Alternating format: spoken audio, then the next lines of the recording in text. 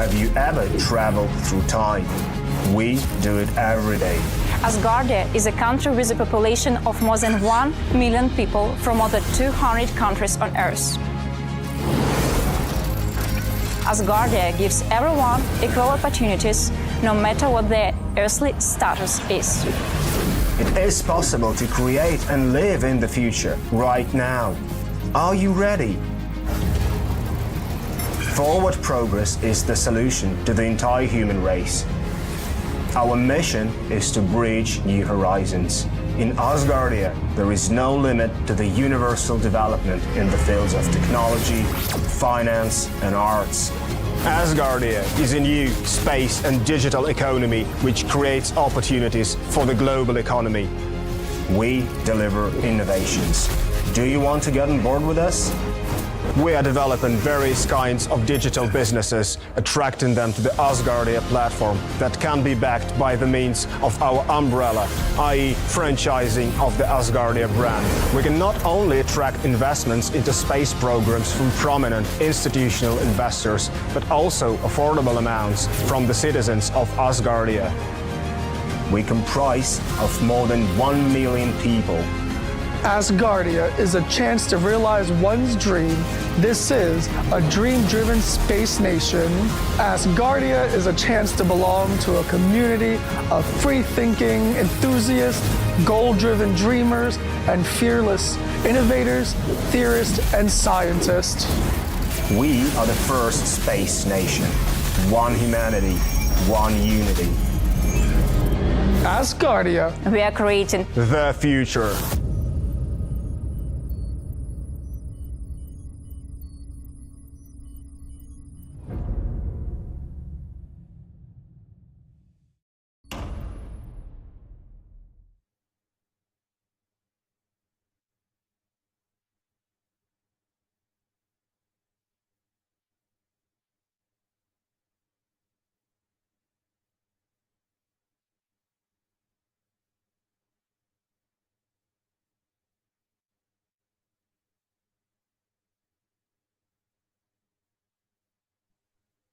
Hello, greetings everyone. Hope you can hear me. Somebody? Yes. Yes, hello, welcome. Hello, we'll start in 2 minutes. Give everyone a chance to come in. And congratulations, Lambert. Your microphone is working very well. Very good. It's a different system, Jacob. I've been trying a whole lot of different systems. I got so many headsets now, all because of you. I have this one, and I have this one, which is an old one, which is broken. Hang on. We are live now. This one, I know. I'm happy to show everybody. People of the world, Jacob makes me buy lots of headsets. I'm using a different system today. Good to hear that I'm having a positive influence on the economy. You're on the economy, yes. Not necessarily mine, though, but there we go. So we're going to start in 1 minute's time, everybody, just to explain for those around the world who weren't here yesterday. I often have problems with the headset which I'm using. I think it's just reached its natural end of life because my headset works very hard. So I'm now trying to find the perfect headset so that never again will my colleagues have any trouble hearing me. That work continues. Well, it's very good now. This system is excellent. It's a very expensive system. This is in my home studio. It's when I'm traveling from between meetings, that's when it goes wrong. Okay, let's begin. Welcome, everybody. I'm Lambert Topic, the Chair of Parliament of Asgardia, the world's first space nation. And you join us at our digital sitting of Parliament. Digital sitting is an event we hold 4 times a year usually, which involves the Parliament getting together, discussing the issues which affect us, and making votes as well, taking votes. We will discuss today on the main day 5 items of legislation, and also we'll be speaking with the government. Before we go any further, let me ask our interpreters to explain how you can listen in your language, if it's English, Turkish, Russian or Spanish. So that's a third of the languages officially recognized in Asgardia. Let's start with Turkey first. Greetings, over to you.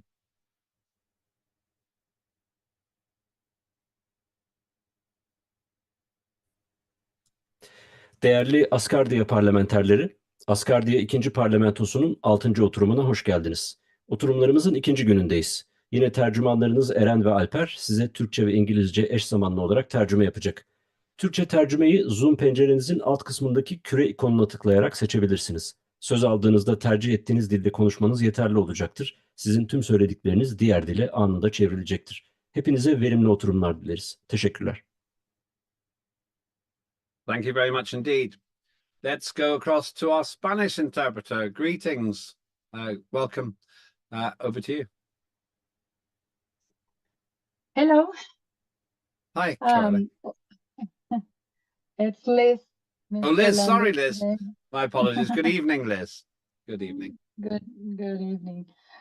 Bienvenidos a este segundo día de la sexta sesión digital del Parlamento de Asgardia, queridos parlamentarios. Estamos haciendo las traducciones en turco, ruso y español. Las traducciones se hacen simultáneas, significa que pueden hacer pausa, pero deben hablar despacio para poderle hacer la mejor interpretación posible. Si tienen alguna pregunta, por favor levanten la mano o pidan ayuda al presidente del Parlamento y él nos deja saber si están teniendo problemas técnicos. Eso es todo.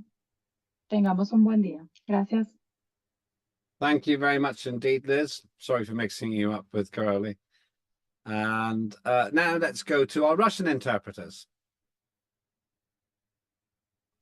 Hello, Mr. Alpik. Hello, Hello. dear MPs. Good to hear from you. Likewise, thank you. Добрый день, добрый вечер, доброе утро, уважаемые господа парламентарии. Вас приветствует ваш русский переводчик Елена Хмелева. Сегодня второй день цифрового заседания номер 6 парламента второго созыва Асгардии, и мы рады приветствовать вас. Итак, перевод осуществляется в синхронном режиме на русский, испанский и турецкий с языка оригинала, который является английским. Перевод, как я упомянула, является синхронным. Таким образом, нет необходимости переключать каналы, все уже есть в вашей комнате. И также единственная просьба от нас, переводчиков, говорить чуть помедленнее. Ну, пауз сделать нет необходимости. Спасибо вам большое и плодотворного вам заседания. Thank you very much again. And as you heard, if you have any problems, then do please say, and we'll be very happy to help with the interpretation and solving any problems. One other thing, please do speak at a speed that our interpreters can follow. Make sure you do not speak too fast.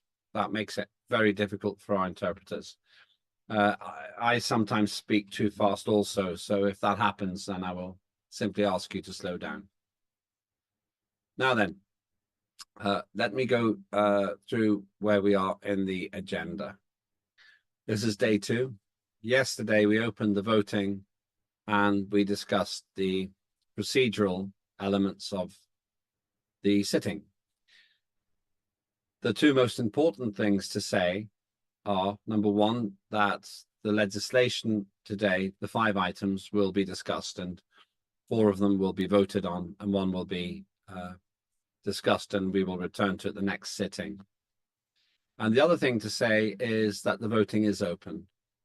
If you have not voted for or against the agenda yet, please do so. Voting for or against the agenda or abstaining records your presence, the fact that you are here, and that's important because we need to have a quorum. We need to have enough people here which is 50% of Parliament plus 1, to make all of the votes valid. So please do vote at least on the quorum for now. Tomorrow we will be talking about committee work, and also we will have an excellent presentation from Dr. Belakovsky about the long-term isolation experiment here on Earth that simulates a long-term space mission. But for today, we discuss legislation. In a moment, we will talk about the Asgardia Copyright Act with Ria Dell. After that, Ria Dell will continue with the Contract Act. Then at some point, we'll talk about the Youth and Education Act, which is actually a debate, not for a vote, because it's a complicated act, quite long. And we will do that when Corna becomes available. She will be joining us in a while, not yet, but she will be joining us soon. We will discuss Asgardia Consumer Protection Act with John Fine, and we have some interesting improvements on that as well, which John will go through, and they'll be clarified today as well. Useful improvements, thanks to great feedback from colleagues. And then we have the Foreign Affairs Act, third reading as well. It's a complicated piece of work, which has taken a long time, years, and Ferda Inam will be leading on that. At 1600 UTC, which is in 2 3/4 hours, we will have the government hour, the government business, and that will be at around 1600 UTC. We'll find a natural point to do that. After all of that, we will close, and my guess is we will close at around, I'm guessing, around 1900 UTC. It might be a bit earlier, we'll see. I think this will take 6 hours today, but we will see. The latest we can close is 2100, because that would be the 8 hours that we have allocated. We usually finish early because our wonderful interpreters save us a lot of time by simultaneous translation. That saves us many, many hours every time we have a meeting. So that's what we're going to do today. If there are no questions about one other thing, Peter Morn is still recovering. He has been ill. Peter Morn, the Deputy Chair of Parliament, is still recovering. He may join us, but he was not well during the week. So let's hope that his recovery continues effectively. Now, one other thing, we will have a break at a natural point. We'll have one break today, I think. If we really end up doing the full 8 hours, then we'll have 2 breaks. But I think we'll just need 1 break. Maybe just before the government hour. That's what I think. But either before the government hour or just after it. We'll see how we are doing in time. Okay then, great. Let's start with Ria. Ria Dell brings us the opening item, which is the first reading of the Asgardia Copyright Act. Good to see you, Ria. You're looking very well. Over to you, and feel free to share the screen if you can. Thank you, Limbert. Let's quickly share the screen.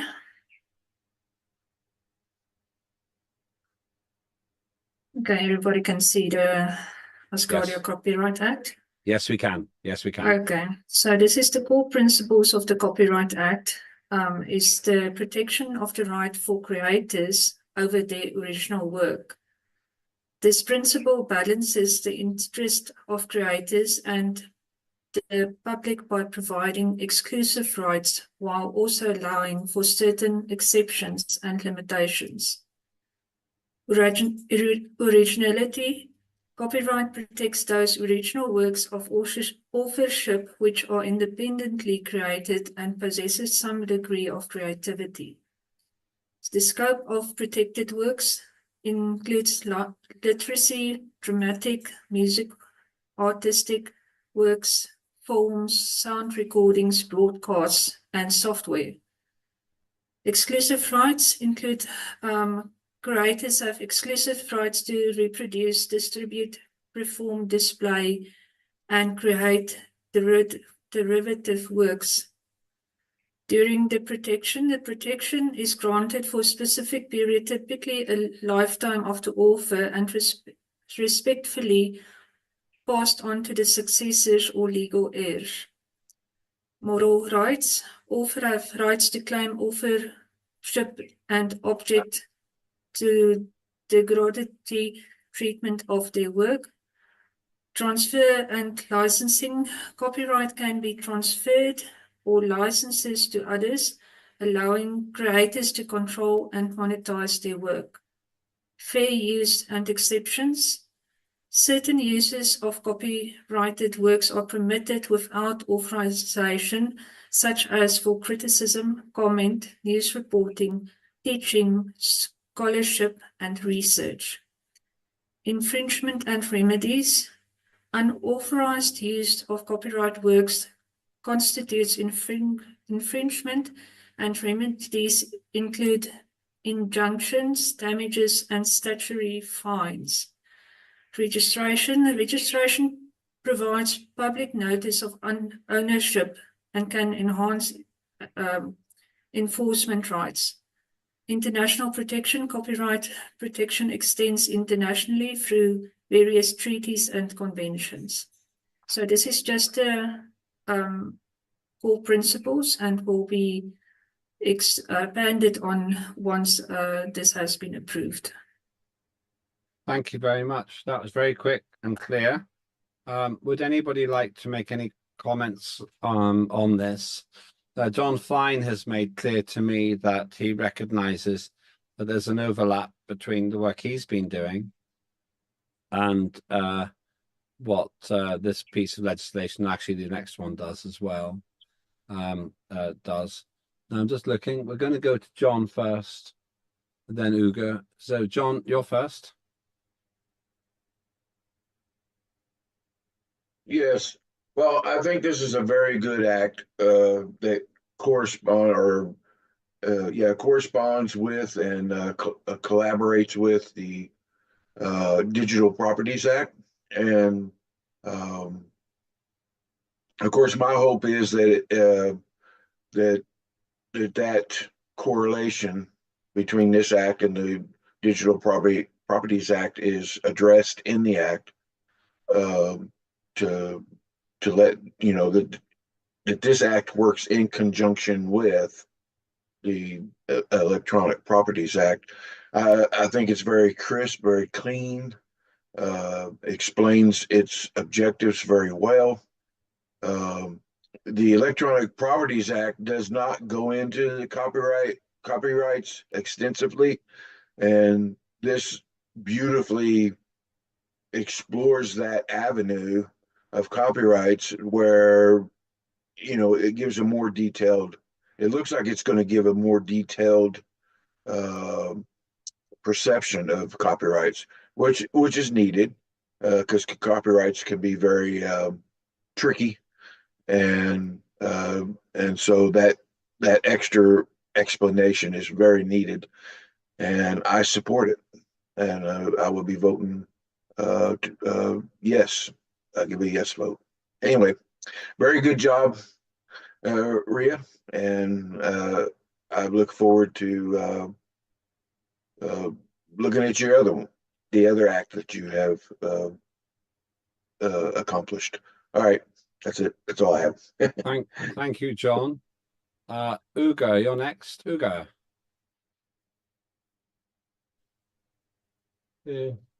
Yüce Asgardia Uzay Ulusu Parlamentosunu Distinguished members of the Asgardian Space Nation, I would like to salute all of you. Can you hear me? Yes, we can. Peki, teşekkürler. Sayın Başkan, teşekkür ederim. Harika bir Distinguished Chairperson, the session is great. And Ria Del, as an author, I would like to congratulate you for preparing such an act, because on the background I'm changing my pictures. Instead of my picture, you will see now a cover of a book. This is the anthology of Turkish science fiction issued by a London publishing house, and I'm in this book with a story of mine. This book was published by the end of 2023, and I'm there. And Ria, I would like to make a recommendation, if you allow me, before the Parliament. As an author, I would like to make the recommendation, and I would like to talk about some of my concerns, so that this may give you an idea regarding your future work. Now, as a citizen of Turkish Republic, I am writing books in Turkish, and I'm still an active author in Turkey. And from time to time, I'm taking part in certain activities. And from time to time, you will see a certain ISBN number in the books published in Turkey. And I can see this in my e-government website. So whenever I write a book, a published book within Turkish Republic, it is given an ISBN number, and it could be tracked using an e-government website. So by using my personal computer, if I log in into the e-government with my own individual information, then I could immediately see that I have some certain works registered on my name with this ISBN number. But in that anthology collection that was published in London, for example, it was published after a certain contract, and I am also involved in this contract. By the way, you can also buy this book, and when the day comes, I'll be pleased to sign your copy. And in that book, there is this story, my story called The Junkman. And when I was asked to write the story, I agreed and I made the contract, but the ISBN number does not belong to me, which means that that book was published by that publishing house, and I am one of the authors inside, but I cannot have it registered in my own e-government website. So I cannot see and prove that this story belongs to me. So I'm not sure if I was able to explain this. Please remind me if I failed to make my point. So what I was trying to say is that as the representative of the Asgardia Digital Library project and as an author, Harika bir olay. Seni tekrar tebrik ediyorum ve I would like to congratulate you for bringing up such a brilliant copyright act, and I would like to say that I'm going to vote yes. And thanks very much, Ria. And if you have any questions, I'll be ready to answer as a person who is somewhat knowledgeable on this issue of copyright. Thanks very much, Chairperson. Thank you very much. I appreciate that. Let me ask you one question, Ugo. Is there something specific that you think Ria should add to the legislation? Ugo?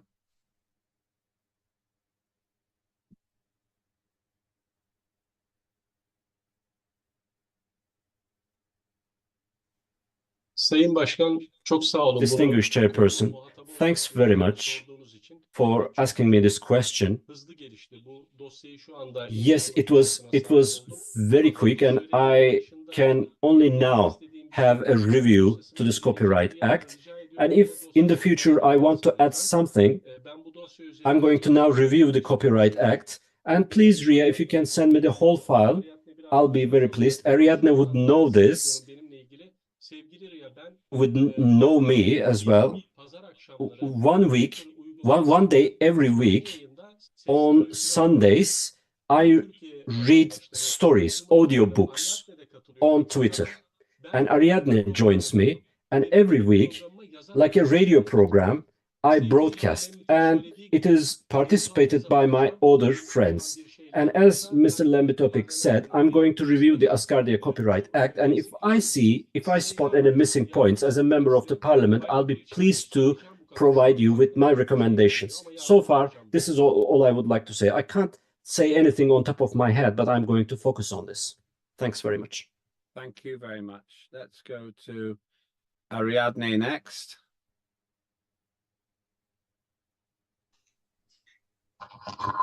Gracias, buenos días a todos. Espero hablar despacio. Thank you very much.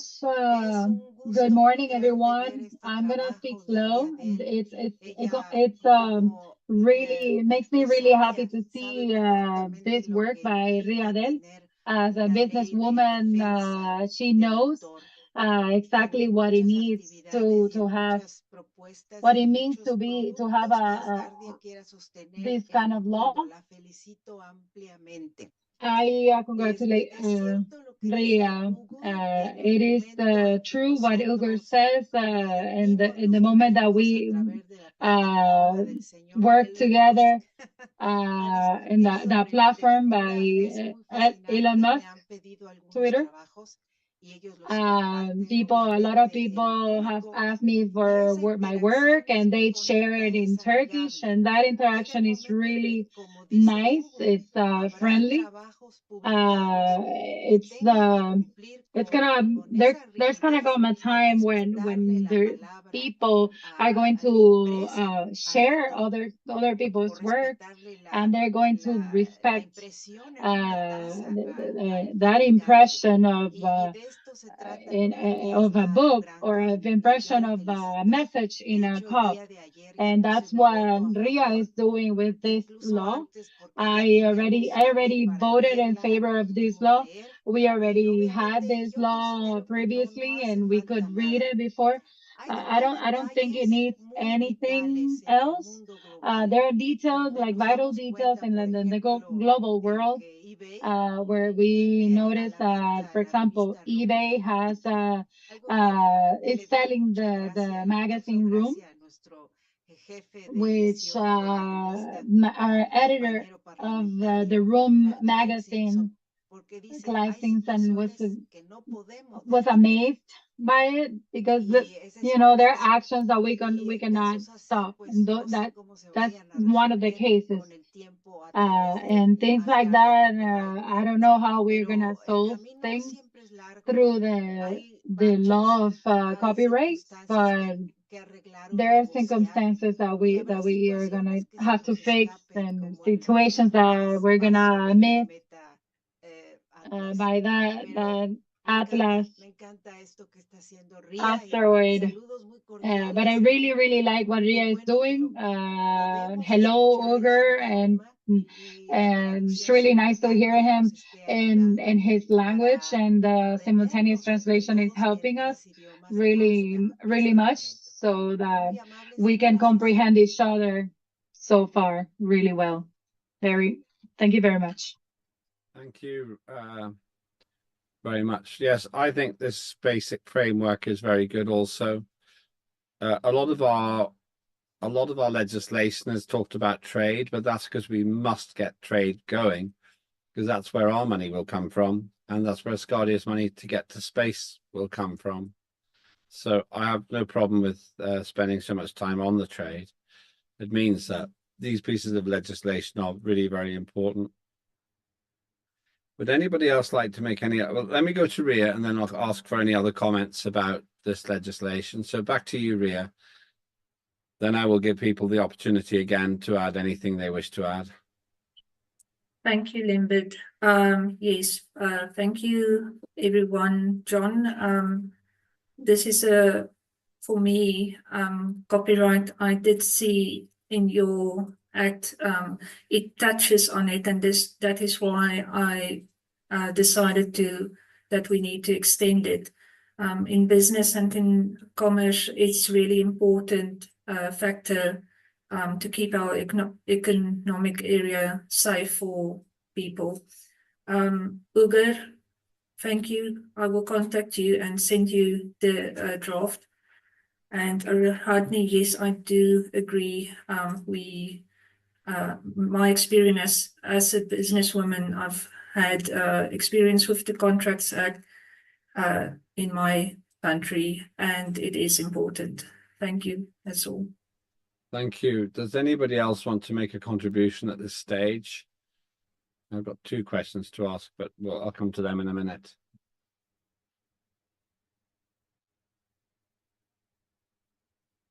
Okay. The two questions I have are, first of all, have you considered the interface between our nation's copyrights and when we operate on the planet? In other words, if somebody breaches a copyright in a terrestrial country, how do we deal with that? Is that really part of our international relations. I can't see any other way of doing it. And then I'll ask the second question, which is very simple. With copyright, how do we enforce it? If somebody breaks a copyright, do we fine them? Or have you considered what the sanction would be? Those are the two remaining questions.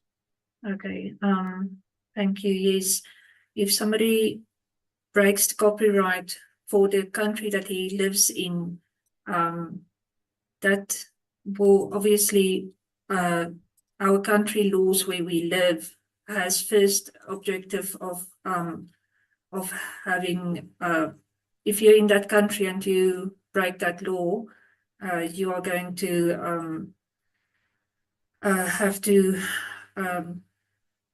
stand for what has been done. Where Asgardia, that will only be in later terms, and this is a law which is going to, with the extension, with the second draft, I'm sure most of your questions will be answered. Okay. I don't think we need that. Okay, that's fine. Then let's leave it at that for this one. Ugo wants to make a comment. Ugo, and then John again. Ugo.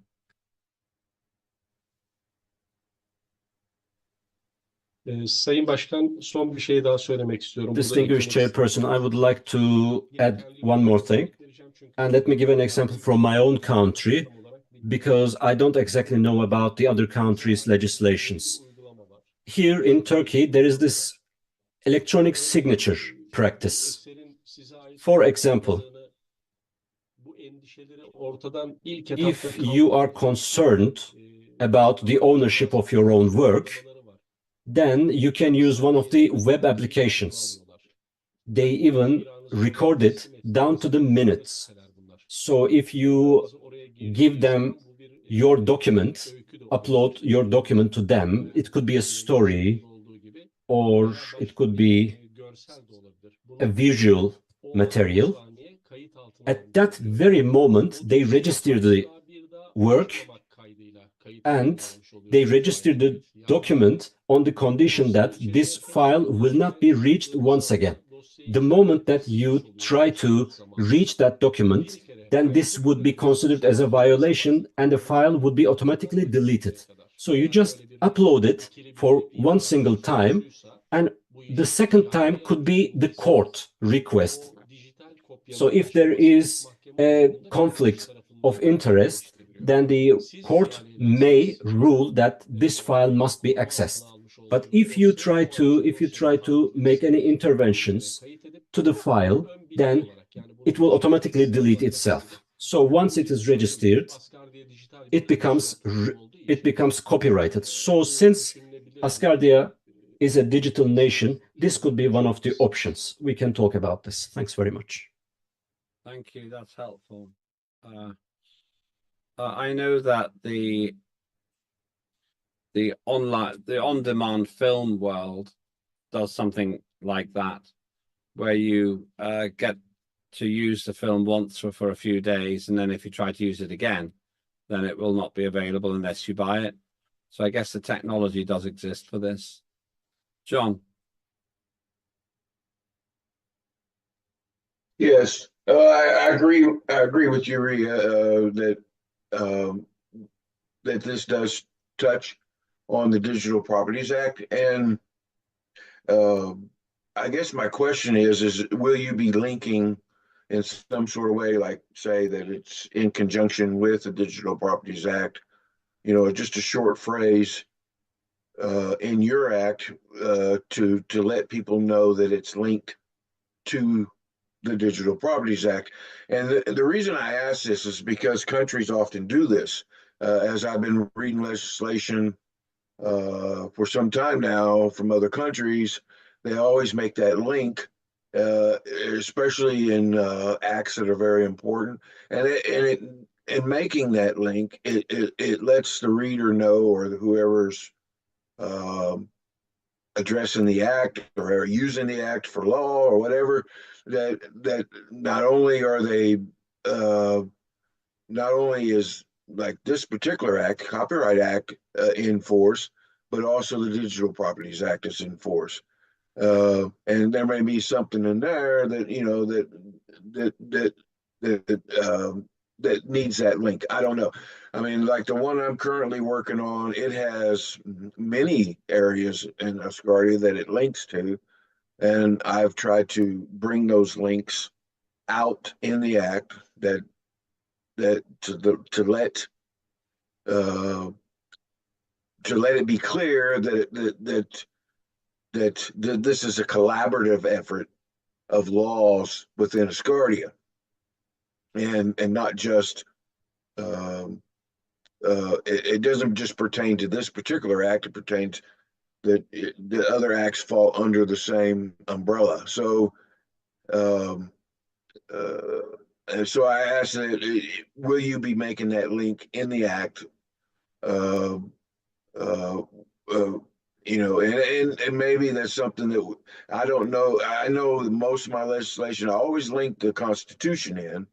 That's the one thing I do link in, no matter what, because it's our ultimate and law in Asgardia.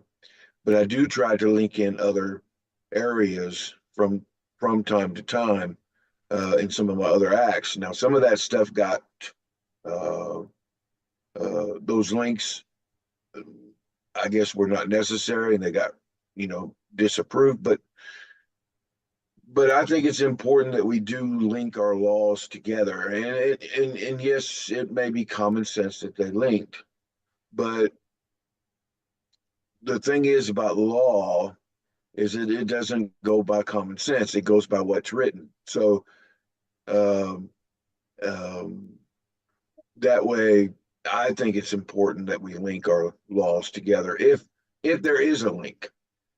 So anyway, that was my question. Let's go. Yes, Go back. Yeah, go on, Ria. This is a big one. Yeah, go on. yes, John.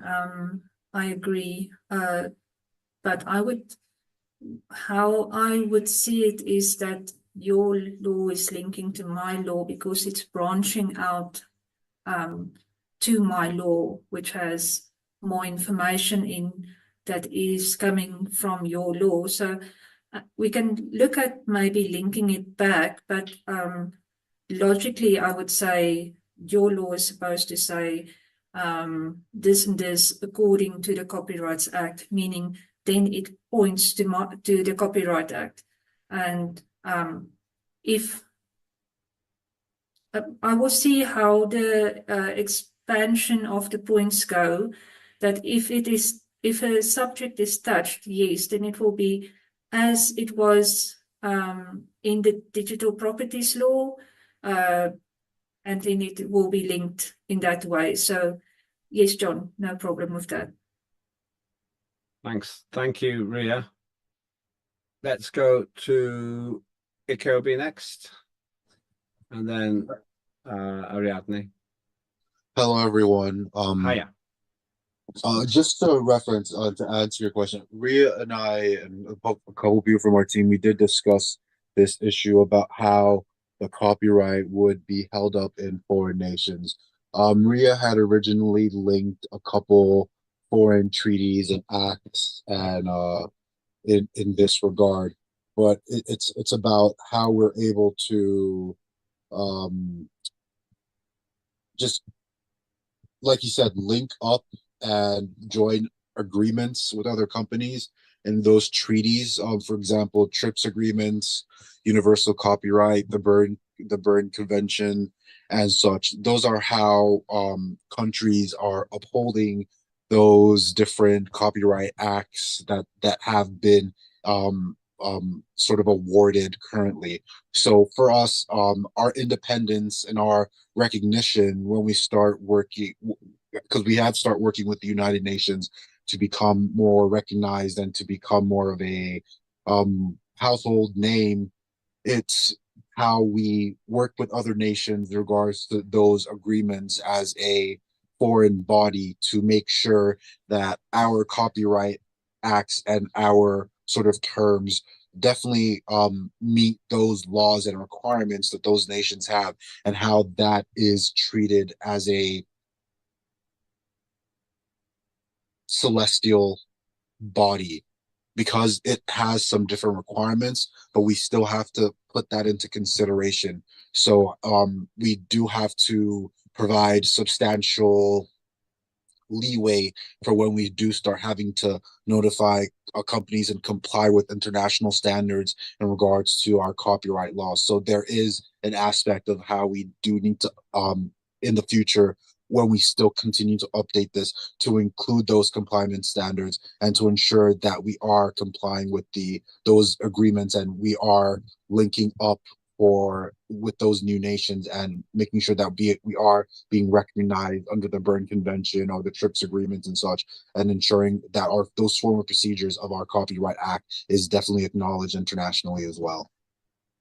Thanks, Kirby. Before I carry on, we've got Ariadne and then our Prime Minister. Let me just say that's quite legally complicated, Ria, and I think we probably need to get some well, unless you want to do a legal degree this year, we probably need to make sure that we get this right from a legal perspective. Do you want to say anything about that before we go to Ariadne and then our Prime Minister?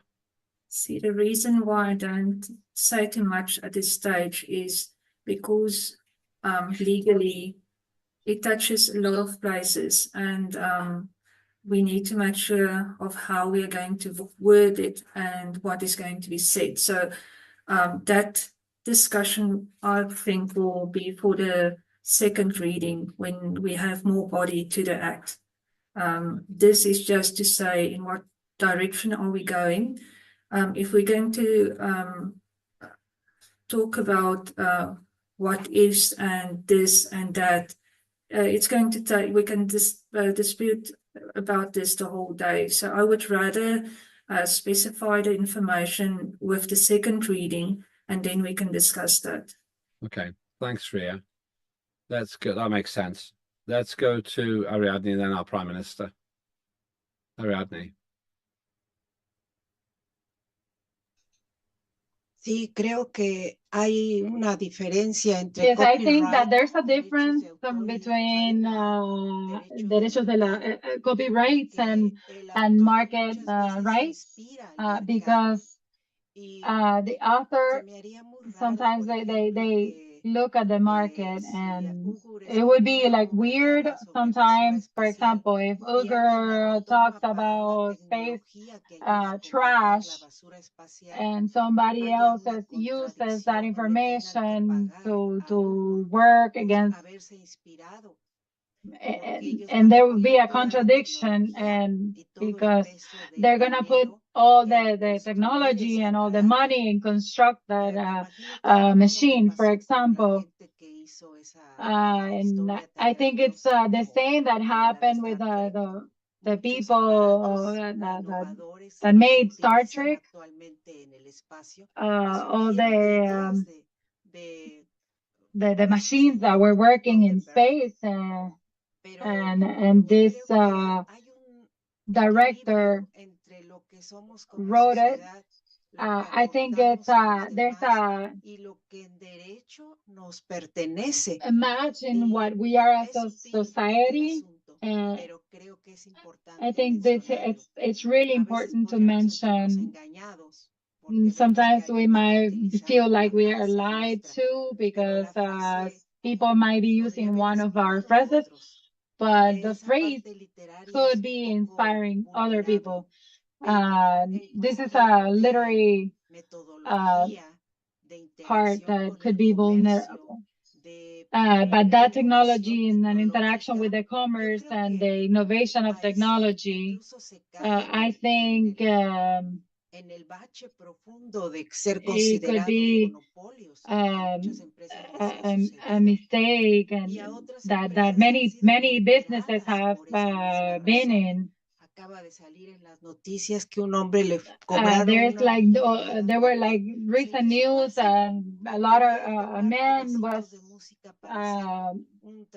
was charged millions because he was using little by little of pieces of music from different authors, and he was charged millions.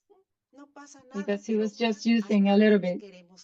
And those are situations that, maybe there's nothing is going to happen, but we have to think, legally, how we can defend ourselves. That's a constant work, and it's a constant effort. It can be, we can do it a different way in those circumstances. Thank you. Congratulations, Ria.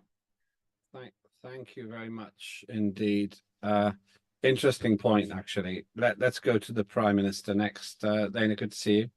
Good to see you, everybody. Greetings. You will be seeing more from me and the cabinet team later in your schedule. I just wanted specifically to participate in this discussion. John said a very important thing, that while developing a new act, it's necessary to refer not only to the Constitution, but also to the other acts which have already been enacted, and they have an interlink to the new documents which are being developed.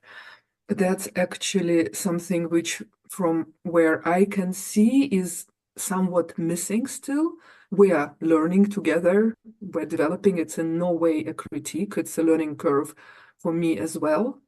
But actually compliments Ria for opening up this door of this very important subject, because indeed I also agree that to be recognized in the international arena, we need to demonstrate that we have the basics built into our system which are totally aligned with the world's expectations. And at the same time, indeed, since John spoke about it, I would not have asked to speak otherwise. I think in general it was a very useful remark, which refers to every document we are working on, that it needs to refer to the Declaration of Unity, Constitution, and the other acts which are already forming the legal basis of operation of Asgardia. And clearly this subject of the copyright issue will be touching upon some documents, some acts which are already passed through the system.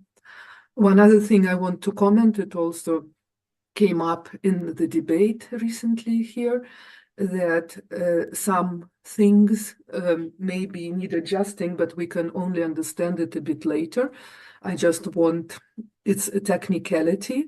There is a mechanism of introducing amendments. It can be, we can pass something in the third reading, but then something else can happen, or some other detailed reference can come along, or some brilliant idea can come along. So yes, we're doing our best. Well, you are doing your best. We're supporting with commentary to develop the documents which ultimately become the third reading offered to the head of nation for enactment. But also the door remains open. If you discover something in the course of your deliberations, and as a result of the experiences we're all making together, that some things need to be adapted, it's also feasible to propose for the parliamentarian debate and to put for voting, introducing of the amendments. We did it a number of times for technical reasons, just to make sure the legislation is aligned with a reference to the Constitution, which was changed, but also it can be done in refining the content. I just wanted to remind this to make sure that we're all on the same page. That's all for me for now. Thank you very much for hearing me. Thank you, Prime Minister. That's really helpful, and that really applies to legislation generally, not just to this. So that's a very, very useful point. And as you heard from our Prime Minister, they will be joining us at, I expect, 1600 in just over 2 hours for the government hour as well. Let's go to Ada next. Ada, hi.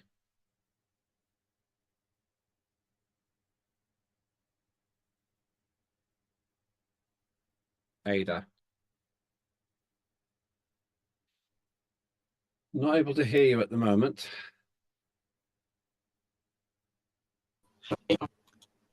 Yeah, we heard something. Ada? Hello? We can hear you now. Yeah. Can you hear me? Somebody Yeah, we hear me? can now. Yes, yes. Hello, can you hear me? Yes, we can. Yes. Yes. Affirmative. Okay. Thank you. Good morning. Good morning to all. Forgive me about connection. Is there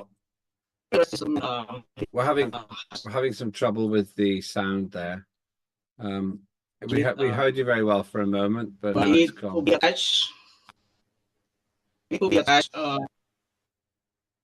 As No, we're not really hearing you. Is it? I think that there's still a sound problem, Ada. Let's see if we. Let's just see. Just I don't know what to advise. I want to hear what you're saying. It was very good, and now it's not so good. Can you hear? It's going in and out. It's having problem. That's the better. Noise. That's much better now. Yeah. Now we can hear you. Yes. Come back. Now we've got problems. Okay, it's very interesting. The document. That's fine now. We can hear you now. Yeah, carry on now. We can hear you now. Okay.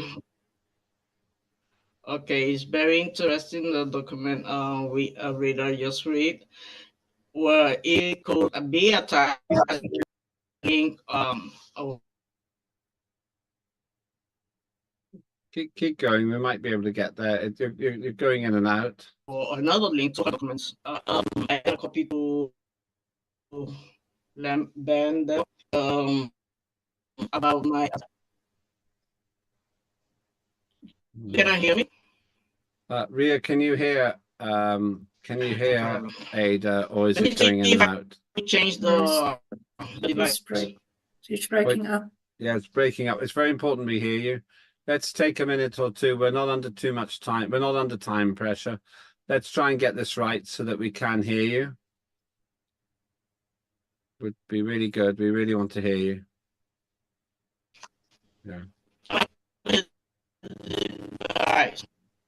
It's still not right. Carry on.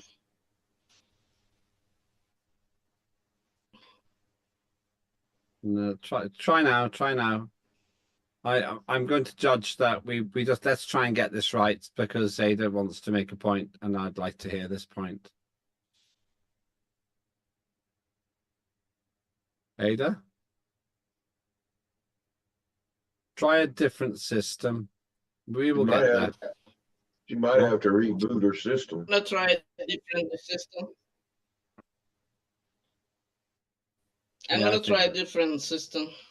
Okay, well, that's better now. Yeah, let's just wait while we get Ada working this out.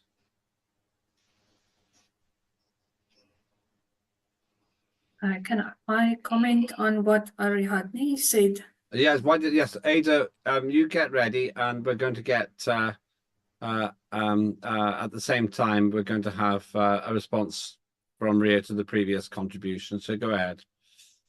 Yes, Ariadne mentioned copyright and trademarks. We just need to remember that those are two different things. Copyright is what you made is yours. Trademark is what you're going to use to make money with. That is going to expire. So eventually we will have to get the trademark law as well. And I would just like to thank you. Thanks to Prime Minister for her points. We are always learning. Thank you. Thank you. Okay, I'm here. Okay, let's try it now. Let's go ahead. I'm sorry about that. No problem. Yeah, No problem. I was saying that it's very interesting. The document just really wrote to us. I remember I sent a similar document to Bendel. It's the document I've been telling you, Lemby, to read it in my email. Yes. Asgardia's Authorship Protection Act. is almost all about copyrights also. That maybe it could be a way, like John Fine says, link another document to her document to be as one. But also, I would like to excuse me. I would like to read that document as soon as possible. Because this document I made it in 2019, and it's very interesting to go all of them together. Thank you. That's all I need to say up to now.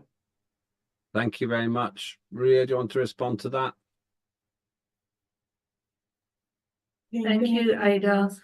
I'm not aware of any document that you sent to the Minister of Trade and Commerce. Our committee worked on this one on our own. I would like to see that document, especially if we follow through for the second reading. Maybe there's information that can be useful.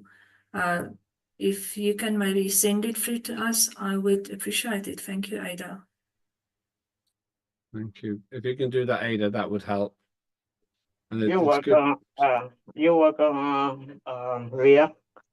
I will also send it to you. And please let me see my email. Yeah. Thank you. Yeah. Thank you. Thank you. Yes. Good point. Well made. Anybody else want to make any comments on this piece of legislation before we move on? I have just put a note into the chat just to make sure it's not missing. I also recommend, Ria already answered, that we include the Minister of Trade and Commerce. This subject have a lot of overlap. Thank you. Thank you very much indeed. Andrea will start including the Minister. Yeah. Thank you. So what happens next?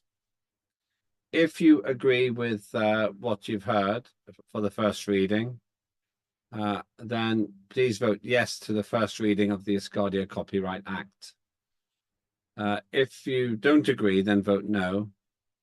Or if you're not sure, then abstain. But please vote yes, no, or abstain. Please do one of those three things.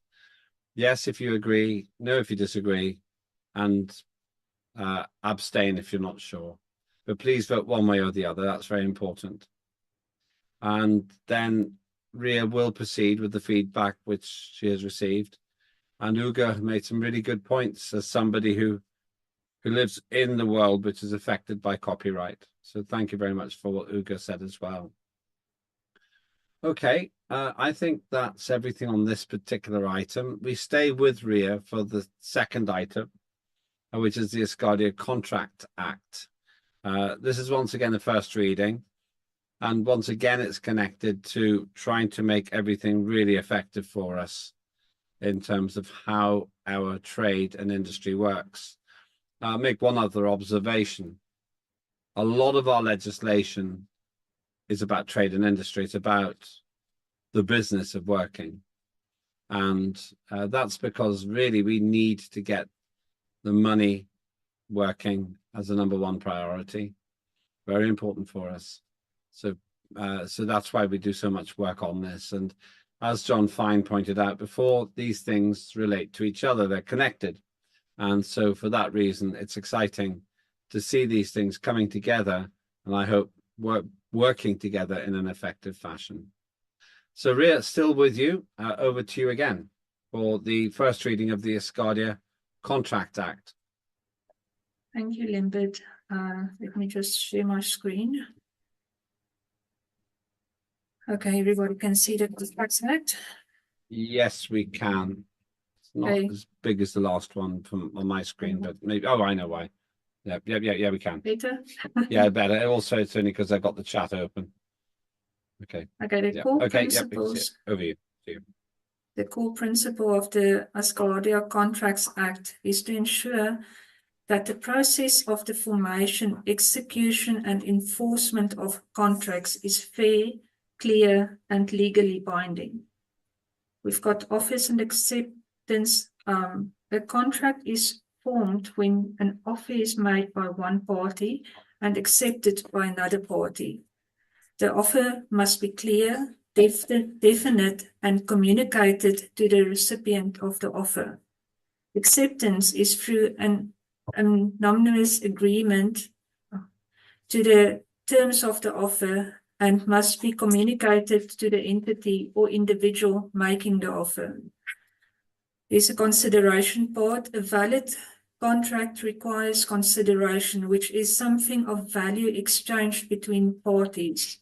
Consideration must be lawful, real, and can be in the form of a benefit to one party or a determinant to another.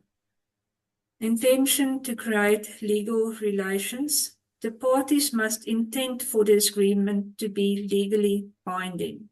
This intention is presumed in commercial agreements, but not necessarily on a social or domestic agreements. The capacity of the contract. Parties must have the legal capacity to enter this contract.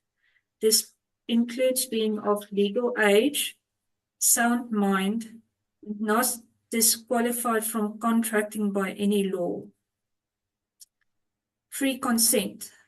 Consent to the contract must be free and not obtained through coercion, undue influence, fraud, misrepresentation, or mistake.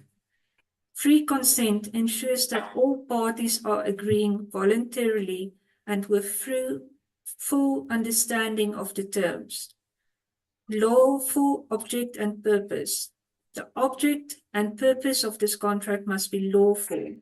Contracts involving illegal activities, fraud, or actions against Asgardian public policy are void. Certainty and possibility of performance. In terms of the contract must be clear and certain. The performance of the contract must be possible and not involve any impossible acts. Performance of contracts. Parties are bound to perform their obligations as stipulated in the contract. If a contract specifies a time for performance, it must be performed within that time frame, or otherwise within a reasonable time frame as agreed upon by both parties. Breach of contract and remedies. In the event of a breach, the injured party is entitled to remedies such as damages, specific performance, or injunctions. Remedies aim to compensate the injured party or compel the breach party to fulfill their obligations. Void or voidable contracts. Contracts are not enforceable by law if they are considered void. Contracts that are enforceable at the option of one party due to issues such as the absence or free consent are considered voidable. That is the Contracts Act's first corporate principles and can be expanded from there. Thank you very much. I'm just going to stop the participants sharing. Yeah, thank you. It was just I was asked if we can do that. Great. That once again, that is very relevant to the business world. Questions or comments on this? Now, the Contract Act, from my point of view, does overlap again with trade and commerce in many different ways. What I like about these documents is that they're quite short, and the final documents will be quite short. The less legislation we have, the better, in my opinion. The less legislation we have, the better, because the head of nation wants us to be a lightweight nation when it comes to how many rules we live under. And I think that that's a really good attitude. So, comments. We have the Prime Minister.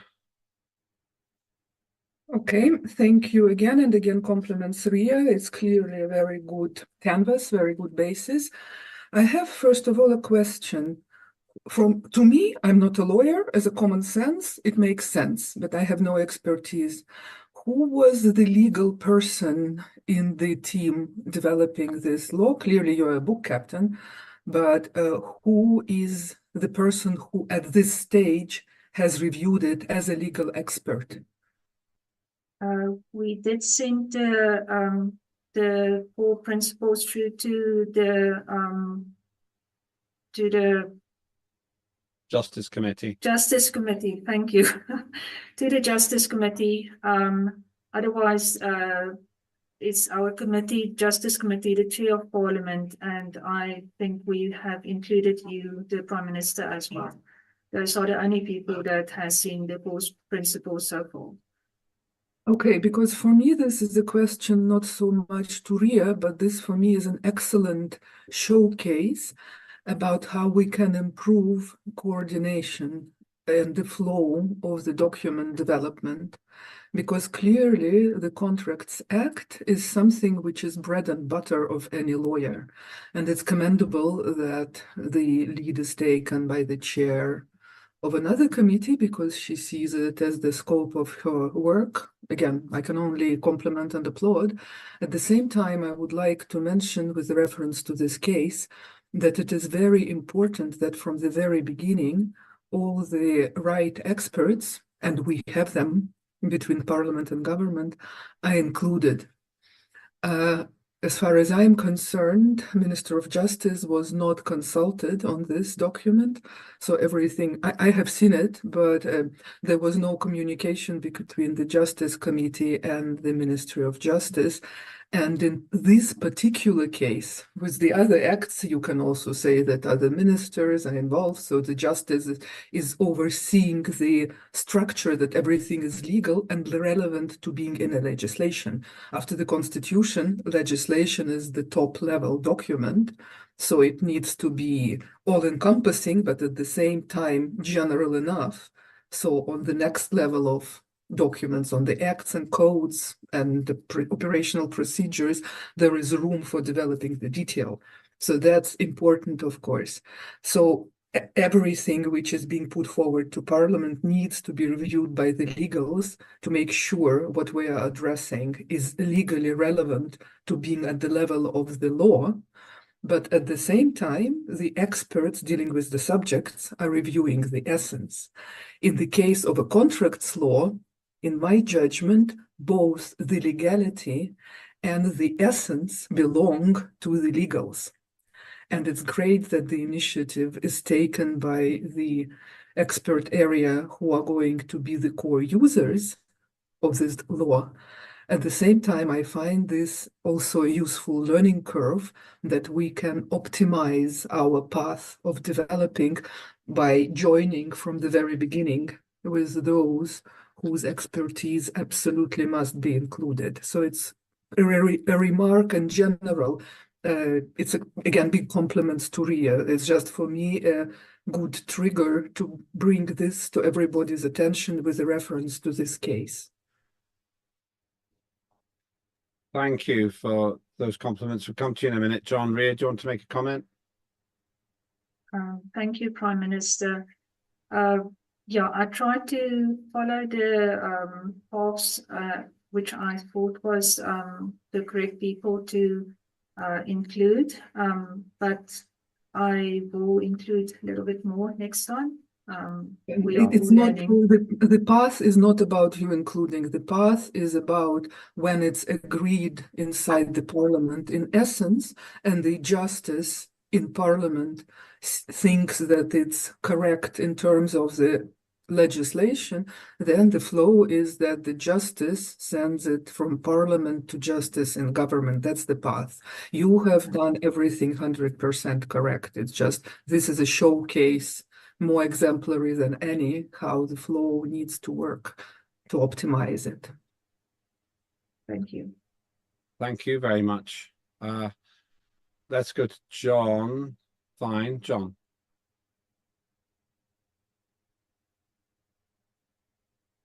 Yes, well, I agree with Lambert that this does touch on the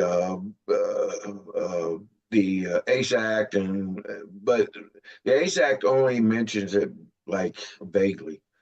And this would be very detailed from what I can see, which is what's needed. Contracts are very important. Prime Minister is correct. It does belong to the legals. They definitely, this is an area that they deal with probably on a daily basis.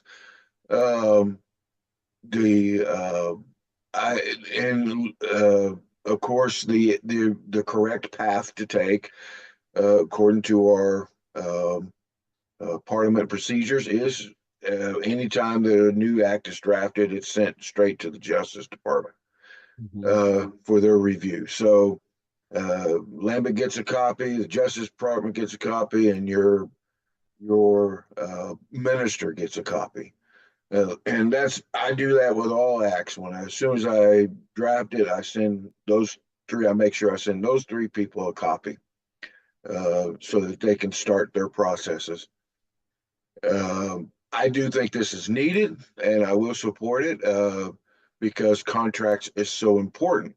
And there are going to be more times than probably there are stars that contracts will be addressed in the life of Asgardia. So it's important that we get it right.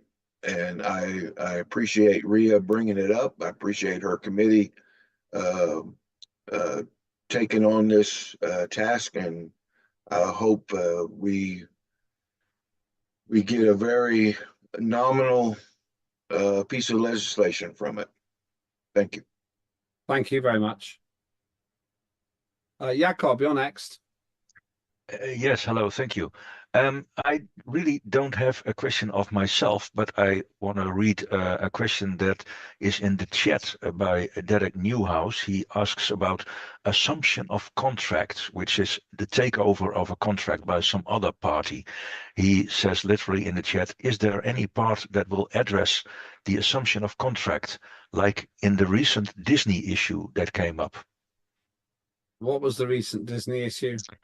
Assumption of contract, that is to say, somebody else takes over your contract. There was an issue with that. Okay. Oh, I see. In other words, if I do I make an arrangement with you, Jakob, but I hand over the contract or the business to John, then what happens then?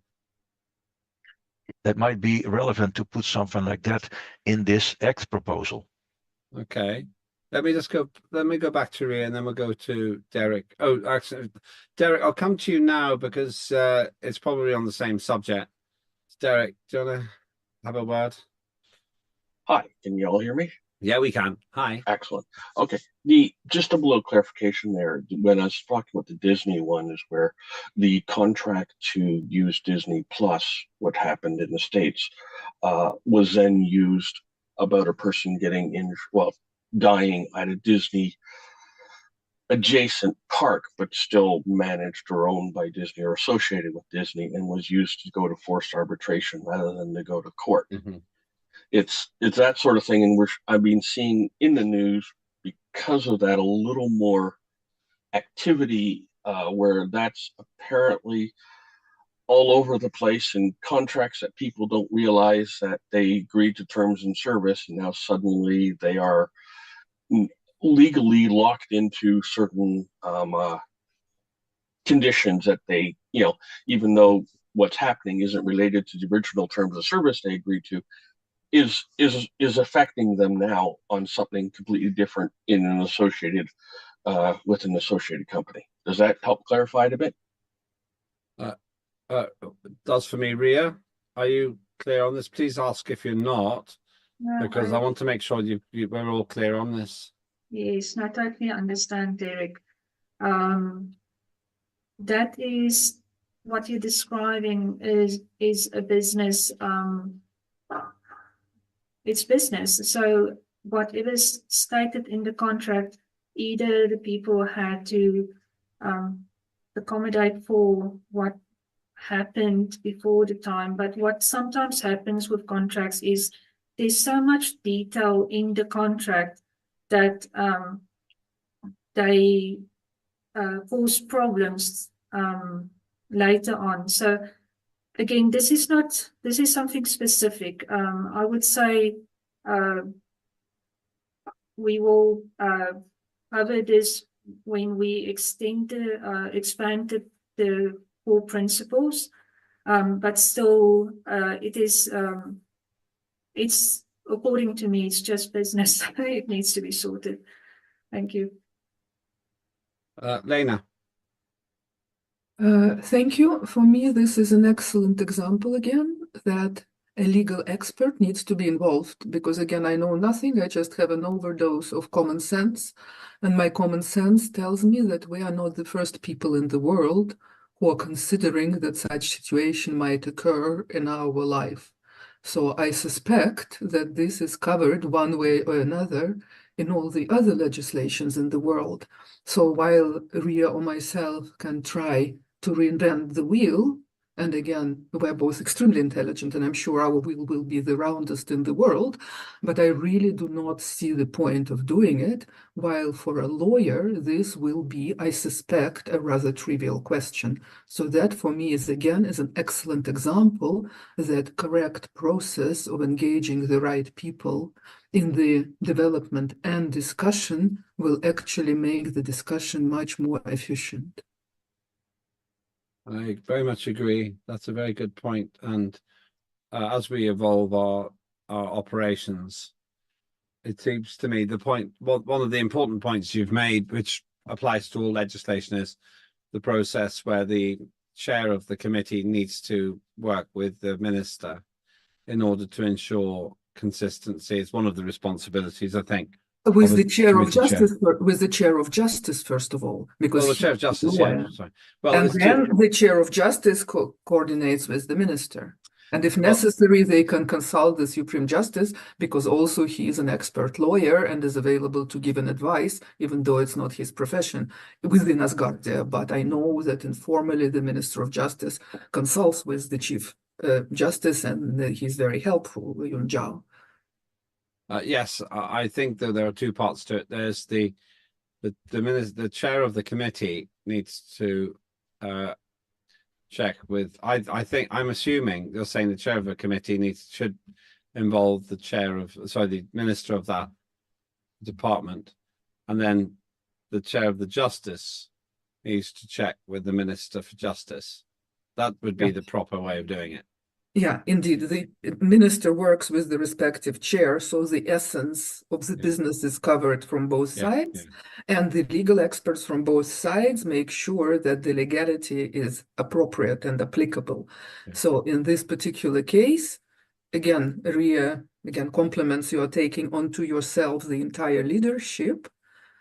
At the same time, I think it's obvious that it would have been more efficient that if Peter himself or one of the people from the legal department who are lawyers, because I'm sure that for a lawyer, it's a trivial question with a straightforward answer. I realize, and I've just asked my team to put this in. I think I need to be more clear. I'll raise this tomorrow in day 3. I think I need to be more clear with my chairs just about that process. It's obvious, really, but I haven't made it obvious that I need to make it obvious to our committee chairs that they need to consult with their respective ministers, and part of that is for the chair of the Justice Committee to run this by. At the moment, it would be Peter Morn with Mark Beer. That's it's obvious, but it's really helpful all the same. That's very helpful. Ben wants to come in. Ben, good to see you. Hi, how you doing? Can you very hear well, me? Thanks. Yeah, very well, thanks. Very well. Okay. This is a very topic very close to my heart, and we've discussed this before when I was even in Parliament.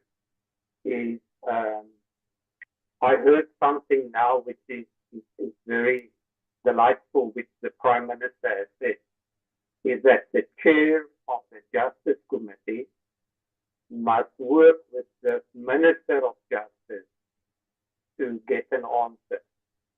because we've been very fortunate until now that both chairs of the Justice Committees have been lawyers. But on the next Parliament, we might have a non-lawyer as the chair of the Justice Committee. So that part is very important, and I think I'm very glad to hear that, because it resolves a lot of issues or possible issues. What I also want to mention is that this is the first reading. This is the core principle, and from here on, everything is open for discussion. I hear what the Prime Minister has said.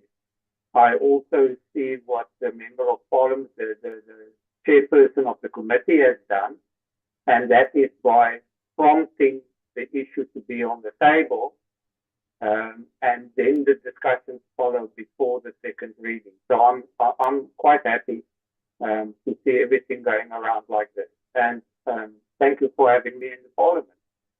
We miss you. We miss you in Parliament, but we know you're doing even greater work where you are, so that's okay. Ria, let's go back to you, Ria. We were talking a little bit more. I recognize you've been talking about procedure, not just about your legislation, but back to you. Well, I do see the point of the procedure. I did include everyone that I thought was supposed to be included, and then they should take that up with whoever they need to answer to.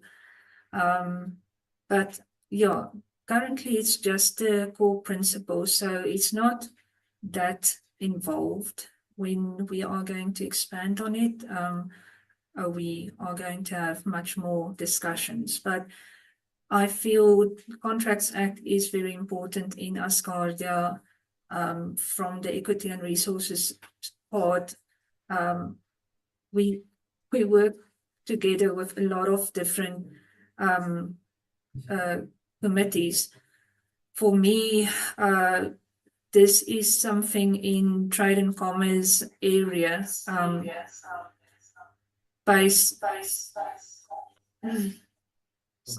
We've got an echo there, I think. I got the echo. It will stop now. Okay, sorry about that. Yeah, no problem. Go ahead. What did I say? Well, we're talking process, but also the detail. Yeah. I'm blank. No, well, yeah, I think you basically Sorry. did make the point. I mean, there are two things going on. One is the general overall process, which we've been discussing, and then the other side is the detail, the interface between essentially the other legislation. And another point which was made is that this is first reading, so therefore you have the opportunity to really build this out in second reading and so on. So we don't need to get everything perfect right now. Yes, that is what I wanted to say. Thank you. That's helpful. That's handy. Okay, John, you're next. Yeah, well, I think that, you know, that equity and resources has certainly followed the path as it's explained to us, and we do have a very clear path in our parliamentary procedures. If y'all remember, we had a really big discussion with Peter and his deputy chair on the way forward that we would go with legislation. And in fact, I believe they have a document themselves that's in the works of trying to be submitted as an act or as a policy or something. I'm not sure how they're going to introduce that, but we did have a big discussion about it. But it's common sense, like the Prime Minister says. It's very common sense to have legal involved always in any act that we do, and that's why our Parliament procedure says that the Justice Committee gets a copy of everything that we submit. So, and that's the link of involvement. So at least that we do have a good system in place, I think, and I look forward to seeing how this act evolves. And again, I just want to extend my thanks to Ria for taking on this responsibility. Thank you. Thank you very much. Lena. I just wanted to clarify to what John said. It's not just a common sense. There is a flow chart of how a legal document in development goes through the system, and it was approved along with the first sitting of the first parliament in 2018. So this document exists. It's available within the parliament. I personally had it by asking the parliament office just to remind me, and I have a copy, so it's available. You can ask it. I don't know, you can ask Linda, for example, to post it here in the chat so everybody can be reminded. Some people were not there in the first session of Parliament. So the idea is not to reinvent the wheel here. Also, this is a legal document co-signed by the three heads of the branches at the time, of which Lambert is still in place, but the other people are different people now. So I'm not a co-signee because the first Prime Minister co-signed it. And that flow chart is available and it's applicable.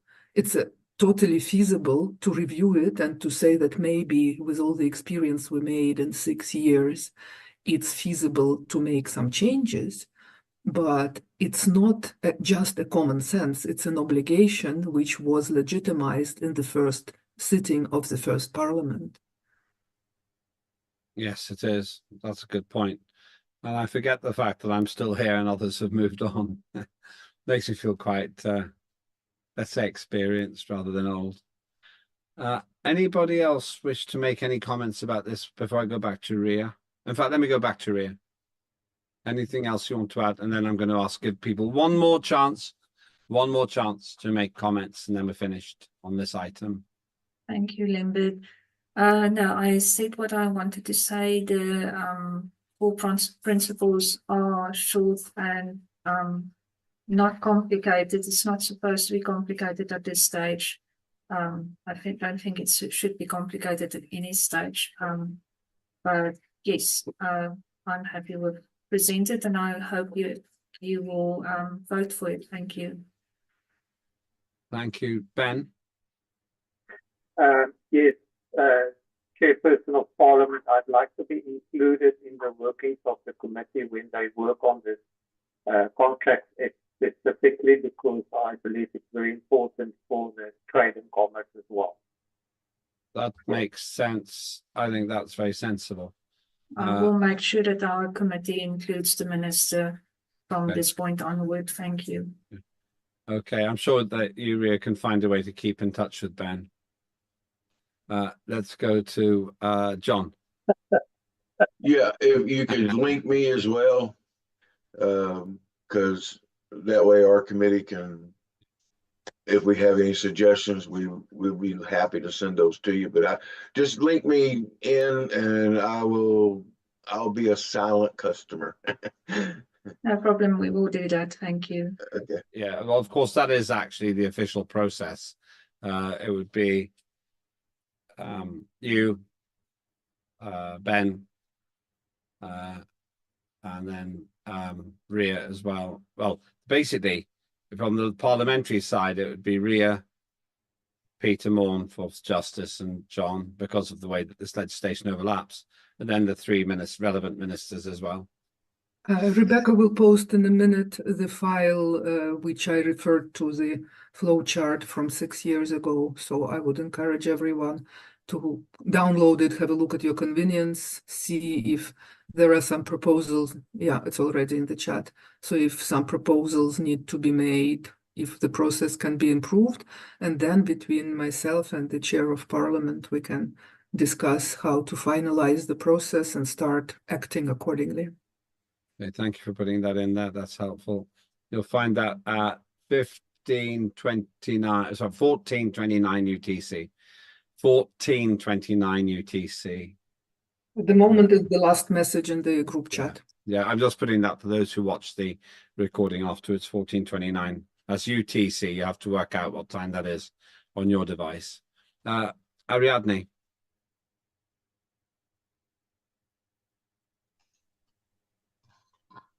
Muchas gracias. Creo que el problema de la Thank you very much. I think the problem with the distinction of when they created the passport, where they were going to link all the documents for the so that the government will be aware of it, and when that started to not really work well, this happened. That in which moment, one moment are we kind of like getting aware of all the documents that are being worked on, and the other day somebody commented that the system was working for somebody, for some people, and it wasn't working for others. So it sometimes it works. So that's the logic of the way to follow, and it needs to be analyzed by the government and by the justice committee. And the system was that was the idea, that we had the passport, that bridge to link both areas.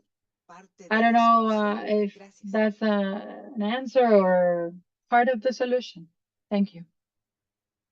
Thank you, Ria. Yes, I know in the last week, Michael sent out usernames and passwords again for the pass system. So I think if everything goes according to plan, the Parliament is going to start using the pass system at the moment. I am not sure if the ministers are included in the pass system, but I'm sure it can be arranged. Yeah, that's not my field. Thank you.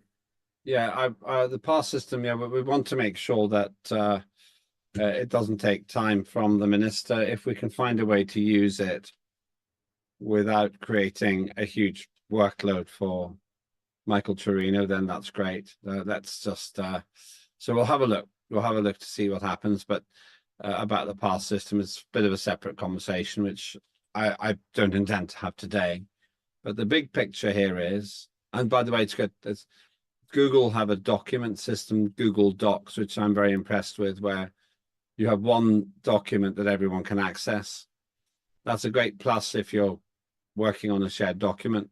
However, the minus for us would be that there has to be one person in charge of a document, and therefore if everyone can change it, then it's not a very good situation. If everyone can change it, then the creator loses touch or loses control, and we don't want to do that. What we want to do is have a system where people can make meaningful contributions and work on the latest, the most modern version of the document, most advanced document, but they don't change the master version, the original version. But let's leave that for now. Let's return to what we're discussing. So the action step will be, there are three chairs: yourself, Ria, chair of Trade and Commerce, and Justice Committee chair, and then the three ministers as well, who will be communicated with by the three of you. And that would be the way to do this. And I'm going to make a note. Elena's made the point that there's a document now shared in the chat, which shows how the process works. I need to just make sure that we regularly make sure we follow that process. Is there anything else about this document before we move on? And John, we're going to move on to yours next, by the way. John, fine. Right. Anything else about this one? Okay. Okay, thank you, Ria. Those are two great pieces of work. Those two bits of document, those two documents, those two pieces of legislation, both at first reading. If you agree with them, vote yes. If you disagree with them, then vote no. But if you're not sure, still vote, please, but vote abstain. If they are passed, they will go to second reading, and we'll follow the process for all documentation, really, that we've been discussing here. And to stress again, we'll talk about pass in a separate discussion, not just now, probably tomorrow. Thank you, Thank you, Ria.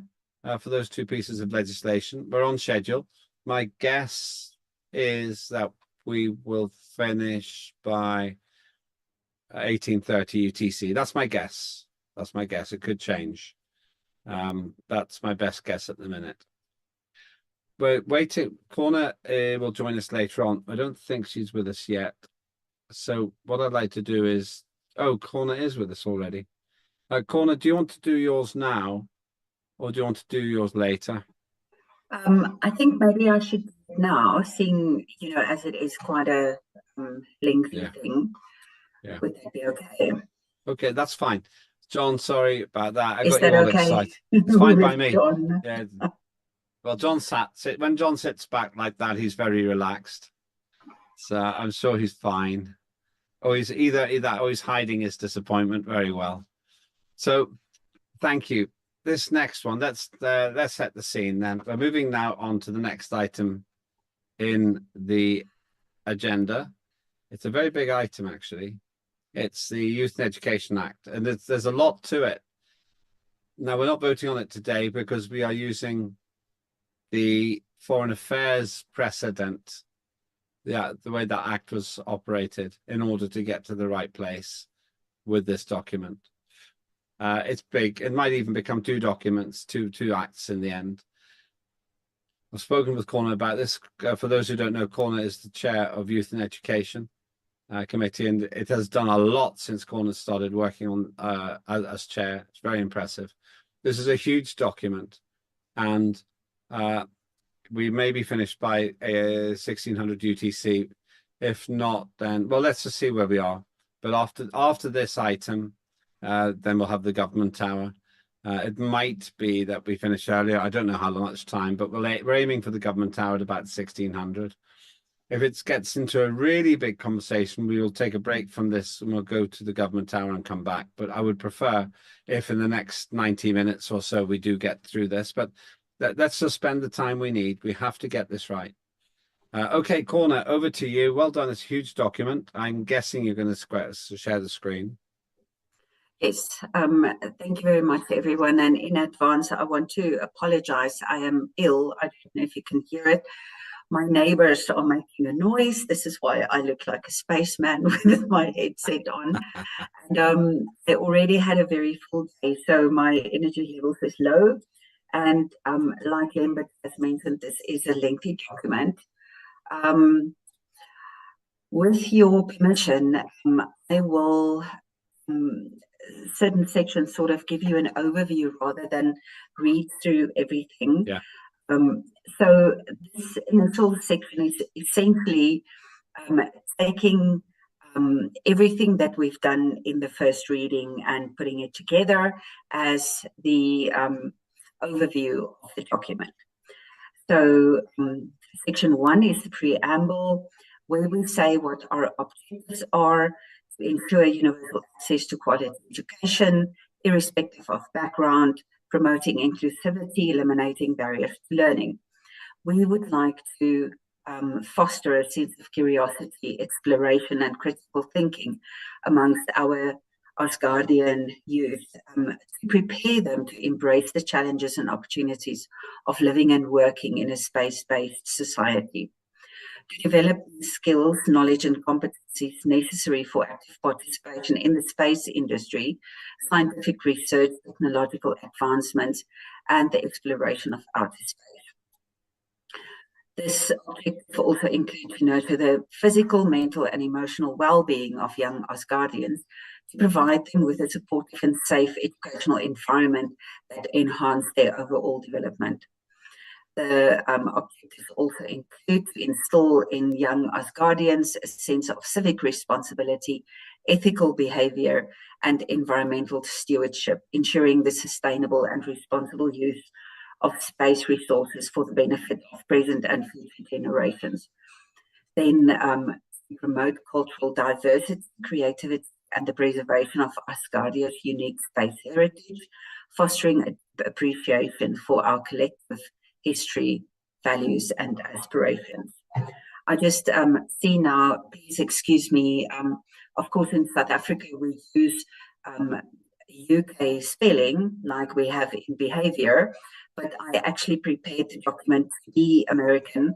So do excuse the occasional lapse in continuity. The guiding principles of the law is in drafting and implementing this law, we are guided by the following principles. Equity, ensure equal opportunities, fairness and justice in the provision of education, irrespective of social, economic or cultural backgrounds, and addressing the unique needs and aspirations of young Asgardians. Innovation, encouraging and embracing innovative educational approaches, technologies and methodologies that stimulate creativity, critical thinking, problem solving and adaptability in a rapidly evolving space-based society. We celebrate diversity, promoting inclusivity and respecting rights, identities and perspectives of all young Asgardians, fostering an environment that values and harnesses the contribution of every individual.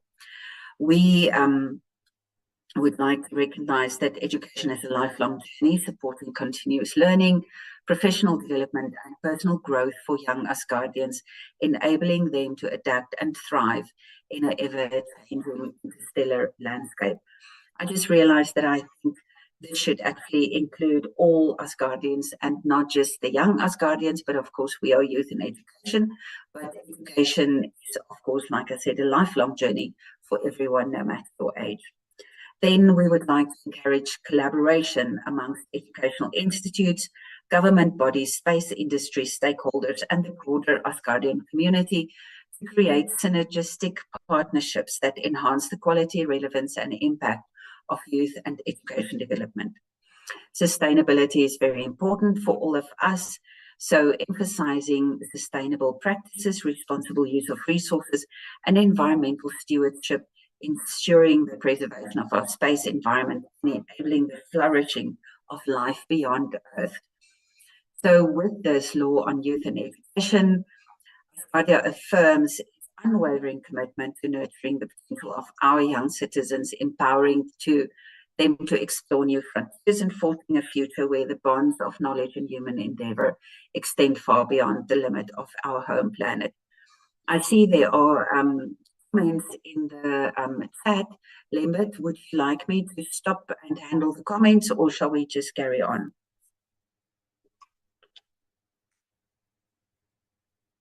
You are muted. So I see, thank you.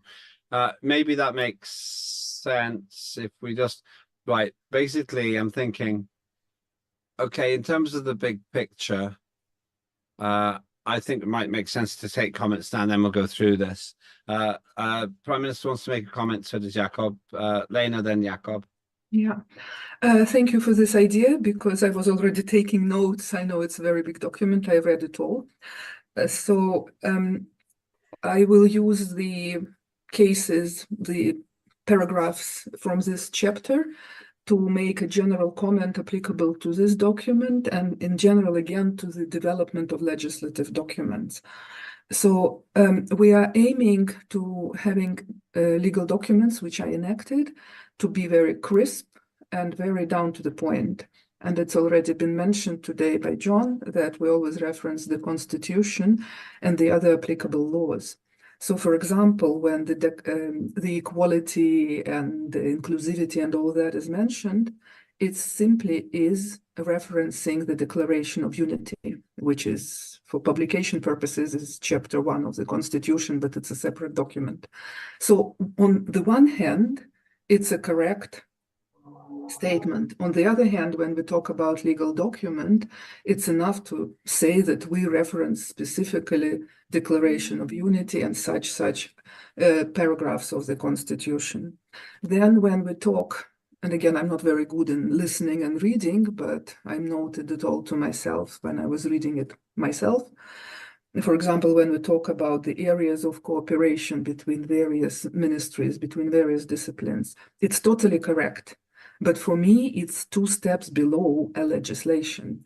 So I see this document as a magnificent manifest of everything in the world which possibly needs to be given attention when one considers putting up an education system. So it refers to the top level above the law, to the human rights, to the human values, to the universal guiding principles, which, again, about the value of human life. It also gives the guidelines of how we need to go about it. So the law is a framework which defines the legality, but then the entire document, it also goes into many, many details. They're extremely important. They need to be covered. But for me, this document already includes not just possibly two legal acts, as Lambert mentioned. For me, it includes a vertical structure. It includes the law itself. It includes the implementation procedure, a code of the, I don't know what they are. I'm not a legal expert. So for me, therefore, again, Korna, I can't imagine how many days you spend putting this whole thing together. It's huge work. It's really a manifest of human goodness for the benefit of youth. So again, my applaud to the huge work, and every word of it is a marvel. It's not a law. It's so much more than a law. So my question is again, where is the just chair of Justice Committee who goes through this and helps to highlight, because I'm sure all what needs to be in the law is in it, but I'm not competent to judge where is the border between the law and a code which follows, or the implementation procedure, or the guidelines for the teachers. I don't know. I don't understand where it is, but I feel, and again, common sense shows it's by far more than goes into a law. So again, without a lawyer, not just a member of a justice committee, but really a lawyer who has an expertise, obviously, and the knowledge what the law is about, without it, for me, continuing on this, again, it's extremely interesting. I'm not trying to stop the debate or reviewing the document. It's a magnificent wealth of all the information which possibly is needed. But a legal expert is needed to be able to say which part of this text need to be subtracted and turned into a law, possibly maybe adjusted, developed, but not much, I believe. And the two examples I gave are just from this chapter. Further, I can say it now also because my comments further will be the same. For example, somewhere down this text, there is a chapter about what the kids have to do. They have to be coherently studying for the goodness and benefit. I agree. And I also hope somebody kicks them so they do it, because I don't know how to make kids do things. But for me, it's very hard to imagine that something what a 5-year-old should be doing can be put into a law. My common sense is that the law gives the guiding principles, that the core values declared by the Asgardian constitution, chapter such and such, are always the guiding principles of any educational activity, and then a respective implementation document is developed. And then in that next level document, it's the teachers who are obliged to present a curriculum which is approved, on which absolutely the best effort, as judged by experts, is made, that children are given everything possible so that they are encouraged to receive all the right education. Again, I'm sure there is a much more eloquent way of wording this. But so what I'm saying, every paragraph I read is down to the point. It's just, for me, it's not two legal acts. For me, there are 5 or 6 documents in this concept manifest. And not only on the level of legislation, but also on the level where it comes to the operation of it. And these levels, again, I'm not competent to structure them. So that's my general comment, which I said before we finished. Okay, thank you. I was aware of some of that, and one of the reasons why we need to take the foreign affairs approach is because it is so complex, and I'm hoping that we really can make great progress. And if necessary. Sorry, one more thing, in all fairness, it's extremely important, but it's not extremely urgent, because by the time we are able to offer any of this, it will take, I'm sorry to say, more than probably the term of this parliament. Because also, for example, it is proposed that all education for everybody is free of charge. Where does the money come from? I have no idea. So is this coordinated with finance? Is this coordinated with whatever. So it's again, I don't disagree. All I'm saying that for me, the speed here is not an advantage. For me, being very, very meticulous about doing it right, in my judgment, would be really the greatest achievement. Thank you. Well, this is why we're having the debate today, and then I've already said to Corn, I'll work with you the same way that I've done with John and Ferda in the past to get the final version of the document. I will, for a moment, just stop my screen share.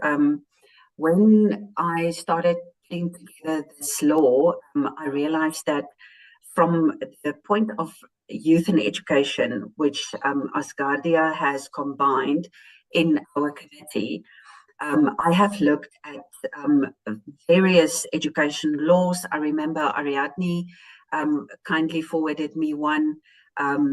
I know there were two other people in Parliament who's forwarded me legislation from their countries. So I have taken legislation from countries and I have condensed it.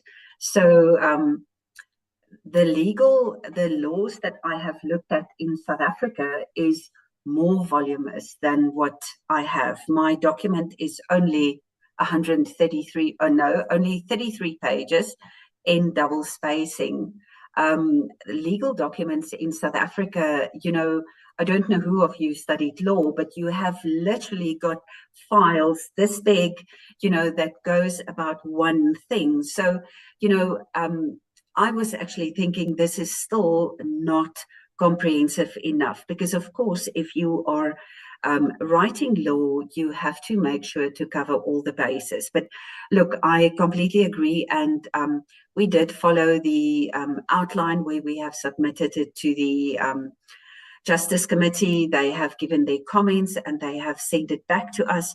So, but of course, like Lembit and I have spoken about this, I understand I am weirdly unemotional about this. For me, this is, I'm very task orientated in this space. So, obviously the best result is what I am after with everyone, with all the input from everyone.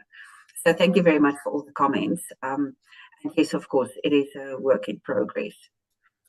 Thank you. We're going to go through these comments now, and then we shall go to the rest of the document. I do want to go through it today. I want to go through it because this is the beginning of a good process, very good process, a continuation of one. Jakob, John, Ariadne, Kirby had his hand up, but at the moment doesn't. Jakob, John, Ariadne. So Jakob, you're next. Yes, thank you. Great work. Compliments. Really good. Thank you very much. I have a very practical short question. The version that you've shown is a different version that was sent earlier. The text seems to be almost the same. But I'm just curious. It might be good to send your version later. No, this is all my fault. It was, I had a really, really, really, really bad week, people. I formatted my hard drive. So I found this, and I think, yes, Minister Mulder, I think you're probably right. I think this was the version that actually one of the previous ones, but as you mentioned, there were not a lot of changes. So I think we will be able to, the proper version is on the, is available for everyone to read. So this one that I have does slightly, and I do apologize, like I said, I had a difficult week. Don't apologize too much. Corna's been very, very ill actually for a few weeks. So it's great that she's here at all. Also, she did another big job this morning. So forgive her for the formatting, Jakob. She's just not been very well. And so I think you'll find the content is pretty much the same. It's more a question of the appearance. So there we go. Jakob forgives you. I can see that. He's given a thumbs up. What a generous man, a kind man. Let's go to John, then Ariadne. And Kirby, if you want to come back in, then raise your hand. John, you're next. Yes, well, I totally agree with the Prime Minister. This, you know, the way our laws are wrote now, what we're trying to do is write the framework, and this one actually not only and when you think of framework, you think of a house, and so you got the foundation, which of course is our Asgardia Constitution. Then you put up the framing, which is the bare wooden structure, and then the rest comes in, with the siding and the roof and all that other stuff. But that comes later, and so the only thing I can do is provide my own experience. Let's, for instance, the ACE Act, which is one of the first acts that were that was for our committee that was passed. When that act originally started out, it was huge, and over the process in the years, it got we trimmed, and we couldn't get it trimmed enough, and then eventually it was suggested by Lambert himself that it get broke down into 3 different acts, and that's what eventually it did become, different acts in itself that became different acts in themselves, which some have already been passed. So and the same thing with the Foreign Affairs Act, the same process. That the original document was huge, and that wasn't. I had no involvement in the original document. That goes all the way back to Ben Dale when he was in the Foreign Affairs Committee, and then that got passed on to the next committee who trimmed and did what and added, and then eventually I got involved in the process, and what we've got now is it's still it's still a larger document, than most, but it's very small compared to the original documents. I guess what I'm trying to say is when you're doing the framing, when each phase of the framing, you're basically you're opening the door for other phases to start, right? You're giving permission for this law creation of what it's going to evolve into to start, but you're not actually you're being very broad on or you're being very vague, but you're basically opening the door, and then other stuff later on down the road can blossom from that. Okay, for instance, the ACE Act, we had 4 different acts that are going to be blossoming, or well, actually 6 now, if you keep on track with equity and resources, the 2 acts that they just discussed today. So that's going to be 6 acts that are going to blossom from that one act. So and that's the way framing works. So yes, this act is definitely going to have to be brought down to a point of just where it's the frame, where you're opening the door for this to happen, for that to happen, but you're not going into the complete process of it. And then later on, the other stuff can come in. At least that's from my experience from the acts that I've worked on from the beginning. So I hope that helps. Thank you. Thank you very much. Ria, Corner, do you want to say something before we go to Ariadne, then Lena, then Ben? Ariadne? Corner, or do you want... No, thank you. Thanks, John, for that. I know you have a lot of expertise, and this is my first rodeo, so... First rodeo, yeah. John's been through the... You weren't there, man. They say in the films. Okay, let's carry on then. Ariadne, then Lena, then Ben. I'm happy to have this big picture conversation, because after this, the pressure's off to an extent, then we can go through everything else. If we have an idea of the process, then we can go through the content, because no one is under pressure to vote today, but we can then get the right process. Ariadne. Gracias. Recuerdo Thank aquella you very much. I remember that proposal from Lucas Arizo when he made a comment about the fact that we could be doing laws a little bit bigger, but nothing happened, nobody said, oh, I think that's a good idea. That didn't happen. So the established is to make a document, a framework document of 5 pages, for example. And in that sense, when John says that when you open the doors, I started to imagine a building where there's not only one door in the proposal corner. It's like a house with many rooms, many doors pending to open. And I remember that also when I commented to John about his experience making laws, it should open us to a webinar where you could explain how we make a law. You are studying that, and I don't know that webinar is waiting space in agenda to be published. And I also remember that our parliament president wrote a document in PowerPoint style where he specified clearly how we could make a law, what it should contain, and it was like in all gray tones.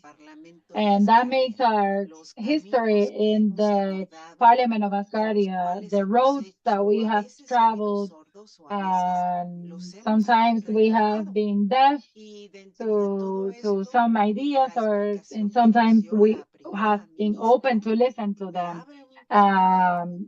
And that explanation from the Prime Minister, the Gorna's law could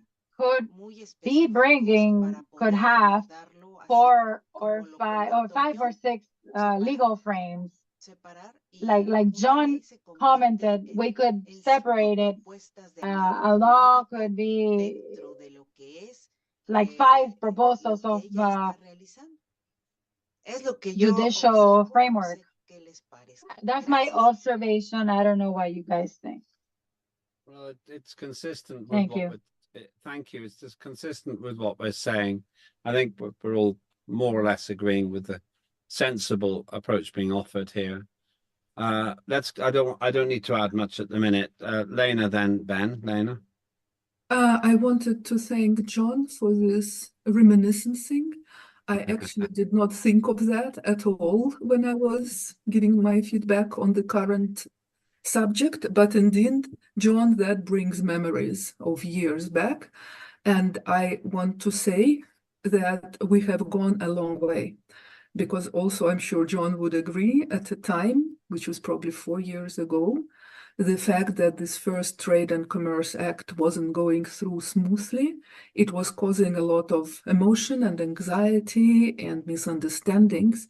So a huge, huge learning curve was passed by all of us together, and we achieved a very crisp and, well, I would say magnificent result. And I can't compliment John enough because of all the education he did in the meantime and how much he evolved. And that was part of the learning, because as far as I remember, John took this law as a part of his coursework to complete his degree at the time. And a lot of people, some of them here, some are not, were part of that process. So actually, Lambert, I didn't think of that before, but when you say that with the case of the law of foreign affairs, you refer to it as Ferda's law. Indeed, we have done, I think, a great job. But also the earlier case was the law which John just mentioned. Because yes, it's great when you start with the first reading as co-principal, then second reading, the third reading, and then in the 3 sessions, a new act is passed. But that's not at all a goal. the faster is not the better, and for sure the bigger is not the better. Forgive me the frivolity. So indeed, I also did a lot of reading of legislation just to get some understanding of it. I'm not a lawyer and I never dealt with this before, but it was a general guideline. And Corner, sorry if you were not advised accordingly. It was actually agreed in the first session of Parliament that we are aiming to have these laws up to 5 pages, not more, with maybe some rare exceptions. Then that's the act. So that's why also I'm surprised that if the Justice Committee was giving you an advice, I'm surprised this advice somehow was not communicated. But then Peter was also not there in the first session of Parliament. We are still learning by doing. Maybe it's not very comfortable. I know we all like just to praise each other. So for me, and there's plenty to praise each other for.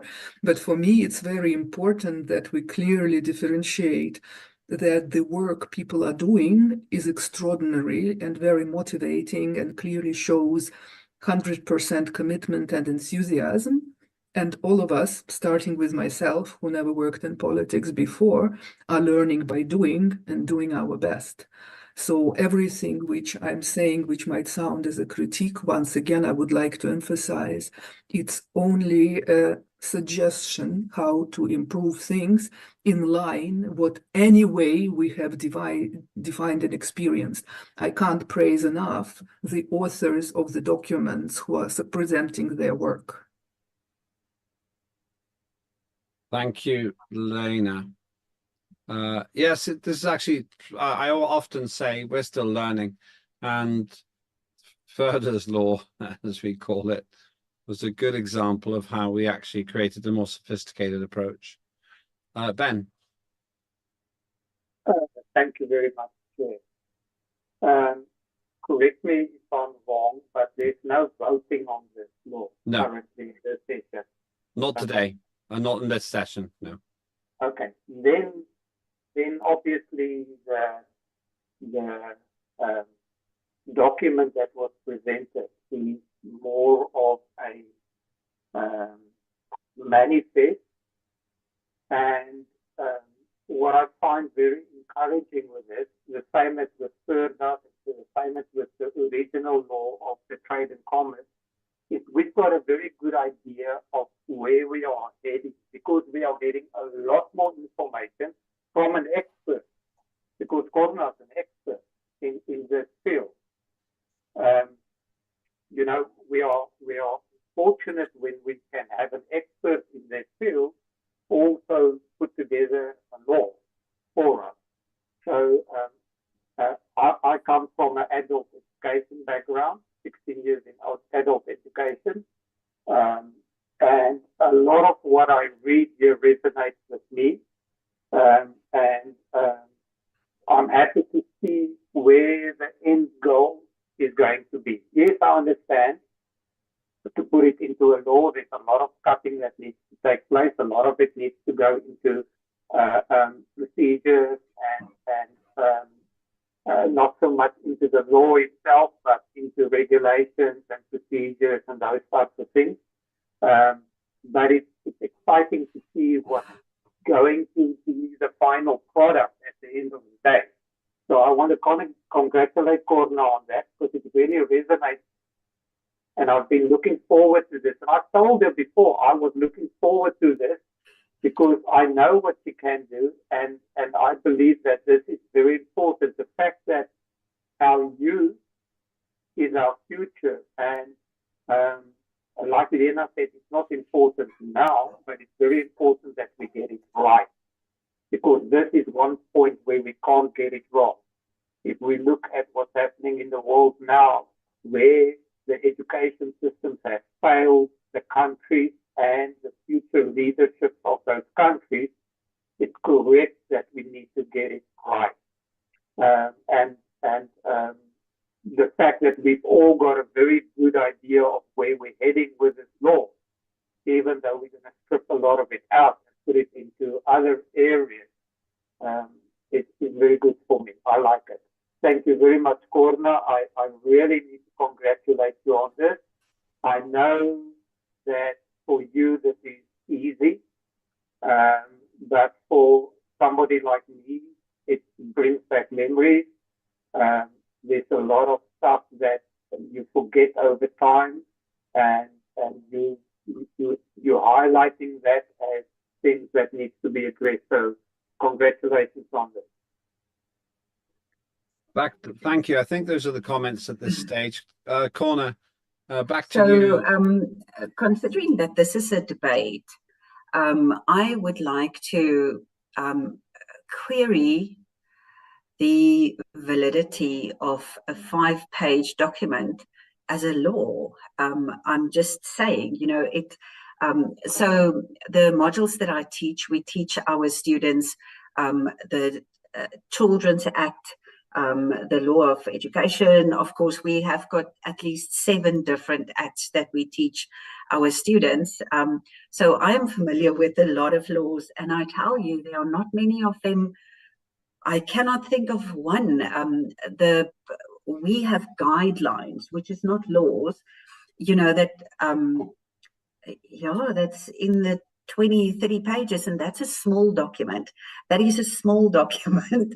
Anyway, I don't know how the decision was made on the 5 pages in terms of a law, but listen, like I said, not very much not emotionally involved in this. So I think what I will do is, like I suggested, I will sort of summarize the different sections. So just before you go further, let me answer that. The 5 pages was actually a guideline, and I have to say I have not really enforced that. It was to make sure that documents were done in a way which didn't involve long speeches or long essays. But I will put this on the record in front of the world on the recording. My main concern is to get good legislation, not legislation of a certain length. And so that's why we have passed legislation which is longer than 5 pages before. So the precedent already exists. That's where that comes from. The question, therefore, isn't that really. In my view, that's just it's a guideline. That's how I treat it.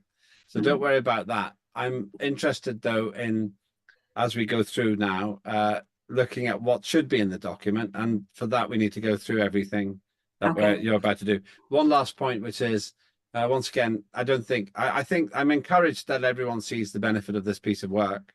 I just hope that we can now take advantage of what Corner's put together in a rational way to produce an outstanding nation when it comes to education. So that's what I would say here. One other point, it's a big document. So Corner, you tell us when you want us to have a break again. And by the way, and what we will do, we'll have a 15-minute break in 30 minutes, and then we'll do the government hour and return to this after the government hour. I doubt whether it'll be finished in 30 minutes. So if that's okay with you, we'll find a natural break, and then we'll go up to take the break up to 1600 UTC, do the government work, and then we'll come back to this. Okay, Corner, over to you. Sure. So the section 2 is about clarifying key terms. Now you will see here that I have given the term, and then I have said what we should specify when we clarify these terms. So this section will be done once the document has been finalized, and we have decided, because of course we need to communicate between myself, for example, or the Youth and Education and the Citizenship Committee. There's a lot of these things where we need to ensure that we use the same terminology when we talk about specific things. So the section is just on, and there will probably be topics added to this, but this is the section that clarifies what we mean when we use specific terms. Section 3 is about the rights and responsibilities. Now, this is where I think there is a big debate brewing. Now, I would like to challenge you to find a country in this world where education is not compulsory. And if you have something be compulsory, You have to allow people to access this if they are not able to pay for it. And this is what we mean when we say the right to free and compulsory education. So we can, there is an enormous amount of money in education. There was a recent article in a business magazine here in South Africa listing the CEOs of the 3 leading private education institutes, which I am one, I am employed by one of these. There is a lot of money in education. So education will support itself if we provide a service which is sought after and a choice product.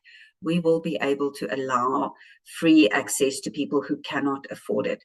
But the idea is that we cannot make something compulsory, and then if somebody cannot afford to pay for it, say, sorry, now you're going to go to jail because you can't pay for your children's school fees.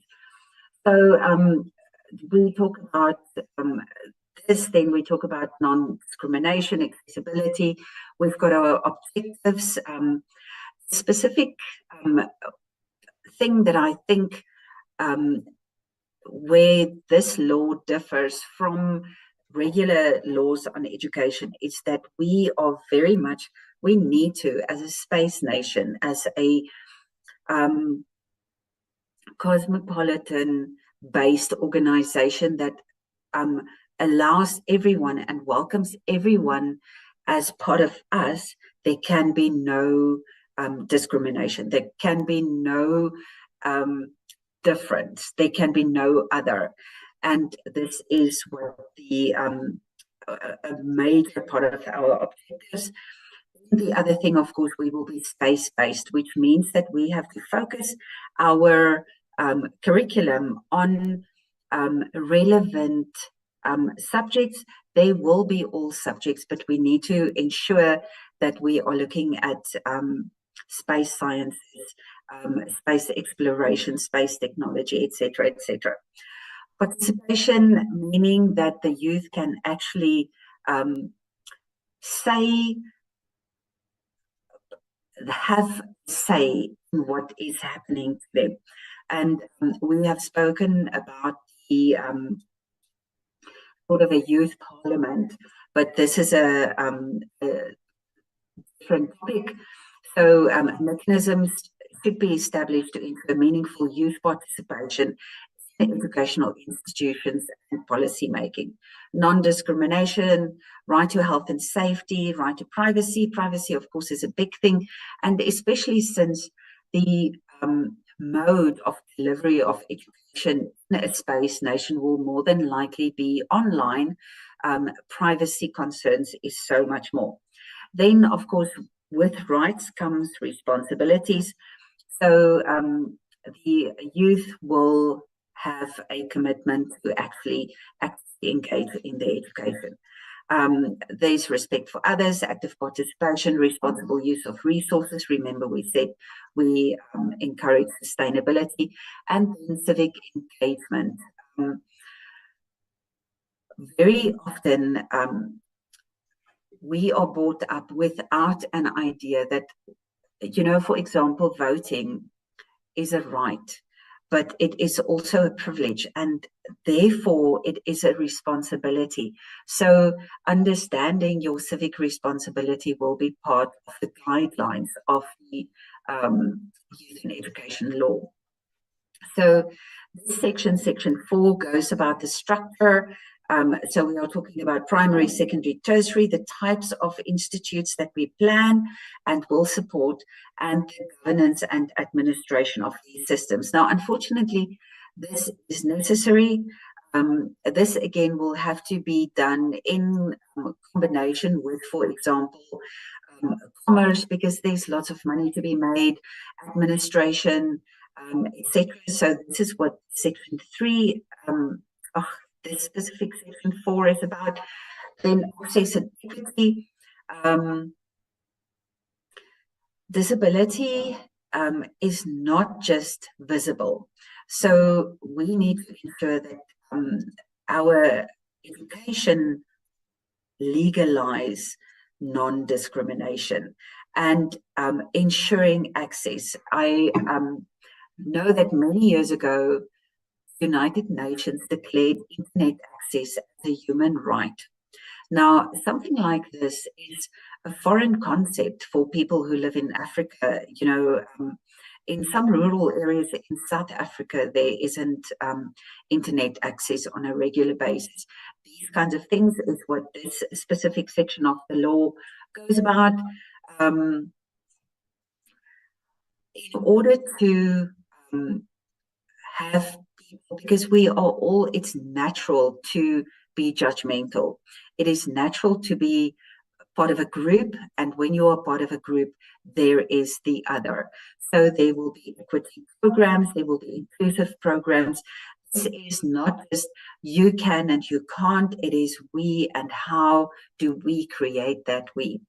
Then, of course, like I said, financial accessibility. So, of course, again, will have to be done in combination with the Finance Committee and the Commerce. So recognizing the detrimental impact of poverty on the educational access, we need to implement policies to ensure that financial constraints do not hinder individuals from pursuing their educational aspirations. So we are talking about scholarships, we are talking about grants, we are talking about financial aid programs, and all of these things. Like I said, it is not just internal to Asgardia, but of course we will have to connect, and there is a separate section on working with external organizations. So early childhood education, as you all know, is really important, and this needs to be expanded to provide a strong foundation for young learners, regardless of their family's financial circumstances. So the spaces where laws in general foresee and ensure that individuals are educated free is in the primary schools or in that foundation phase education. We need to ensure that our curriculum is inclusive. For a lot of people, being Muslim or being Christian or being Hindu is the norm, but that is not the norm when we are looking at a space nation. Speaking English is not norm when we are looking at the space nation. And this is what inclusive education is all about. Not just language, not just race, not just gender, not just language, but abilities and disabilities. So this goes about language, monitoring and accountability, where we are looking at how can we. This education is a constant evolving body. So this idea of collecting data on educational access to ensure equity, this needs to be done on a regular basis so that we can see where is it working and where is it not working, so that we can carry on to improve. Accountabilities. We need to ensure that when you are not meeting the grade that is expected, that you need who is accountable and what does accountable mean. So educational authorities will be held accountable for upholding principles of equal access and equity. This includes ongoing evaluation and adaptation of policies and programs to address any disparities or barriers that may arise. I understand for a lot of us who come from the Western world, it almost seems, like irritating. But unfortunately, I have to point out that this is part of privilege, that you don't understand how important it is to ensure inclusivity. Section 6 is the curriculum and pedagogy.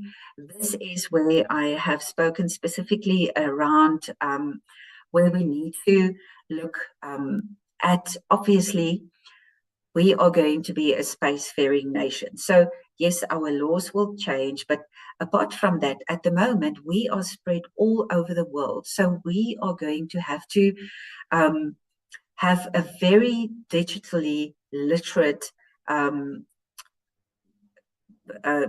student base. And this is what I think the core of this section is, which is, you know, apart from the regular kind of things, we need to ensure that we are looking at sciences. Then we are going to have, so there will be core subjects, there will be electives. Vocational training is something that seems to be more and more. Oh, I can definitely see this is one of my older versions. So vocational training is those things like people who can build stuff, people who can fix things. There's a lot of industries where an enormous amount of value is put on strong academic programs. But at the end of the day, having theoretical knowledge doesn't mean that you can do it. And this is where vocational training comes in. Again, inclusive, learner-centered. Learner-centered means that a lot of us, I think, you know, our generation, we were in classes and we were spoken to. There was no active participation in your education. Occasionally, when you were in primary school, you still got the opportunity to play with play or something like that. Teaching has changed. The entire maker movement and constructivist teaching methodology says that we create our own knowledge, and this will be the basis of the pedagogy that we propose for this. Innovation and interdisciplinarity. We understand that all subjects are connected and that we need to ensure that they are encouraging growth and support in each other. Critical thinking and ethics. I come from a generation where we were taught to read and believe what you are reading. And when you are questioning anything, you are a problem. Critical thinking is essential for a forward-thinking, progressive nation. And then, of course, ethics that goes with it. That thing of you can say what you want as long as you keep it kind. And I think this is one of the basic of ethics. Sorry, I'm going through this. Research is one of the things that I think is sadly lacking everywhere. I believe that students need to be taught how to do research from a young age. And this, of course, is about not squishing inquisitiveness, which is again what the talking to kind of teaching does. So the curriculum need to be based on research and inquiry, project-based learning. Then resource allocation, this again with looking at our finances. Professional development, this is very important. I am sure many of you had that one teacher who have been teaching for 20 or 30 years and have been doing it exactly the same. And this, of course, does not encourage quality education. Assessment and evaluation. Assessment needs to be a developmental process. So there's a lot of countries in the world where formal assessment is no longer a thing, and we need to investigate the best possible ways of ensuring that our assessments are designed in such a way that it encourage growth, meeting our objective. Of course, continuous feedback and improvement is this iterative cycle. And then this is the big assessment and evaluation. Of course, we need to know how can we tell whether our students have met the grades or the levels where we expect them to. Most Southern Hemisphere countries use a specific, and we had a huge debate about this in a previous program that I was involved in Asgardia, about specific structure that we should use to evaluate and assess our students. So this will define the methods and procedures for assessing the student learning. It underscores the importance of comprehensive assessments, inclusion of alternative assessment methods, fair and secure online assessments, and transparent and timely feedback, data-driven improvements, and the promotion of academic integrity within the online learning environment. So this is a breakdown of all of it. I don't think there is specifically anything that I think might be particularly problematic or difficult to find. I think I need a little talk break, so please ask your question if you don't mind. Yeah, let's go to the break. This is very good. You'll be glad to know that in 15 minutes we'll have a slightly longer break corner, and then we'll go to the government now, and then we'll finish this afterwards. So you got, after these questions, we'll have one more bit from you, then we'll have a break. John, then Lena. John? Yes, Corona, can you go back to the curriculum part on your document?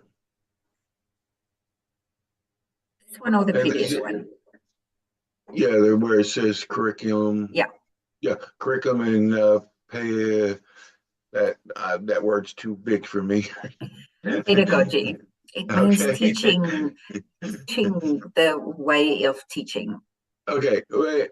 All right, now this is just a suggestion, how I would tackle it if I was writing the act. Like at the beginning of this, you could say something like, the Minister of Education shall establish the parameters for Asgardia education. Okay, those parameters must include core subjects, elective courses, vocational training, and then you can take your key points in each of those subjects and bring those out in there, describing what vocational training is. It doesn't have to be the whole thing. It just be the key points, sort of like a bullet point. And you can do that with a lot of the sections that I was reading there, where, and that basically what I was saying before opens the door, and allows this law to evolve over the years, because the one thing that I've always kept in line with my thinking when I'm writing an act is that when the act is made into a degree by the HON, the very next minute after he signs it, it has to be able to be implemented. Okay? So you have to ask yourself, when you're writing a law, will the HON be able to implement this right after he signs it? And if the answer is no, then you need to work on it. All right, you need to make it where it can be implemented right after he signs it. So if you, like the Prime Minister said, education would be free. Well, where's that money going to come from? Well, if we can't do that, if we can't offer that right after the HON signs it, makes it a law, then that needs to be addressed. It needs to be worked on. Any part of the act, if the answer is no, it cannot be implemented right after the HON signs it, then you have to address it. Because if it's not if he can't put it into action, because when he signs that into law, that means, hey, it's law.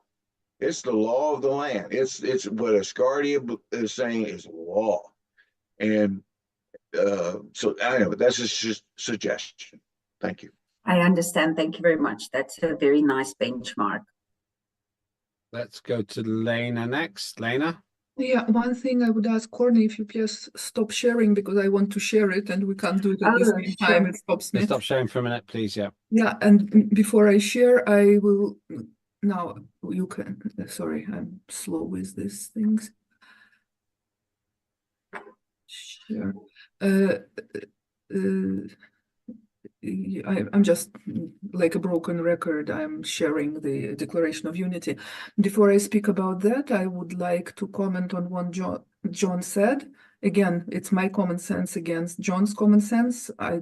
Doesn't mean necessarily one of us is right or wrong. But when John says we need to start being able to implement something straight away, with that, I don't agree. I think we can no longer implement something which is counter to what is in the law. It doesn't mean that we need to pick up and run and do it all. It means that when we work within that framework, we can only do it on the basis which is defined by law. So again, it's a question to the lawyers. We cannot break the law, but it doesn't mean that we must pick up and run and do it. I don't know, but that's my common sense reaction to your common sense assumption. I don't know if I'm right or wrong, but I want a legal opinion about it. Again, sorry if I sound like a broken record. On the screen I shared, I just opened the Constitution on the website of Asgardia and Declaration of Unity. So item 3, the goal of Asgardia are, bullet 2, equal opportunities in space for all Asgardians. Then we look into item 4, any person can become a citizen. Item 5, all citizens are equal, irrespective of their earthly country of origin, residence, citizenship, race, nationality, religion, gender, language, financial standing. So while I totally understand the motivation to re-emphasize it again in the law, for the structural purposes, I believe that referencing the Declaration of Unity and specifically emphasizing item 5 achieves this goal. And item 11, it's at the bottom of the page, Asgardia is a non-religious nation of free spirit, science, and internationalism. However, every Asgardian can freely practice any religion of planet Earth. That also I find important to mention because Korna, I'm sure it was just an example to say that some people are used to being Muslims, some people are used to be Christians, but actually even in examples, I suggest it's more safe to remain within the scope which has already been defined for our operation. That's just a detail. So I just wanted to comment to this, that while I agree with all the human values which are being emphasized and put forward, I still think for practical purposes, it's good to cross-reference things than to rewrite them because it contains the same information. And again, as a detail, as an example, when you mentioned that some people don't have internet, it's sad for them, but I hope that within a couple of years or whatever is happening now in the technology world, this should be resolved. Because in all fairness, if you don't have internet, you cannot join Asgardia because the technical means are not there. So I just hope that the world gets more technologically advanced and hopefully more intelligent and humane, but that's another matter. But without internet, you cannot be in Asgardia. So that's actually not within the scope anyway. That's all. I just need to find out how to stop share. I think I succeeded. Thank you very much. John, you're next, then back to Corner, and then we'll have a break. John. Yes, well, I want to clarify. The Prime Minister made a good point. And I'm not saying that something should be implemented or something is implemented. And I think I used the wrong word. I think the word that I probably should have used was binding, because like the Constitution, once this Constitution was signed and into law and made into law, this Constitution was binding from that day forward. Okay. Same thing with the ACE Act, same thing with the Digital Properties Act, same thing with all the acts that have been made into law. They're now binding. Okay. And so when I draft a law, I make sure that what I write can be binding 1 minute after it's signed into law. Okay. If it's not binding, I think I used the wrong word. If it can't be binding at that point, then I need to work on the language. And like, okay, so you say that, say for education, you got you say, you just say the law said, or this draft said, that all children will be given free education. Okay. Now, obviously, that can't be done right away. That's going to have to be worked on. So you could say, instead of saying all children will be given free education, you could say Asgardia will move towards a free education system for children. Okay, so that can be done right away.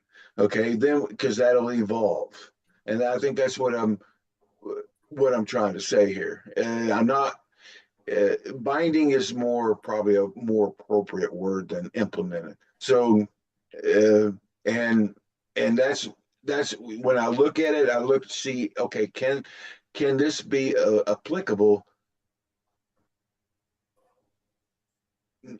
right after, or do I need to make it applicable through as it evolves?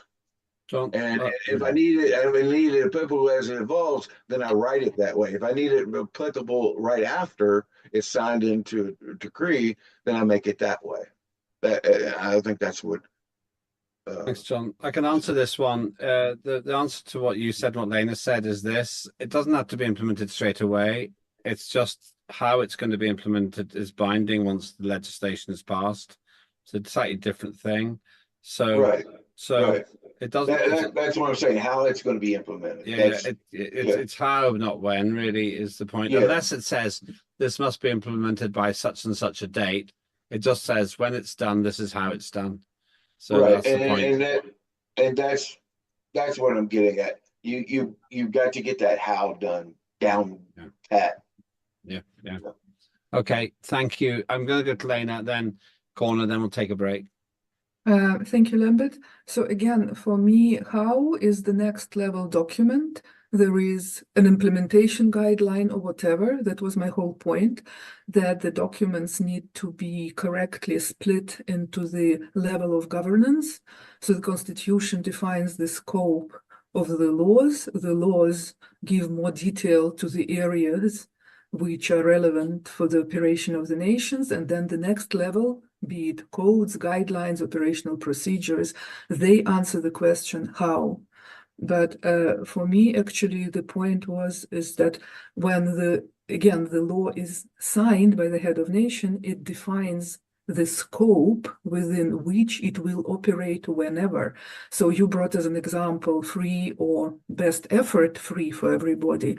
For me, in the nonsense world, but if tomorrow we have $200 million to spend on education, we still do not have a curriculum.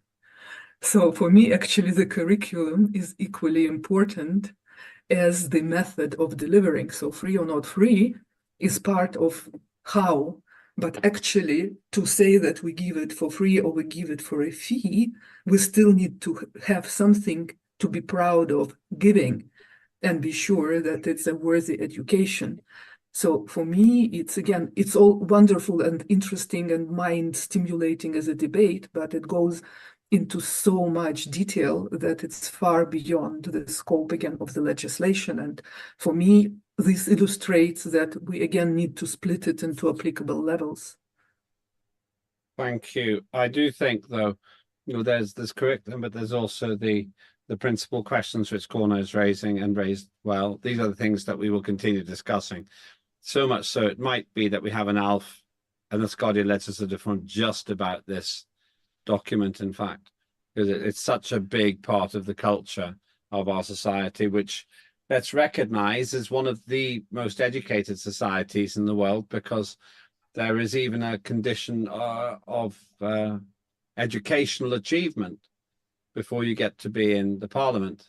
In the United Kingdom, there is no educational requirement whatever to be even the Deputy Prime Minister, as it turns out, or the Prime Minister. In the UK, in Asgardia, there is. So only for the government, Lambert, not for the Parliament. For the Parliament or the government. No, here in Asgardia, in the constitution defines the necessary qualification for the cabinet members, but for the parliament, I'll quickly read the constitution, but I believe that for the parliament there is no such requirement. I think there is, but let's check that. My recollection is that one had to have a degree level or equivalent qualification for standing. It's interesting. Let's check that. I think that it is there. But okay, maybe we have changed that. John, last word to you. Anyway, the point is that we take education seriously. We assume there'll be a highly educated society in space. And so that's one reason it's good to spend all this time. John, and then corner, then break. John. Yes, I would just want to say, hold on. Yeah, I want to say that was just an immaterial example, or just an example. It was not a position of policy or how I feel that the order of things should be or any of that stuff, because each subject in this act is equally important. And I want that clear. I was not evoking a debate on whether I think one area is more important than the other. The only thing is the only thing that I was trying to bring to light is that when we write it needs to be written in a manner that addresses the framework, and then in a manner that addresses the evolution of the law. Okay, and that's the way I do try to write everything. And Corona's got an excellent piece of legislation here. I think, like the Lambert said, it's going to have to be broke down into different acts, possibly. And Corona, I think you've done an excellent job. It definitely, I do know a lot about education myself. My wife has over 30 years as an educator, and I myself have been an educator. And so I do know a lot about the laws and guidelines and everything, because believe me, the United States has plenty of them. There's actually 3 different type government entities that you've got to follow in the United States in order to follow all the laws of education. It's really disheartening sometimes. But the thing is, I'm sure we're going to get this down to a science. And I just thank you, Corona, for starting the process. Thank you. Last word to Lena. Do you want to get to corner and then a break? I quickly read the constitution. So for the ministers, for the cabinet, it's Article 35.4, that ministers may be Asgardian citizens who have a degree, qualifications, and professional experience in the relevant management area and the required physical and mental health to perform the duties of a minister. There is nothing like that for the parliament, because parliament are represented by people. Ministers are effectively the top managers. Okay. That's like that from the very beginning. Well, okay. Okay. We can talk about the relative status in the system, but thanks for that clarification. Okay, that's useful to know. Actually, in the UK, there's no requirement for any qualification for any position. If Asgardia expressed political views, I would express one now, but I'm not going to. Right, Corner, last word to you for now. We'll have a break and then we'll go to Government Tower. Corner, do you want to say anything about what we've said so far? No, just thank you. I hear everything and it's all valuable information. I appreciate it. Thank you very much. Good news is you've got a break now until after the Government Tower. It's 12 minutes to the hour in most nations. Some nations have a quarter hour or half hour time zones, like in Iran, for example. But for most countries, it's 12 minutes to. It's 12 minutes to 4 GMT. That's 1748. Let's just take a 20-minute break till, assuming this is okay for the government. Let's start again at 10 past the hour. So that's 16:10 GMT.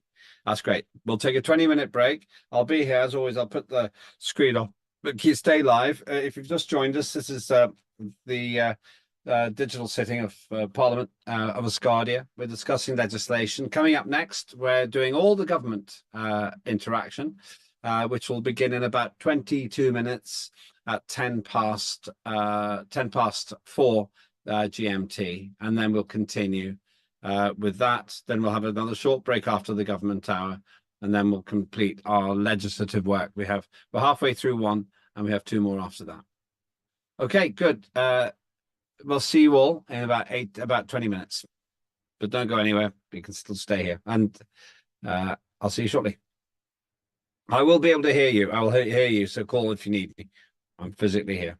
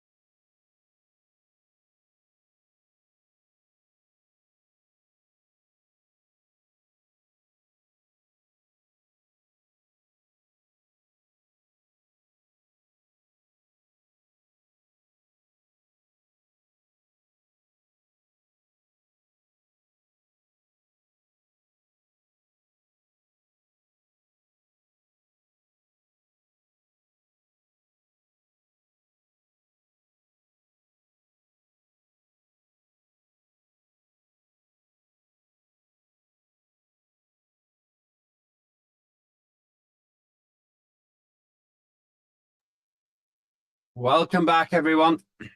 Thanks for coming to the next part of our session. Really, very much appreciate this. Want to also update us on where we are. We've been talking about the Youth and Education Act, which is a debate, which is a dialogue. But also what matters is that we have the government hour now. In the government hour, we discuss all the matters relating to government, any reports they wish to make from the Prime Minister and the ministers in their subject areas. As is the convention, I hand over the operation of this part of the session to the Prime Minister, Lena. I'm here, but I will therefore delegate that to the Prime Minister until we finish the government hour. We'll have a very short break at the end of after the government hour. Then we return to Corner with her Youth and Education Act, followed by the other remaining legislation that we need to look at. So back to over to you, Lena. The floor is yours. Thank you very much, Mr. Chairman. So now I'm back together with my wonderful colleagues from the cabinet. So I myself will talk briefly about the two matters. The colleagues could not be here. So one is Ministry of Science, Floris Woutz. The serious isolation experiment is ongoing. Egress from the isolation facility will be on November 14th. Until then, Rebecca, if I may ask you to post in the chat, for example, the latest news item about the diary of the space physician. And from there, you will find links to the other chats. There have been by now close to 100 publications related to the serious experiments. So that's an operation of the Ministry of Science. And tomorrow at the beginning of the sitting, you will hear from Dr. Mark Belakovsky, who will give you the presentation about the current activities.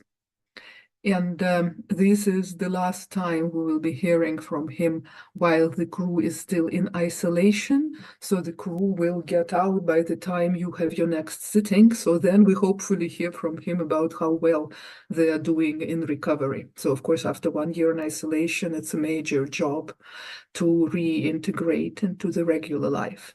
So that's one area I wanted to mention. The other area is the Ministry of Youth and Education, Minister Dan Profir. Again, he's working today, so unfortunately he could not be present in person, so he trusted me to speak on his behalf. He has put together a new animal, you can say. It's called Asgardia Space Nation podcast. I will ask now Rebecca to post a link in the chat just showing the news item. It was announced a few days ago. Podcast is done as a studio work, and it's dedicated and it's dedicated to showing subjects interesting to people who are generally interested in space in a video format, in a discussion format. So you can see it in the chat now. And in a minute, I will ask Rebecca to share the screen and play the video. So there is a principal difference between the webinar format we've been running and this podcast. Ariadne mentioned in the previous discussion something about webinars. I would like to clarify that the facility is available. If anybody wants to host a webinar, it's doable. It's a straightforward thing. You put the concept together, you call the panel. Technically, the team is there who can help you prepare to book it and broadcast it and write the news about it. So it's there. We are kind of out of ideas, let's say. Everybody who wanted to host a webinar or to participate in a webinar did it by now. But the format is there. The facility is there. Please come up with what you want to do. It's doable.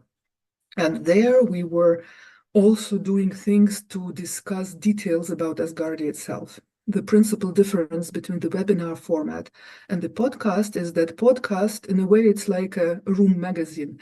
It's about everything to do with space in different areas of life. There will be one session where Lambert, as a guest of the podcast, will talk about Asgardia. So clearly, of all of us, Lambert is the most experienced and eloquent and wonderful speaker. So I kindly volunteered him to be the guest on that show, and he didn't have a choice but to accept. But for the rest, the guests of Dan Profir, who is in his day job, actually is a media manager, are the people from various aspects of life who are space related one way or another, talking about various things related to space. So this is a principal difference. It's like Room Magazine. Asgardia Space Journal is showing the world how Asgardia is bringing together the cross-sectional pool of experts who contribute to the general knowledge, expert but popular general knowledge in a language which is understandable and educational at the same time to the interested readers. So the same is the podcast. It's about external participation. And again, the reality is such, it's our limitation. When we start having funds, we will do better. For now, it's run in English. We will see if subtitles in the other Asgardia languages can be attached. But for now, let's say it's a work in progress. It's a pilot case. We expect to come up with 8 episodes before the end of this year, and then we will evaluate how that goes. So in a minute, I will stop talking. So after me, Mark Bogan, the Minister of Finance, will give you an overview of the financial status for the first 7, not 6 months of the operation of Asgardia. 7 months is just for internal practical purposes. It basically makes no difference, but the essence remains the same. I remind everybody that when we deal with the financial matter, we go off air. It's an internal discussion. So I will ask Rebecca, when we switch to Mark, to disconnect from the broadcast to show something entertaining. And then when Mark is finished, he will advise and Rebecca will switch the broadcast on again. Then Minister Mulder, Minister of Manufacturing, will say some words about the projects which are happening in his area of responsibility, along with the colleagues from Parliament who are in charge. And then Minister Gallagher, Minister of Culture, will give her presentation because she participated into a workshop of Space Renaissance Group hosted in the building of United Nations in New York, and she was presenting there her vision and also spoke about Asgardia. So as always, we ask Cheryl to complete it with a magnificent picture and all the art which comes with her presentations always. So that's all actually I have to say at this stage. So I will ask now Rebecca to share the video, her screen, and show the introduction video by Dan. And after that, we go to Mark Bogan. And consider this an official advanced notice to Parliament about the podcast. So it's a brand new product, not to be confused with the old format Asgardia TV, because again, it was a pilot case. We are realistic, we are drawing conclusions. We did not evolve much, so we're doing something else. It's part of the learning curve and the progress you make. So basically, in advance, I ask you to prepare a round of applause because I think that Dan did a magnificent job. So Rebecca, please, whenever you're ready, just share your screen and let's everybody enjoy. The first episode will be broadcast immediately after the celebration of Asgardia's birthday on the 12th of October. So the first episode will signify the start of the new year with a new project. So Rebecca, if you are ready, please just go ahead.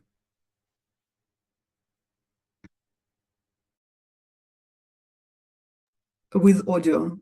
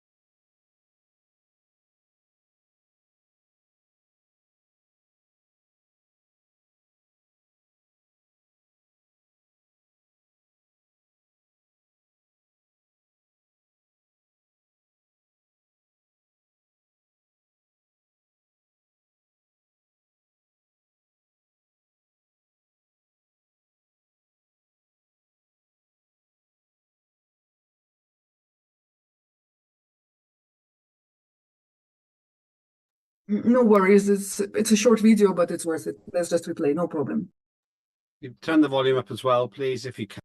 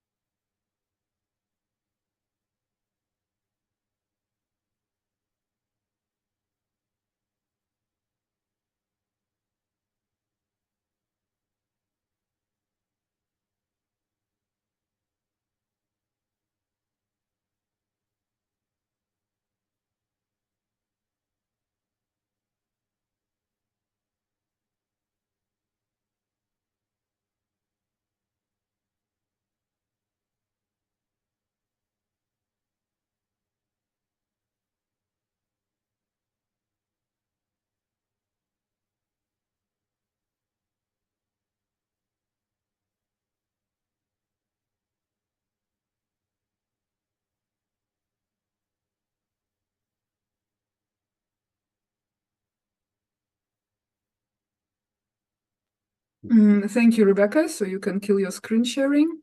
So I believe Dan deserves a big round of applause. So feel free to message him. He is traveling, and like I said, he trusted me to speak on his behalf. So that's all I had to say myself at this point. So I will hand over to Mark, and Mark, just give us a few seconds before you share your screen. So Rebecca, let us know when you are done with pausing the broadcast. The broadcast will be resumed after we are done with the financial part.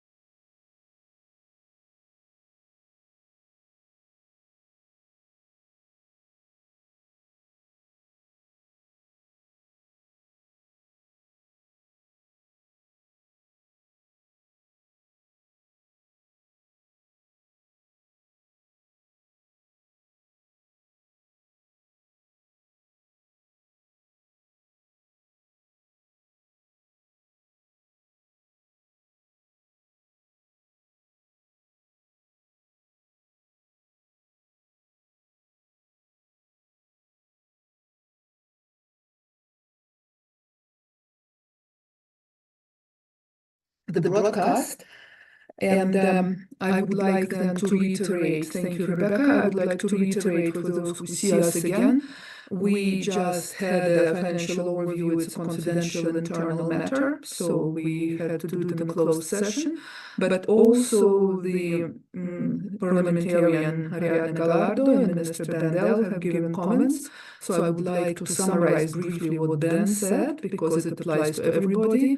There is Asgardia.trade. It's a website run by the Ministry of Trade and Commerce, and every commercial company is invited to register their business in the jurisdiction of Asgardia. And when you, as an Asgardian, are searching for a product or service, you are strongly encouraged to visit that website. You might find that the providers who are already registered there are offering their goods and services with a discount. In particular, there is a Star Shop, which is a platform for branded Asgardia products. So if you are a product producer, you can join as a vendor. It's a platform which works worldwide and fully integrated into the global marketplace system. Or if you are looking to purchase products with Asgardia symbols, you might find that this is a very wealthy source of inspiration and gifts. Also, what we have done, since Asgardia once in a while hosts events worldwide, it's been decided that all the branded products for the internationally held events can be produced and distributed through Star Shop. So if you're looking for any branded products of Asgardia, please visit Star Shop. And even if you don't find something you might like, do contact the management. They might find a solution towards your specific request. It's still a business in development. So Ben, did I summarize correctly? Thank you. So now back to the question of Ariadne. Once again, I apologize, I didn't think of offering to ask me questions after I presented the project by Ministry of Education. Indeed, thank you for mentioning the promotion of this channel. Indeed, the idea that a professional YouTube channel has the potential of growing, and once it's growing, it naturally capitalizes through being a popular channel on YouTube. That goes harmoniously with what I said from the beginning. It's like Room Magazine, but in video and in talking. It's everything about space on a professional, expert, but popular level of general interest. And I take a short pause. There is a comment in Russian to post the link to the shop which Ben is mentioning. So Ben, if you can please then post the chat into the chat, please post the link to Star Shop. Sorry, back to Ariadne. So thank you for emphasizing this. Indeed, it's an important point to mention that we very much rely on growing that channel, because it's the only way we can continue it. As you could see, the way it's done, it's a professional production. At the moment, it's funded at cost, so nobody makes any profit with this. Just the basic cost of the studio and of the technical people who make all these montages are paid with external services. But of course, there is only so much that can be done because it's a lot of work. So this part, the first 8 episodes, which will be broadcast before the end of this year, that's a pilot phase of the project. And in order to be able to continue, amongst other things, we need to find a source of funding. And one of the possibilities, hopefully, we very much rely on this, that such a professional product will draw a lot of viewership. And that, by the mere numbers of viewers, it will then trigger the YouTube mechanisms which bring some monetization. We very much rely on that. So indeed, any promotion you can think of, every single idea, every single repost, every single recommendation, that's of course very helpful. So all the ideas are welcome and all the support. Ariadne, please.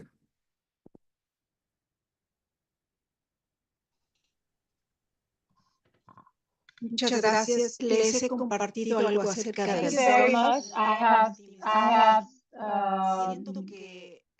shared something about the optimization. I think that Starship needs that focus to put all the systematic engineering.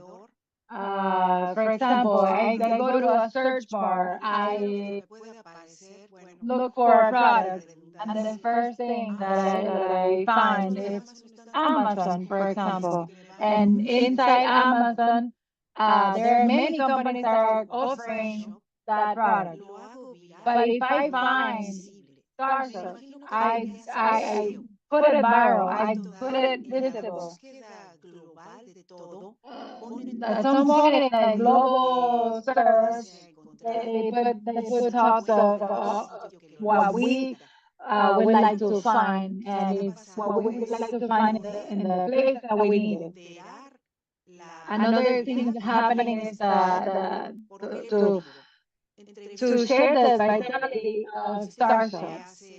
For example, an astronomer.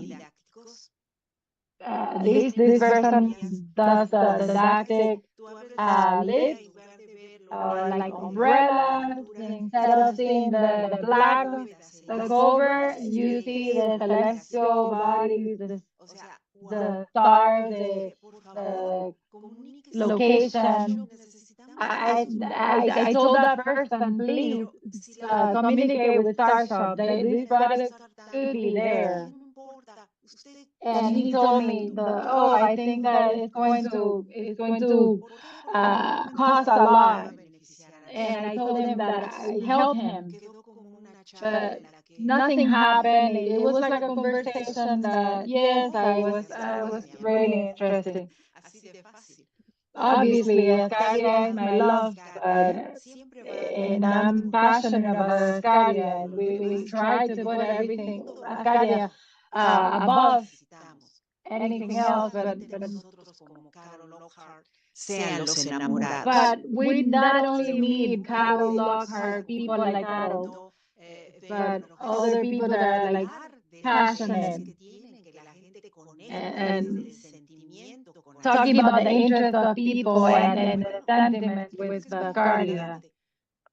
I think it's really important. And on the other hand, I trust in the minister Dan Profit because he knows the mechanism. He has been an actor. He's in that in the media, and to like make people fall in love with the image. I think he's making a product which he knows a lot, and that's gonna make profits. He knows how to do it, and he has the tools. I'm really, really happy waiting for the 15th of October again. Thanks. Thank you for your observations, Ariadne. Ben, do you want to comment anything to this? No? Okay. Then again, thank you, Mark, and thank you, Ben, for expanding the discussion on the finance, which clearly is hand in hand with business development. So the next minister who would like to share progress on the projects is Jakob Mulder, Minister of Manufacturing. So Jakob, just go ahead when you're ready. Yes, thank you, Prime Minister. I only need 2 minutes, and I've got good news. The Parliamentary Committee of Manufacturing and the Ministry of Manufacturing collaborate towards APCI, that is Asgardia Project Coordination Institute. And tomorrow, during the reports of the parliamentary committees, a presentation will be given about this, about APCI, and by a representative of that parliamentary committee. APCI is currently being created in this close collaboration between Parliament and Cabinet, most notably by AMPs, Asgardia members of Parliament, Benedetto Professo and Jason Berry of the Parliamentary Manufacturing Committee, and myself in my role as Minister of Manufacturing. So do pay attention tomorrow, because it's going to be a really interesting and very useful for current projects and for new projects within Asgardia. And when you would like to have a sneak preview, go to www.apci.space. I'll put a link in the chat. Thank you. Okay, that we saved just some time. So Jakob will speak more tomorrow during his committee. So I believe all the questions would be relevant to be asked there. Jakob just posted the website which he is running from inside the ministry, so I encourage everybody to have a look so you are prepared more for hearing the presentation tomorrow. And finally, the most, as always, inspirational and emotionally consuming and attractive, as always, what Cheryl has to tell us. So I'll just shut up and Cheryl will do her magic. Thank you, Prime Minister. Hi, everybody. Always nice to come and visit. Let me share my screen. Here we go.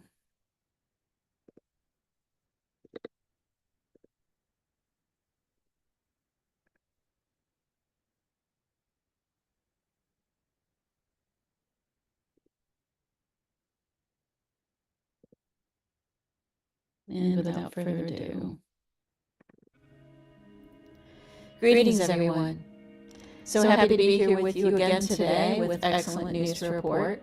I'm going to review this as quickly but thoroughly as I can with my usual entertaining conclusion, so stay tuned.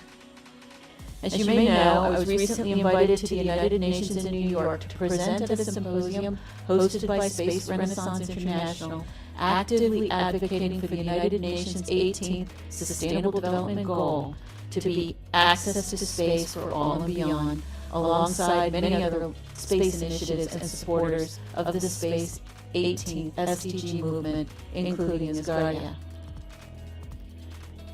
I covered 3 topics: access to space for all, of course, human reproduction in space, and I took the opportunity to introduce into the scientific universe a concept for a universal light language for all humankind, along with a demonstration of my concept. Most importantly, I took the opportunity to introduce our Declaration of Independence as a historic moment, giving our aspirations a credible voice in a manner that was well accepted by this laudable diplomatic and scientific space community. Here's an excerpt from that speech. Next, we have Asgardia, who has literally lofty aspirations for evolved living in space. They have recently released a very thoughtfully drafted Declaration of Independence, stating their intention openly to become a, if not the, first sovereign nation in space, breaking ground into a whole new realm of human existence where there are no formal structures established for sovereign space settlement.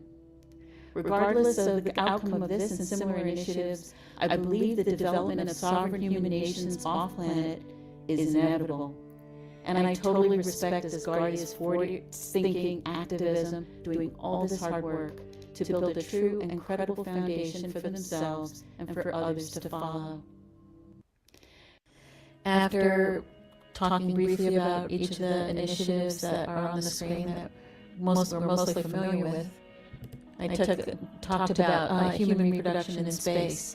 Next year there will be a international scientific symposium hosted by our Asgardia friend, Spaceborne United. The CEO is one of our parliamentarians, and they are gathering as many human reproduction research as they can in order to be able to develop a community and write a collaborative roadmap together so that they can get answers to some of the questions about safe human reproduction in space as quickly as possible. And so that's happening next year. Next, I talked about the light language concept. Humans have used light codes to send messages and information over distances for eons. Think, fire signals and the Navy's light codes to communicate between ships. The idea here is that all wavelengths of light travel at the same speed through the vacuum of space, Infinitely complex combinations of light patterns could be transmitted and serve as a universal means of communication between far-flung human space settlements, keeping our human connections and common heritage alive. I have no idea the technical engineering details involved, but I do recall American actress Hedy Lamarr had the same issue when she talked about Wi-Fi technology in the 1940s, decades ahead of its implementation. We've advanced into Wi-Fi and so far beyond, so perhaps this tiny seed of creative inspiration dropped straight into the scientific community will germinate and grow into a future reality beyond our knowing as well. I certainly hope so. Before I show you the short demonstration, here's an update on the lunar launch missions Asgardia and Asgardians will be participating in. The launch is scheduled for December 2024. Our state assets have been confirmed and installed on the lunar lander. It's all good.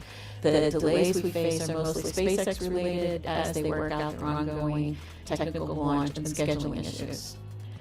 We are involved in more lunar launches as the human DNA part of LifeShip's mission has been separated out from the rest of the contents of the time capsule and is now scheduled to the following launch. We are all a little disappointed in this development, but we have a huge silver lining by participating in multiple lunar launches at no or incidental additional cost to Asgardia. In addition, more Asgardians have the ability to be involved if they want. We can send our state assets again, along with our Asgardian DNA participants when the time comes, increasing the chances of complete asset preservation at multiple locations on the moon. So there's nothing wrong with that either. I will continue to update Parliament through the Lunar Launch Group ongoing. Feel free to ask questions about any of this. Happy to address them. So now, here's the promised reward for listening to my report. I really hope you enjoy.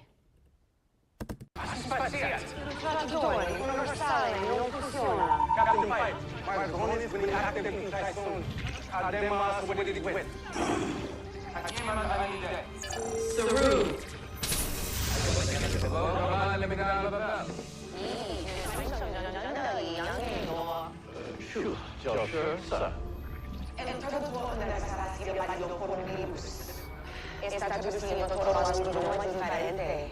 Tengo ojos y oídos, sir.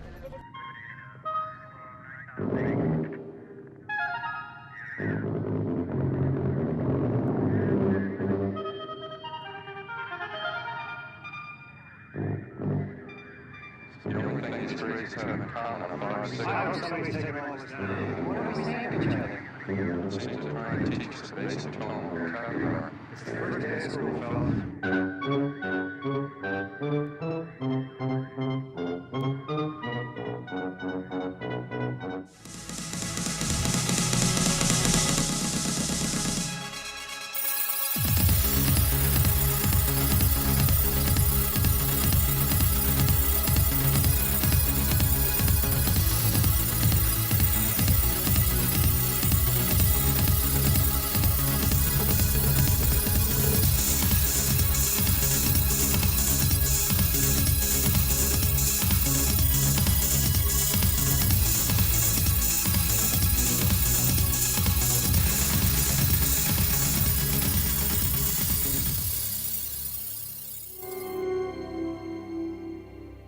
Live long and prosper.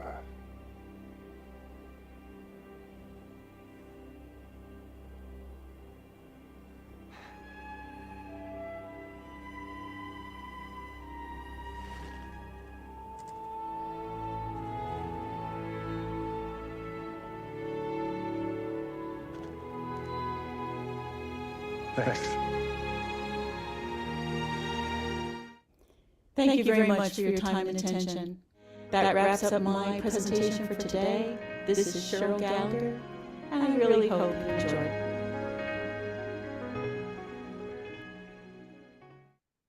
Thank you, Cheryl. Hopefully it contributed to everybody's state of cheerful being. So are there any questions to Cheryl, please, or comments? No? Just then another round of applause to our artist and Minister of Culture. So then it is completes the government hour. I think we fit it into actually 50 minutes. So 10 minutes is our gift to the Parliament. And unless you have any questions or comments, we bid you goodbye and stay just logged in to control. Ikiobi, you have a question. Please go ahead. Cheryl, I have a question. What is the current status of the adoption of the 18th SDG? Thank you for your question. Yeah, it's making their Space Renaissance International has been extremely active in promoting the 18th SDG. So after the presentation, which I gave, which did draw attention to us in a positive way, so went over well. I then participated in panel discussions in which they took comments from that panel, put it in an official document regarding the 18th Space SDG, and that was what was submitted to the General Assembly. I think ultimately the decision on the 18th SDG is put out to, like, the goal is 2030. So it's kind of a long-term process, but hopefully we're able to, in this period of time, Space Renaissance International has achieved observer status at the UN, so they have a good connection with the United Nations to help forward their premise. All right, Does that answer your question? yes, that's definitely excellent and good to hear. Well, I'd love to be involved with that and help assist and show some support and attend with any of those meetings if you would like to have me. Oh, certainly. Space Renaissance International is open to anyone to participate. Jakob and I are pretty active. I think Ivan Russell is also active with that organization. You can see most of the recordings. I'm doing a presentation for them about the space art that is going to the moon on Monday. So it'll be live streamed at roughly, I think it's, I think I'll have to look at what the UTC is, but I can drop that into a chat or something about exactly what time at UTC. I know what time I have to be on. But I'm actually doing a speech, and they do speeches regularly on all sorts of topics, whether it's legal issues, scientific issues. I listen to a lot of lectures about housing and the current where people are at, figuring out artificial gravity and distributing it evenly across habitations. So all of that development is very interesting. So it's a good organization to participate in and learn from. They're very active. Excellent. I'll message you on Slack. Maybe we can talk a little bit more there. Yes, indeed. Thank you.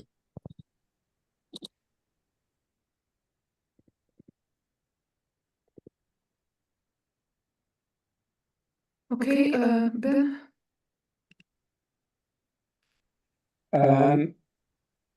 Cheryl, thank you very much. I'm very happy to say that my company is also listed as a sponsor, separately from Asgardia. And it really makes a difference that we support it. I just want to say to Cheryl, thank you. You are making Asgardia a reality in these conversations, which they cannot ignore. And the results are very positive. And that's what we should all be doing, is making Asgardia a reality in everything that we touch and everything that we participate in, so that we cannot be ignored without pushing too much, just being there makes us a reality. And thank you everybody for that, and especially Cheryl, because you are putting us on the global stage. Thank you very much. Thank you, Ben. I appreciate your support, as always. And yes, I remember that your organization also supports it. And actually, that's an important point to make, because the difference this time with regard to this interaction, closely associated to the UN and participating in things that are actually submitted and recordings that get kept and what have you, is that this time I was invited to come speak. I didn't have to apply, then go through screenings, and then send a research. People acknowledged that I was able to competently speak about this topic, and it's because of the proactivity of Asgardians, including a number of you, when I put out a call for signatures on that when they were at the UN actively lobbying, like in the General Assembly hall, actively lobbying. I put out a call for Asgardians that went out on Asgardia media. Asgardians responded, lots of people signed, and that made a notable impression on Space Renaissance International. And then likewise, the regular participation of Asgardians, so Yobi, your participation also would be noted. They appreciate participation. Jakob has spoken a number of times. I've been invited. And as you say, Ben, we are integrating into the larger space community and also associating with larger groups, not just knowing about Asgardia, but understanding us. So we're not so much of an outlier with some crazy idea, right? It's very much, this is part of the landscape of the developing space and community. And I know when you're going through parliamentarians, when you're going through this process of passing legislation, it's the hard nitty-gritty work of building a nation. And, we are, because of your hard work, we are acquiring the respect we need to be taken seriously. So I know it's difficult, but I appreciate the professional manner that everybody's using when you're doing this hard work. And it's being framed in the larger space community with an attitude of appreciation for that and respect for that. So, we just all we can do is keep building. So thank you very much for your time. Ariadne, please go ahead.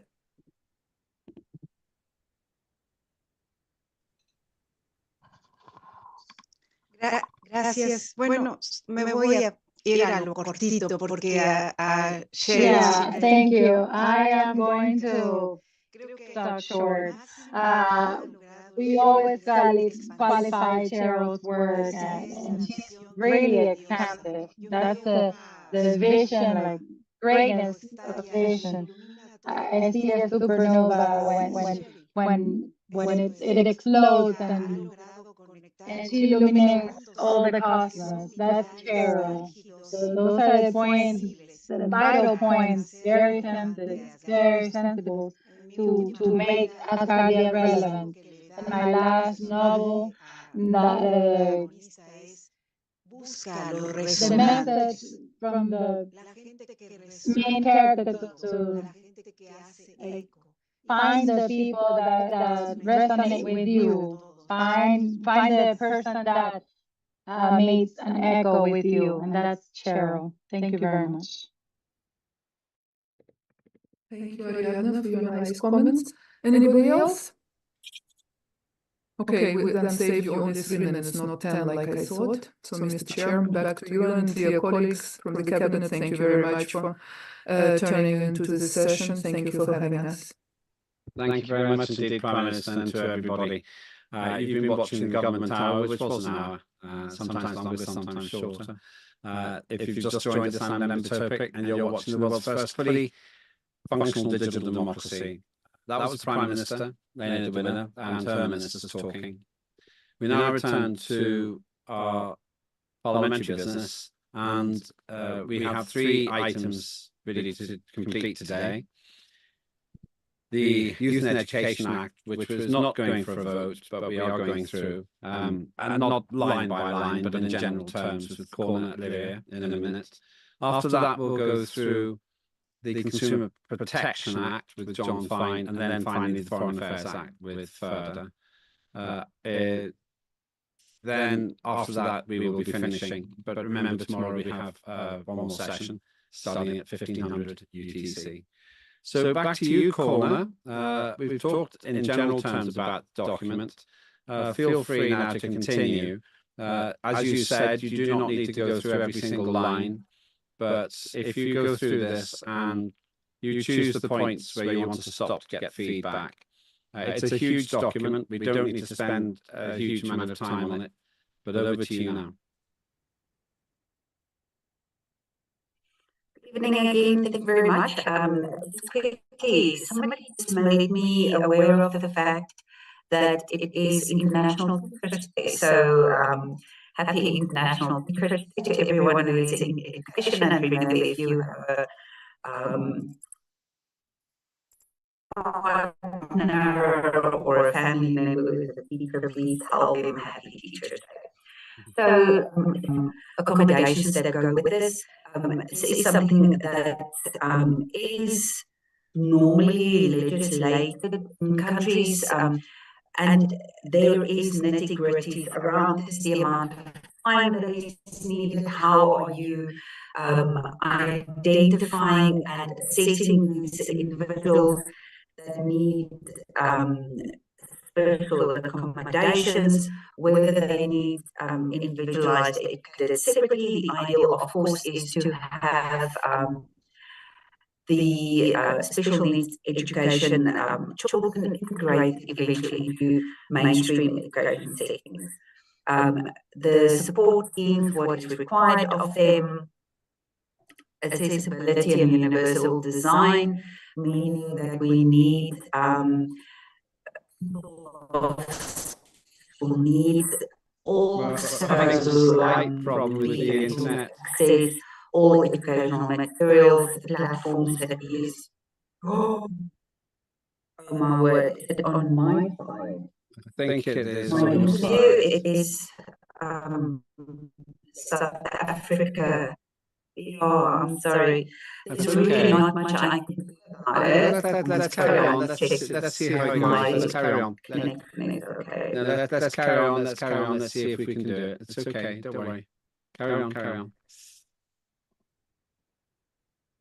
Okay. Keep trying. Keep trying. So again, this was monitoring, and then again, privacy, confidentiality, etc., especially around the rights and dignity of students with special education needs.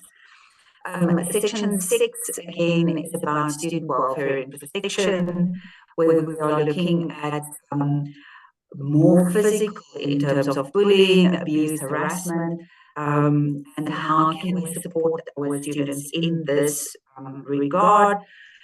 The professional services that is needed for that, mental health awareness, which should be part of reporting this, how we're responding to this, and then ensuring that our school is a healthy school environment, and then finally all the stakeholders ensuring that our students are trained for this, and that we are working together with the parents and the guardians in terms of this.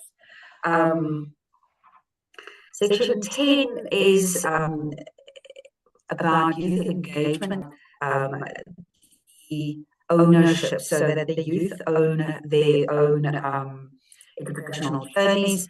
So this section is about formal mechanisms for participation, representation, and voicing concerns, while we are still looking at inclusivity, equity, transparency, accountability, etc.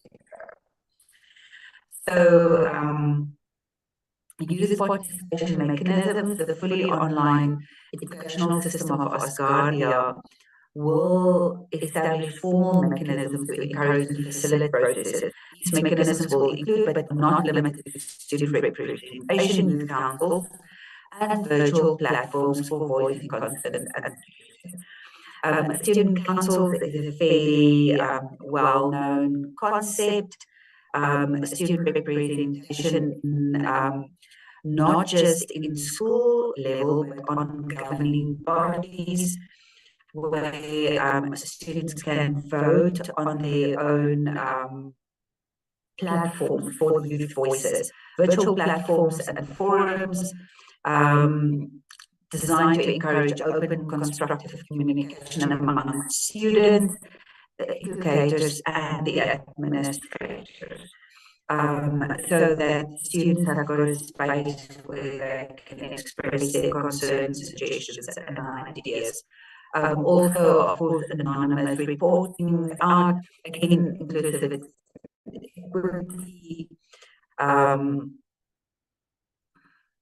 and then appeals in cases where students are dissatisfied with the resolution of concerns. The appeal mechanism needs to be available, have their grievances reviewed.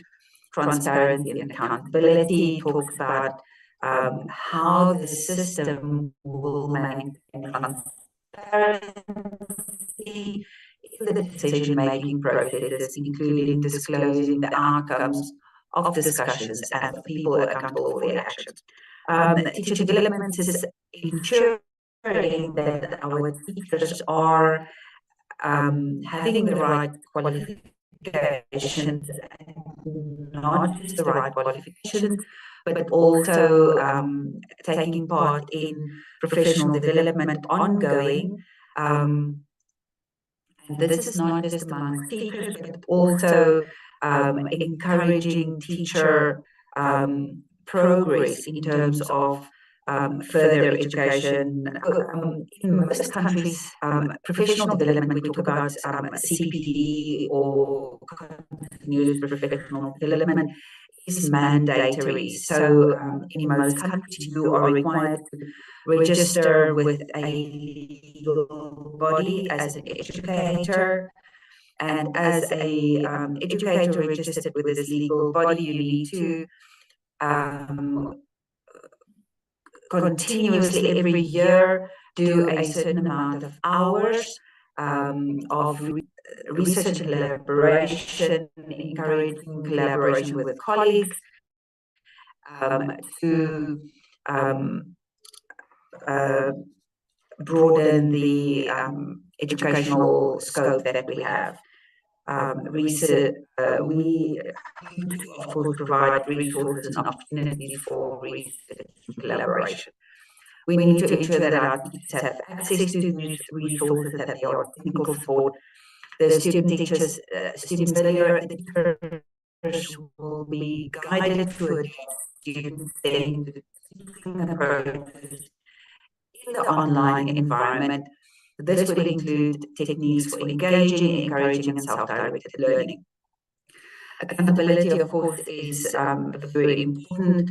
Online education system shall establish a clear, taking into account their adherence to quality standards, instructional effectiveness, and the satisfaction of the students and their families. But this need to work together with a feedback mechanism for the students' parents and performances. Most teachers are familiar with the sort of practice where you are being observed, but this really needs to be a continuous process. And again, inclusivity training and adaptation to diverse learning styles. So we have to learn in one specific style. So the teacher training will be will include adaptation to diverse learning styles. I think we're almost done. So section 12 is funding and resources. So this section outlines the online educational system, addressing budgetary provisions, financial aid through grants, scholarships, and subsidies, resource mobilization, equity resource distribution, fiscal responsibility, and emergency funding. Finances is really not my strong suit. So I have basically looked at whatever the laws are providing at the moment. This is a space where I think we can definitely well, the whole thing will have to be adapted, but let's go through this. So the online education link allocates sufficient resources for the effective operation for this institute. The dedicated budgetary framework needs to be established, considering both capital and operational expenses. These need to be transparent. Financial aid to equitable access to education. The system shall provide financial aid in the form of grants. Scholarship mechanisms shall be based on clearly defined eligibility criteria. The internet connects in the morning on my side. Financial aid programs need to take into account diverse needs of students, including those from marginalized or underrepresented groups, and adequate provisions shall be made to address the unique financial challenges faced by these students. Education systems shall diversify funding sources, seeking financial support from various channels, including government allocations, private sector partnerships, philanthropic contributions, and international organizations to ensure the sustainability of this educational system. Fundraising initiatives may be organized to secure additional resources. These initiatives need to be governing fundraising activities. There needs to be a specific formula that ensures the equitable distribution of financial resources amongst online education institutions. So, formula shall take into account factors such as enrollment, program offerings, and the specific needs of each institution. Monitoring and compliance, this needs to be accountability, needs to be specified, and then emergency funding. The system needs to establish reserve funds for emergency situations such as natural disasters, unforeseen financial crises, to guarantee the continued operation of online educational institutes. And then finally, we need to ensure that all of this happens at the public. Finally, partnerships and collaboration. Education should not be happening in isolation. We need to ensure that our students are ready for the world at work. So we are hoping to collaborate with online educational institutes in curriculum development, resource sharing, and of course initiatives. This is pretty standards amongst educational institutes. Collaboration agreements, formal agreements shall be drafted and signed by institutes, outlining roles, responsibilities, etc. We need to, of course, have private engagement with the private sector to ensure that we are training students that will meet the requirements, and this is why these agreements are really, really important. Then, of course, we need to have community engagement. We need to actively involve local communities in educational initiatives. And this will also, I think, create a community where it is not just a institute or education does not, and of course it's very, very important. So this educational system will encourage international cooperation with educational institutes, governments and organizations internationally. This needs to be developed according to legal standards, terms, including the exchange of knowledge, research, and resources. Earlier, we heard about intellectual ways where we need legal documents when it comes to universities, because of course the students design and develop things, and we need to ensure that we have legal outlines in place for this. The educational resources, the institutional collaboratively develop, share and utilize the resources, including digital materials. We've spoken about intellectual property. We need to ensure quality, of course, that we stay on par and is slightly above the rest of the world.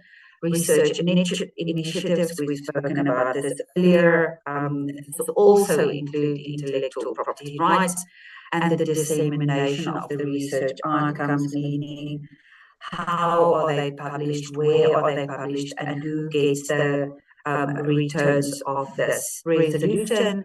There needs to be a legal framework to manage the compliances, and then if there are any disputes, how to ensure that we are handling that responsibility responsibly. And then finally, reporting and accountability. Collaborative partners shall regularly report on the progress and outcomes of these initiatives, and these reports need to be subjected to be reviewed by all authorities included. We need to keep an eye on this. Like I said, education, we need a robust mechanism again for collecting data to assess the implementation of the policies, the quality, and to ensure that we keep on moving forward and that we meet the requirements. Performance indicators need to be established. We need to have a specific framework. I have spoken earlier about national or international qualification framework. We need to establish a framework that we will either adopt from an existing framework or create our own. We need external evaluators. So very much like people that are in business, you need to understand to have an auditor which is not part of your company. In the same way, we need external standards are upheld. Accountability measures. Somebody asked earlier, we create all these laws. What happens somebody breaks a law? Now, this is the thing. Legal standards for accountability need to be established, specifying the responsibility of the online education institute shall cover areas such as financial management, educational policy, and compliance with laws and regulations. What are the non-compliance mechanisms? Legal provisions shall outline the mechanisms to address non-compliance with educational policies and regulations. These mechanisms may include warnings, corrective action of an institute's operation license. We've spoken about continuously improving, so online educational institutions shall be legally mandated to develop and implement continuous improvement strategies based on the results of the evaluation and the data analysis collected. These strategies will aim to enhance the educational qualities that be involved. This is not just the students and parents, but external experts for this monitoring and evaluation process. Legal provisions shall do the evaluation and assessment.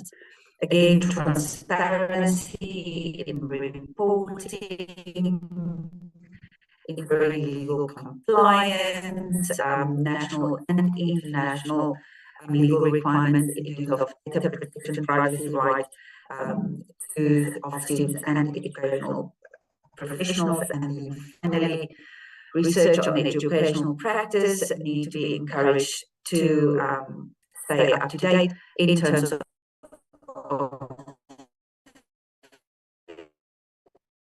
informing and monitoring and evaluating our own processes. Oh, myself, sorry. So this means how is this going to be implemented? So this law shall come into effect on, and here, of course, we will insert a date marking the official launch of the fully online global education system of Asgardia. So this law will only be able to be implemented once we actually have an Asgardian education system, beginning on the effective date of this law and ending on where we on that. During this period, the educational institution shall prepare for full compliance with the provisions of this law. During the transition period, educational institutes may adopt interim measures to align their operations with the requirements of this law. These measures shall be subject to approval by relevant authorities. We need to ensure, of course, that educational institutes meet the interim compliance requirements, but they can continue their operations during the transition period. We've spoken about the compliance requirements, whether existing or newly established. These organizations shall comply with the provisions of this law within the stipulated transition period. Penalties for non-compliance include warnings, fines, suspensions, and in extreme cases, like I said, revocation of operation licenses. Penalties shall be proportionate to the severity of the non-compliance. Then again, there needs to be a dispute and feel that they have been unfairly judged to be non-compliant. How are they going to handle this? And then there needs to be an arbitration process, including enforcement of arbitration decisions. Then, of course, this is right to appeal. We need to be transparent, so the enforcement of this law and related penalties shall be made public. Legal provision shall mandate the public notification of actions taken against non-compliant institutes. For example, I just want to explain this. They made programs, but the programs are not actually accredited. So this is why it is important to be transparent in this. If an organization, say for example, there is a school or a university who do not meet the requirements, then of course their qualifications are not meeting the minimum requirements as to the framework, and therefore they are not accredited. So this means that the students are paying for something, for a product that is not actually what they believe it is. Regular reporting, of course, this goes without saying. There need to be compliant audits, need to be validity means that it does what it says it does. So we cannot punish someone with a big punishment if it was only a little, I want to use the word infraction, but it's a wrongdoing. And then the monitoring of the implementation of these mechanisms, the system will establish monitoring mechanisms to oversee the implementation of this law and the compliance of the educational institutions. Legal provision shall entail of the monitoring bodies. With that, ladies and gentlemen, we are done. Thank you. There were some problems with the sound, but you can see how comprehensive the document is. Just to explain now, we will have a separate Asgardia legislative forum on the details. So general points now before we move on to John Fine's legislation. John, you're next. Yes, well, I just want to say that many parts of this act already are written as you would write a legislative law, so it's very good, or very well written. The one thing this is probably a silly thing. Some people might think it's a silly thing to say, but one thing that you could do is I noticed that your fonts, some of your numbering and lettering or whatever is very large. If you just make everything one single size, it'll probably take 3 or 4 pages, if not more, off the document. So anyway, it's just a suggestion. Thank you. Yeah, thanks. I was actually thinking I should minimize the font and change the line spacing to 1. But thanks, John. Thank you for that, John. Other comments? We covered quite a lot of this earlier on in detail. Ariadne. Sí, muchas gracias. Mientras Corna hacía Thank you very much. In the meantime that Corna was doing her presentation, we were very active in the chat. And I was saying that she could be director of education in Guardian. And we were thinking about a contract of labor contract for that activity to be remunerated, to reflect economically. And not only that, position as a director, the position of professors of the different disciplines would require a contract. Even for a professor that would need to teach online classes, because that's a professional providing their services. Differently from a parliamentarian who receives some money as a civil servant. Quedamos pensando. And there's where we stay thinking how to obtain those contracts, work contracts for those people that are going to offer education to Asgardians. Pregunta me gustaría mucho. I think that's a question that I would love for Corna to answer. Corna.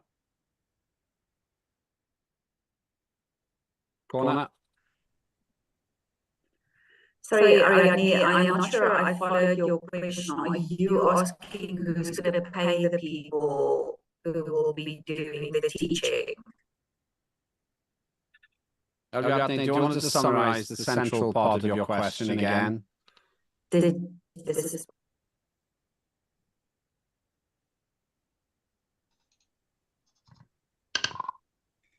Wait a minute, this is translating. A ver, el detalle está en que cuando when there's an establishment of an organization, when we think about an activity where people are going to be educating other people, we have to contract professors, directors, etc.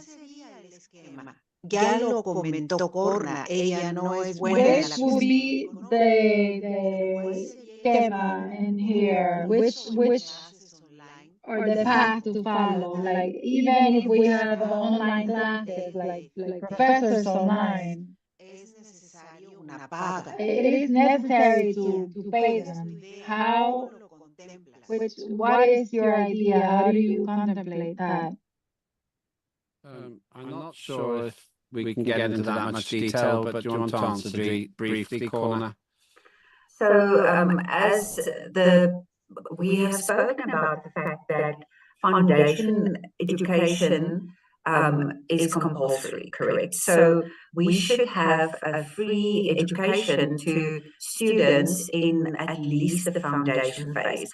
But Ariadne, people are paying insane amounts of money for education. So the education system will support itself.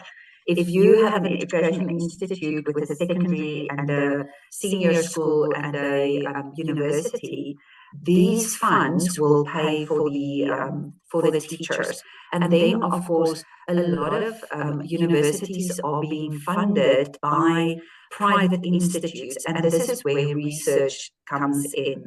So a university, a school is really a business, and a business can support itself. So the fact, I am not saying that all education will be free, but that education where we are, where education is compulsory, that should be free if people cannot afford it. I hope that answers that question. This is a subject which seems to be quite central to the discussion.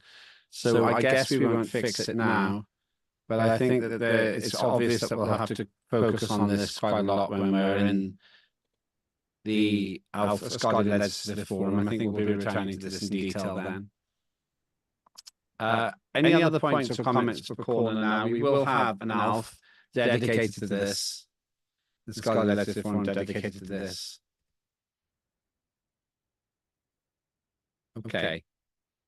Thank you, Corner. That's a big piece of work. We'll aim to do that ALF in about 3 weeks' time, I would say. Now, remember, you're not voting. You're not voting today on this. You're voting on the other ones, but this one we'll come back to, and we'll make sure we get this absolutely right. And that will be one of the important moments in the evolution of this particular piece of legislation. Corner, thank you. I know you're not very well, so you've done a really good job considering how you feel. I'm looking at the time. I think we'll do John's now. Let's see the next piece of legislation. Let's look at what that is. That will be, just opening it up again. Hold on, sorry. Right. Right. So that was the Youth and Education Act, and we will return to that. It's great work by Corner. She hasn't been well for weeks. Looks like we'll probably break it out into more than one piece of legislation. We'll do this together, and I'll be with Corner helping her every way I can as well. So a very big thank you for that. We have two more items to cover today: Consumer Protection Act and the Foreign Affairs Act. Let's do the Consumer Protection Act next. That's John Fine. Now, to explain the context, John got some drafting amendments. That means some things which didn't really change the meaning, but clean up the legislation. What I want to do is, I'm asking, really, the changes make sense to me, but John will explain them now. If there's a problem, then we can resolve it.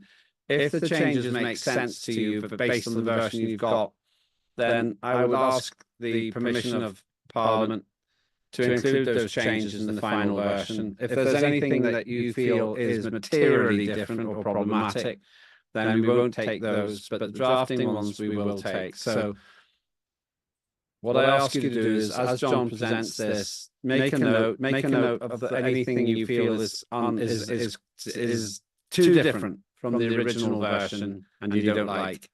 And then we will not include things which are regarded as controversial by many of you. We will include those things which are not regarded as controversial. So John, over to you. Maybe for the last time, maybe not, we'll see. And I know you'll want to share your screen. Thank you. I guess I'll share my screen.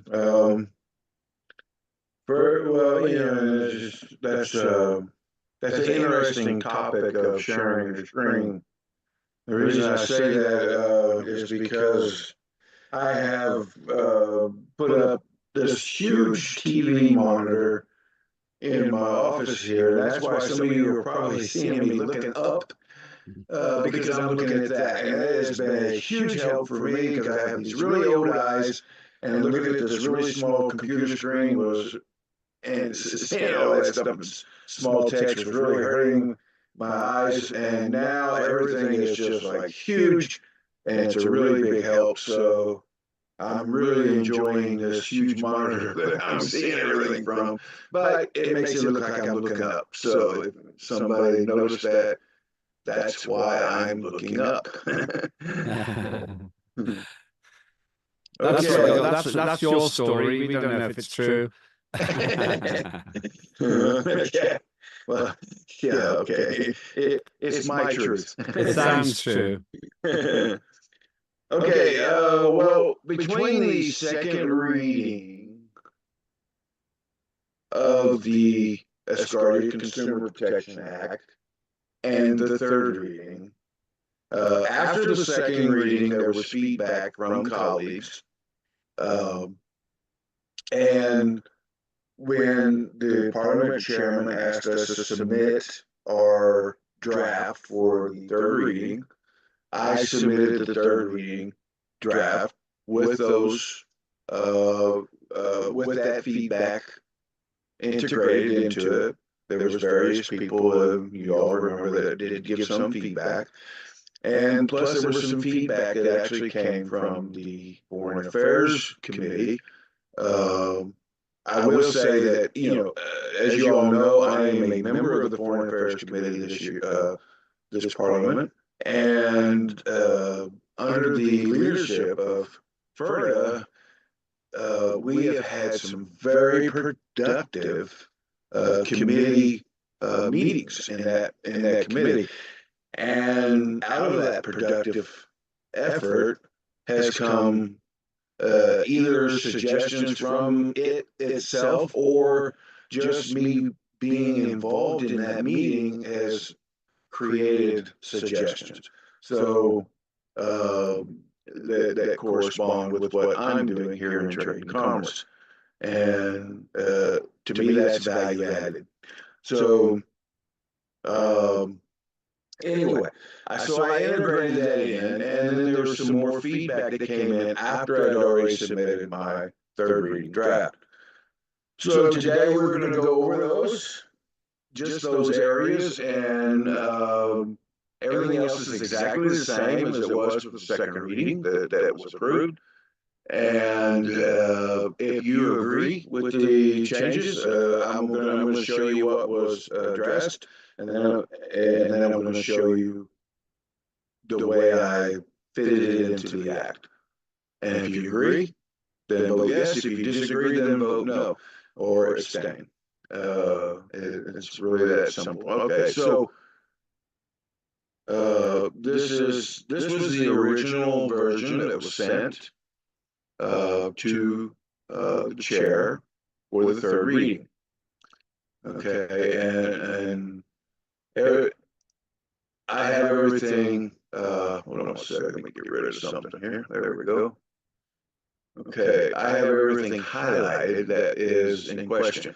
Okay, so item 1.5 of Article 1, Consumer Protection Policy. There were some differences here that were different from the second reading to the third reading.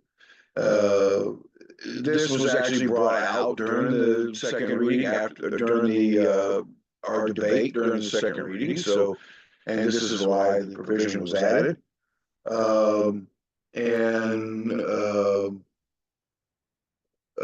However, it was brought out that it was that it needed to be perhaps addressed.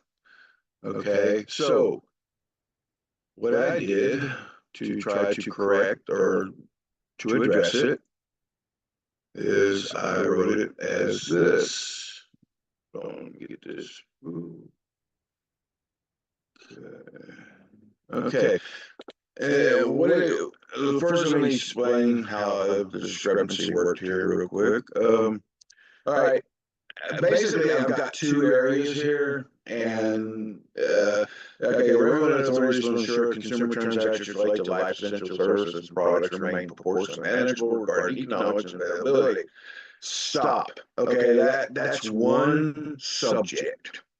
Okay. Then you go, this includes dispute resolution. I was trying to save space, so I just kind of threw these two together off of the suggestions that were made. But it takes away from what the two are, so they really needed to be separate. So basically, that's all I did, was separate them. and I made them, and the wording was a little incorrect. So the relevant authorities will ensure that the policies, because again, this particular one is concerning, this article is concerning policy, not so that specification needs to be brought out. The relevant authorities will ensure that policies concerning consumer transactions relate to life essential services or products remain proportionally manageable in terms of economics and availability. Then I separated that one last part. The relevant authorities will ensure policies concerning dispute resolution processes remain fair, impartial, and easily accessible, providing consumers with a sense of reassurance. And really, that's all I did. And it means the same. However, I just separate them because they are two separate subjects. And I also changed the wording a little bit so it actually pertains to policies, because that's what this Article 1 pertains to, is policies. Okay, so the next item.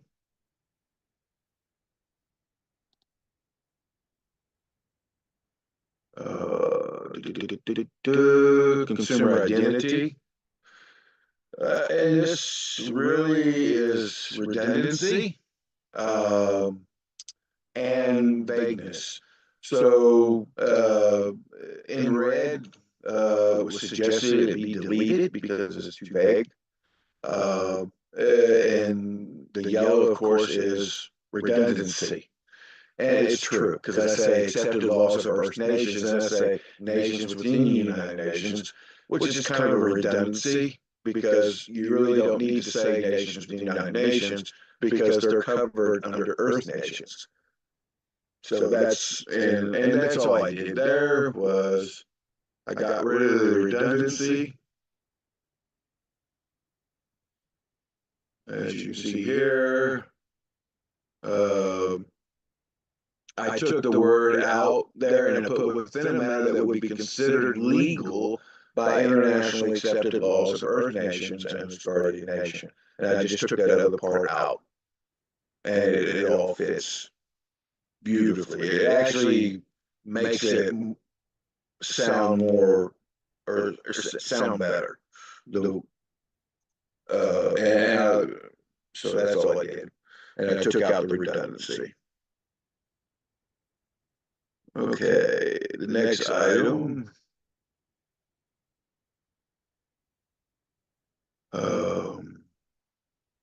Consumer complaints.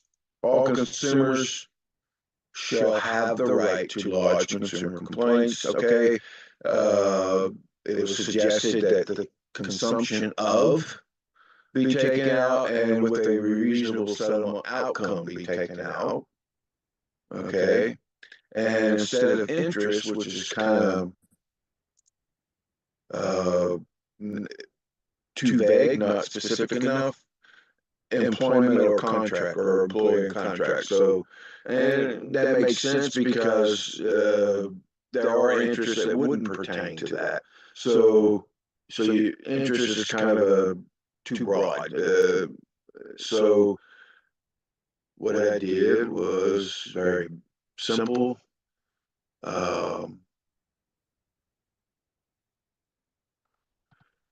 All consumers shall, a complaint is when the consumer is dissatisfied with products and services acquired and wishes to have their concerns heard legally. That's it. And very simple, very straightforward, and very easy to understand.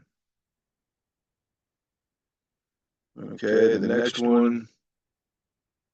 Oh, and for the interest part there, the 3.1-3, covered, go over that real quick.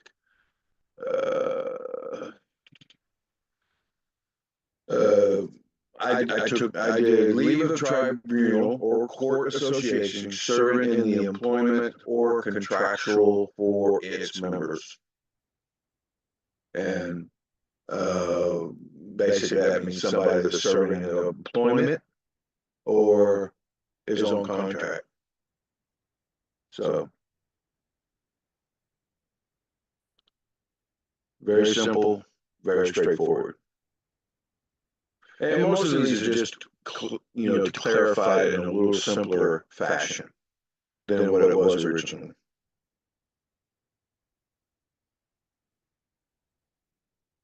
All right. And also 3.1.4 was suggested to take it completely out. And the reason, again, is redundancy. Okay. And so I did. I took that one out. And when I say redundancy, okay, so an authorized person acting on behalf of another basically means the exact same thing as what that statement was saying. So it's redundancy, and it doesn't need to be there. We're just, it's just extra words that really don't need to be there.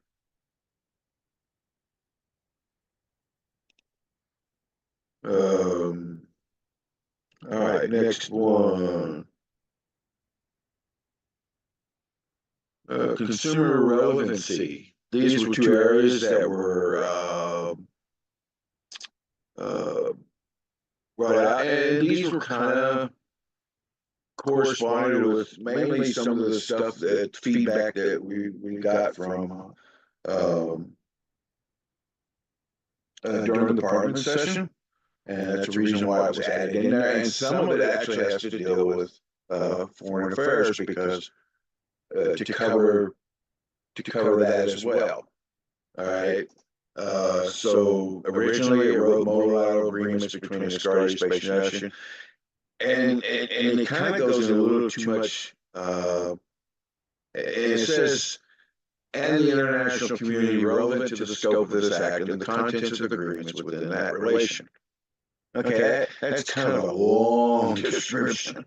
Okay, and there's a much simpler way of saying it, because some of that's already assumed or applied, just in the way the law is conducted. So I made it very simple. This Consumer Act shall apply to the following. Instead of those really long, drawn-out explanations, I just said multilateral and bilateral agreements and contractual agreements. Simple, simplistic. It doesn't take away from it whatsoever, but it does make it a lot simpler than it was before. Okay, so next one.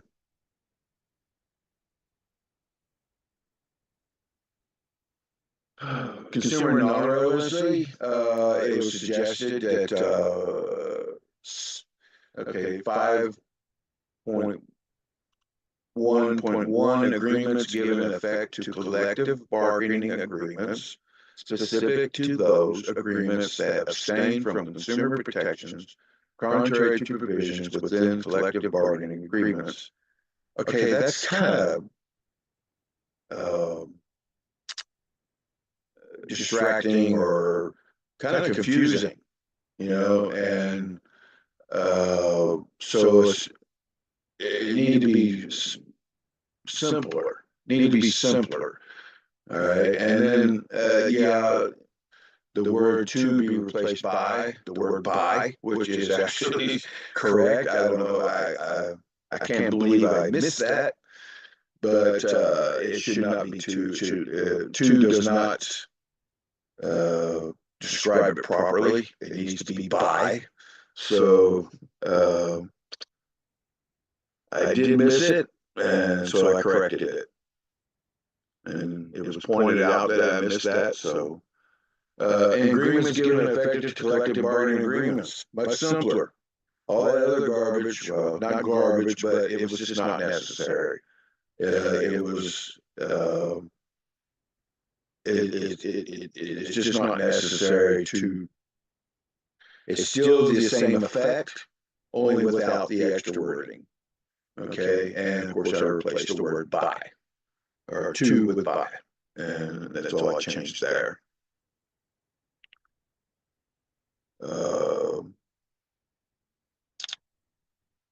Okay, continuing.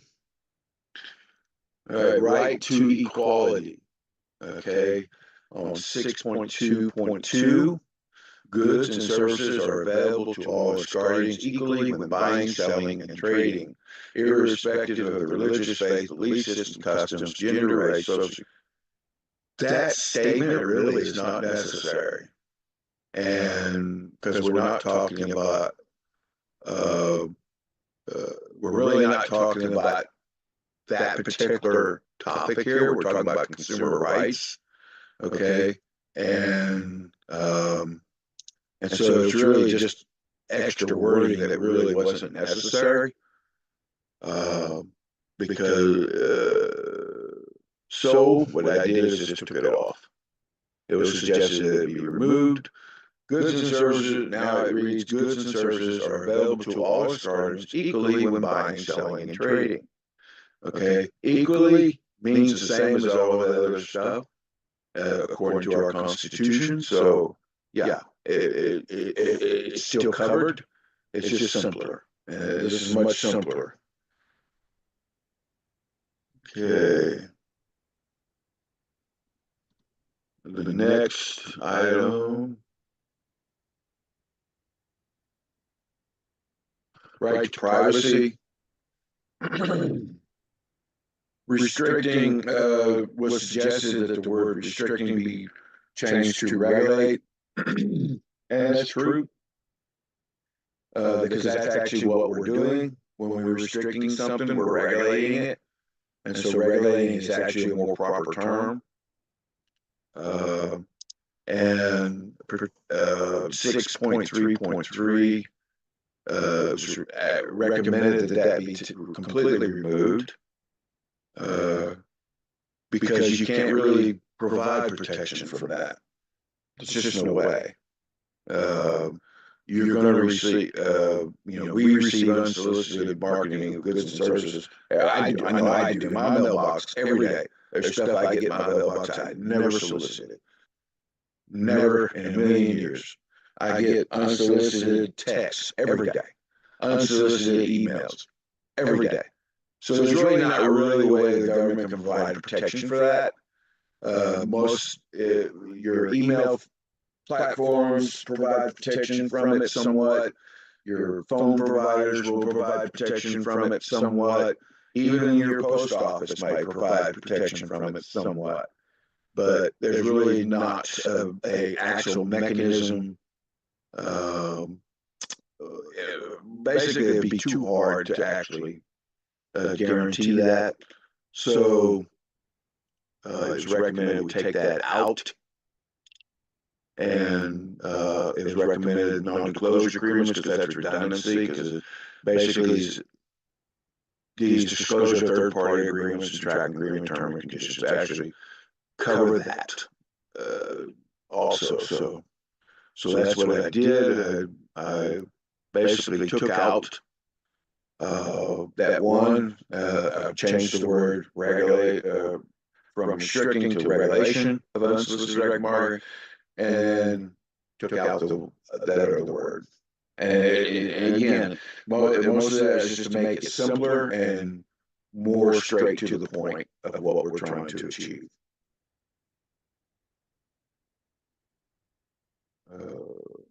Next item.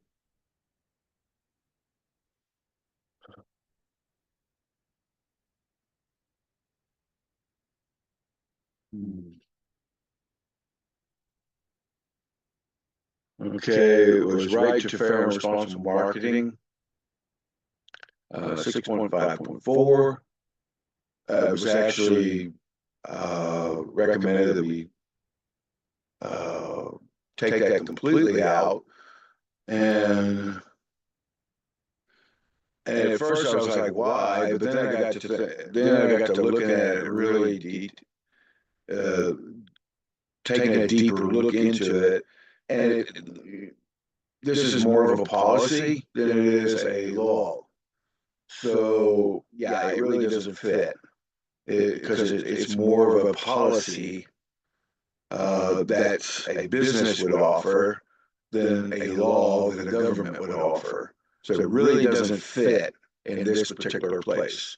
Okay, now it would fit in a contract or in a policy or something like that, but it doesn't really fit here.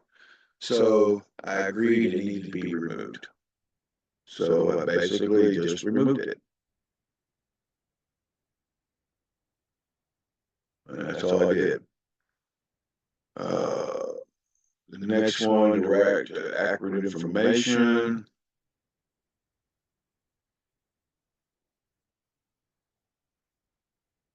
Uh, 6.7.1.4, it was recommended that be removed. It says any other records pertaining to this act scope concerning consumers, suppliers, and manufacturers. Okay. And I guess in a way, when I wrote that, I was trying to cover all my bases. But the fact of the matter is, everything that needs to be covered is covered in the Act. So this is, again, is redundancy. It really doesn't need to be there. All right. It's because everything that is covered that needs to be covered is covered. So we don't need to have a provision, all-encompassing provision that covers everything in case we miss something. Basically, is what I was trying to do. But everything that needs to be covered is covered. So I did remove that. And moving on to the next, right to protection must 6.8.1.1. Fraudulent marketing is any marketing done by dishonest and unlawful means. That really again, not necessary. It doesn't really pertain to protection. It's more of a descriptive nature. I think everybody knows what fraudulent marketing means. So it was really not necessary to be in this particular area. Okay, so again, I just removed it. That's it. So that the provisions in underwrite protection, the provisions that are there actually pertain to the right to protection. Fraudulent marketing, describing what fraudulent marketing is not really a right to protection. It's just giving you a description of fraudulent marketing, but anybody can go on the internet and get a description of fraudulent marketing. So it's really not necessary that be there. And so, yeah, I agree that need to be taken out. Maybe, I don't know why I put that in there, or why it was originally put in there, but it's really not necessary. And I think that is all the changes. There's not really many. There's not many changes from the document that was sent in. Okay, so the document that was sent is pretty much the same document. It's just really all this does is clarify the document a little bit better and make it a little bit more simpler, which is exactly what we try to do in all of our acts, just keep them as simple as possible. And so I saw no reason why we should not implement those recommendations into the Act. And that's all I have. Thank you. Thank you very much, John. Now, there's a logistical challenge here because we have received these very, very late. Everybody has received the original version. This is, in my opinion, what you have done is a better version. The issue I have, and the drafting amendments, and usually in British Parliament, drafting amendments are allowed even at this stage. I'll come to Ben in a minute. My political and professional judgment is that I should ask you for permission for the following. that we pass, if you choose to, that we pass this as that third reading, which I recommend. It's really good.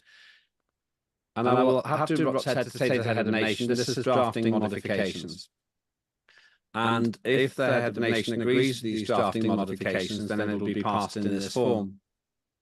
If the head of the nation has any issues with this version, because he's seen the previous version, then I will resubmit this in the previous form, and we'll have to bring this forward with amendments.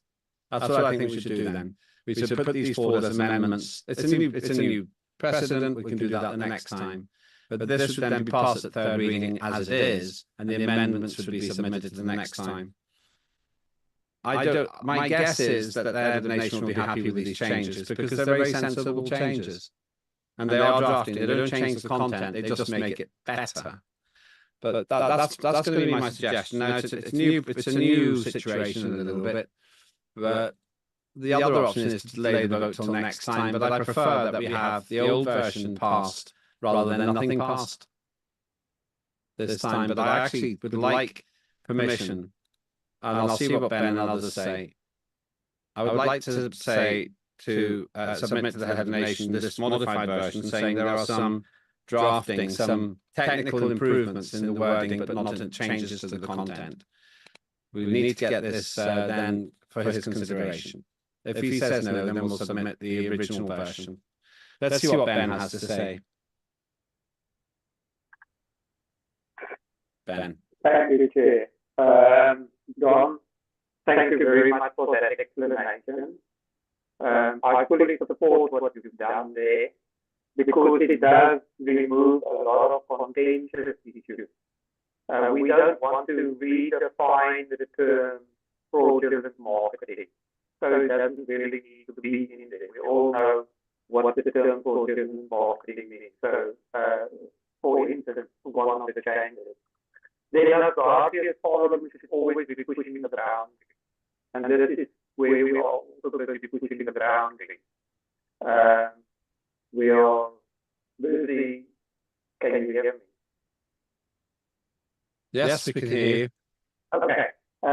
We are pushing the boundaries by making sure that we are giving the best version of something, and I totally agree with you there. Either this version or the previous version without these technical changes will pass. I personally support both versions, and I obviously support this technically changed version more than the previous version, the unchanged one, because I believe that it streamlines the law. It takes out unnecessary parts. You know, I live by the principle of less is more. The less things you put into a contract or in a law, the less chances of somebody bickering over a small point which is useless. A law should indicate the intent of the law, not in detail every single little point. So let's take, for instance, the fact that all Asgardians will be treated equally. We don't have to put in based on their race or their religion or anything else because the intent is all Asgardians equally, irrespective of what label we want to hang on to there. So I fully support what John has done here. And I hope everybody else will support it and vote for it to be passed in third reading because we really need it. And it is, like John said, something we can implement. We cannot guarantee that somebody will get all their funding back. We cannot guarantee that somebody will never get banned. So this law, as it is standing now with the changes from John, is something we can implement and we can deliver. So that's my comment. Thank you. Thank you. Ariadne?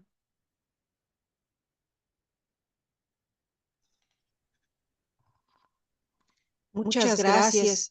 John, me encanta. Thank you very much, John. I really like how you edit the documents, putting colors, so that we can follow the focal point, when you are deciding where there should be a change, it's a very didactic way of showing it. And independently of that, I would like how you put the final document without corrections. I mean, with all the corrections. And how it should pass by the objective look of the head of the nation and the objective revision of the Justice Committee. Finally, from my point of view, the author is who finds where the mistake is and the need of changes in the paragraphs. And that author is you, and it was a magnificent class that I would like to form part of a webinar where you explain how you perform taking out, verifying.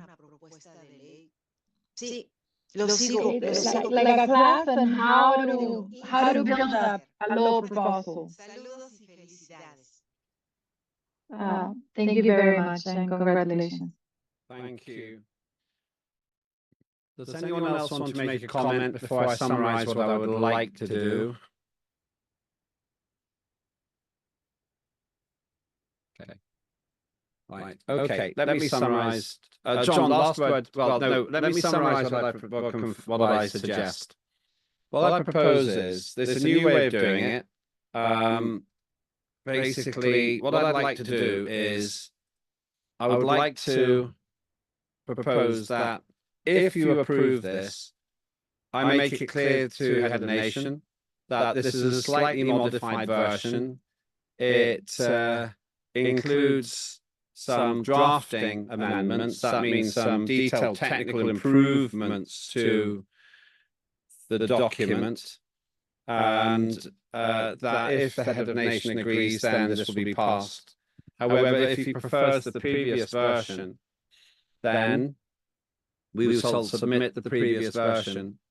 And then what I can do is we can submit amendments. We've done this before in other legislation at the next sitting to include these changes.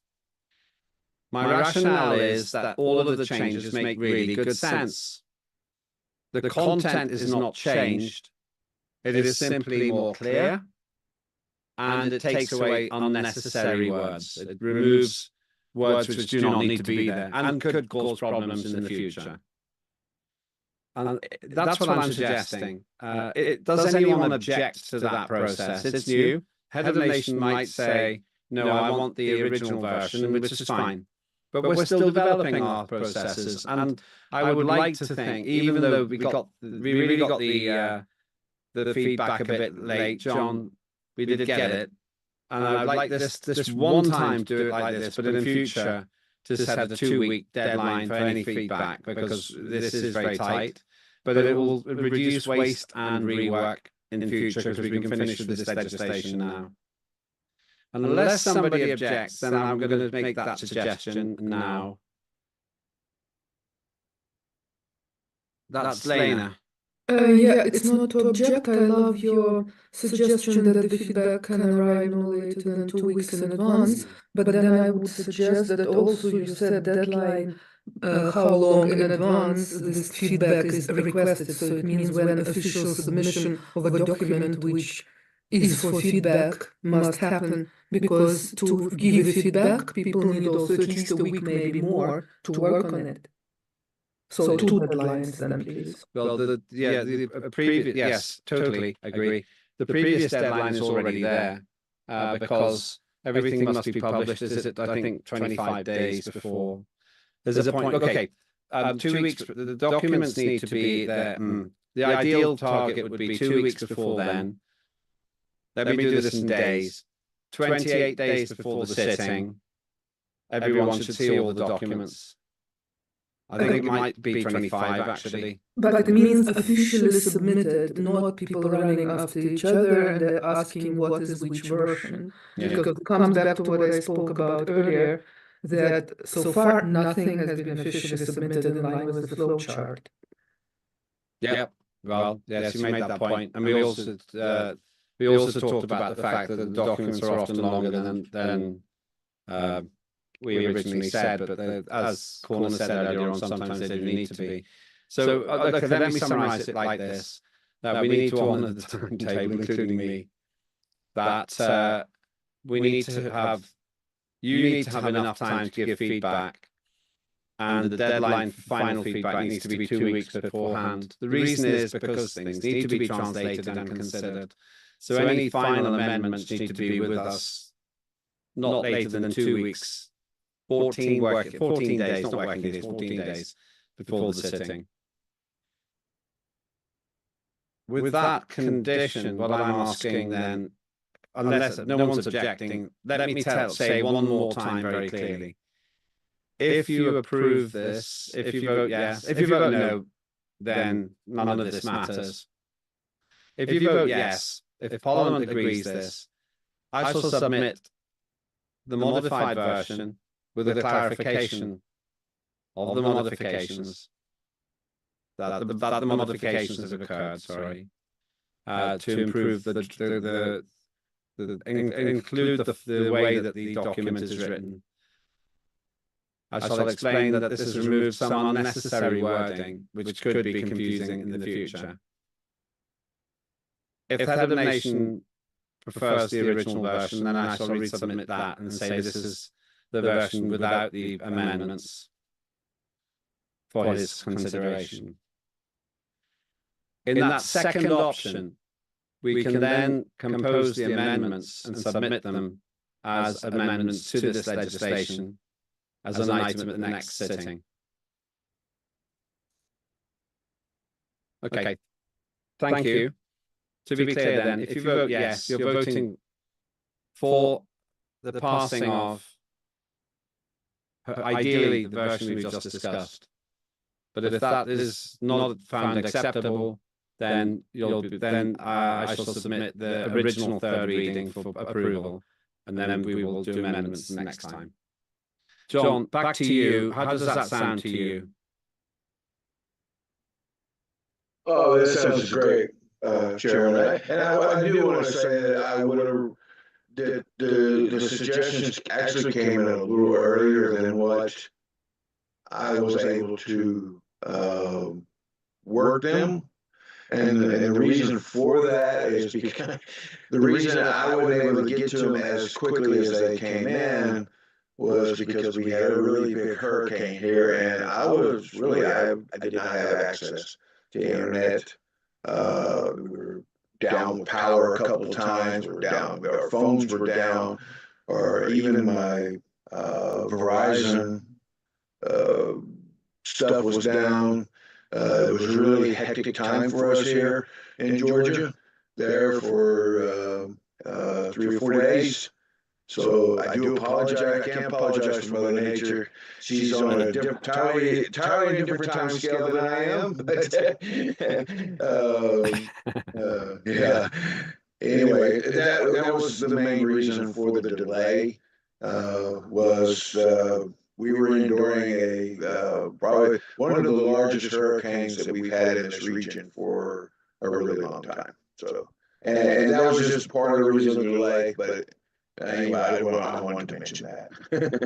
The point that the Prime Minister made overcomes that because no hurricane lasts for 2 weeks. So if we do it this way, then this time only, I'm willing to put it forward as it is. But then next time, I have to do it right. I have to do it right as well. Then next time we need to give the time in order to make sure that everything is done in the right way. Everything is, let me say this for the translators, please ignore what I said. This time we will do it the way I described. In future, we will make sure everyone has enough time to do everything properly. That's what I'm saying. Okay, thank you. Interesting. Let's see what happens there. I take responsibility for this. There's no problem if it turns out that it's not an agreeable proposal. That's okay too. What we'll do is we'll find out and we'll take it from there. We're still learning. It's an interesting process because in order to get the best legislation, sometimes we need to be a little bit flexible. So I'm making a judgment there. I'm taking the responsibility of leadership on this, and if it's not acceptable, then that's fine too. We'll learn, and if it is acceptable, then let's make sure we have a better timing for the future. And there's pressure on me to do that too. Okay, well, thanks everybody. Oh, Ben. I say, in Afrikaans is the saying, wie haat nie, wen nie. What it basically translates to is those that don't attempt to do something will never get anything done. So we are pushing the boundaries, and with every new push we are changing and modifying and optimizing and sharpening ourselves. So I'm very happy with your proposal, and obviously I support what the Prime Minister said.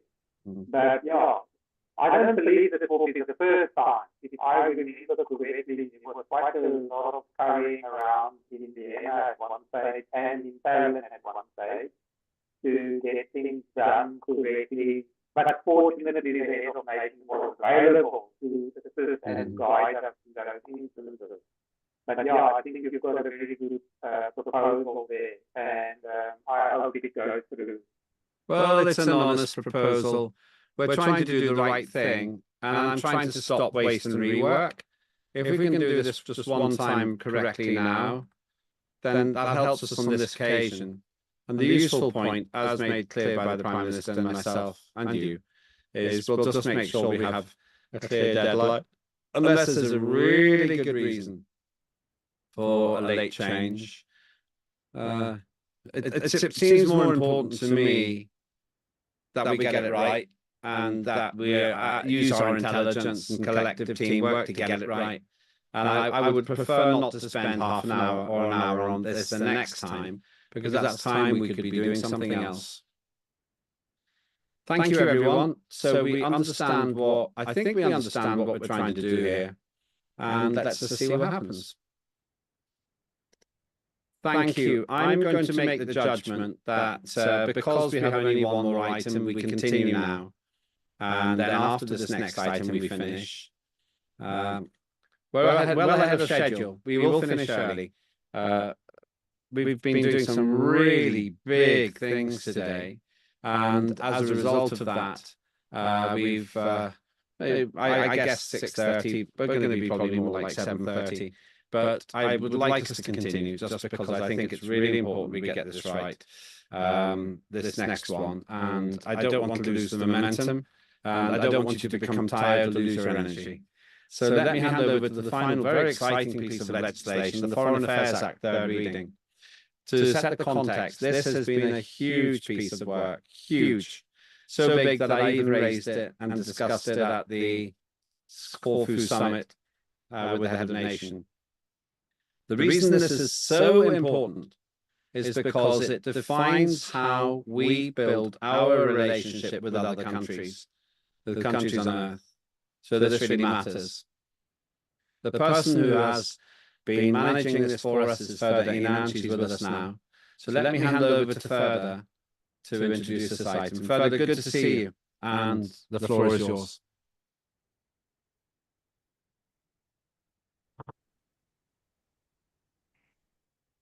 Teşekkür ederim herkese. Thank you, everyone. I would like to continue in Turkish, if possible.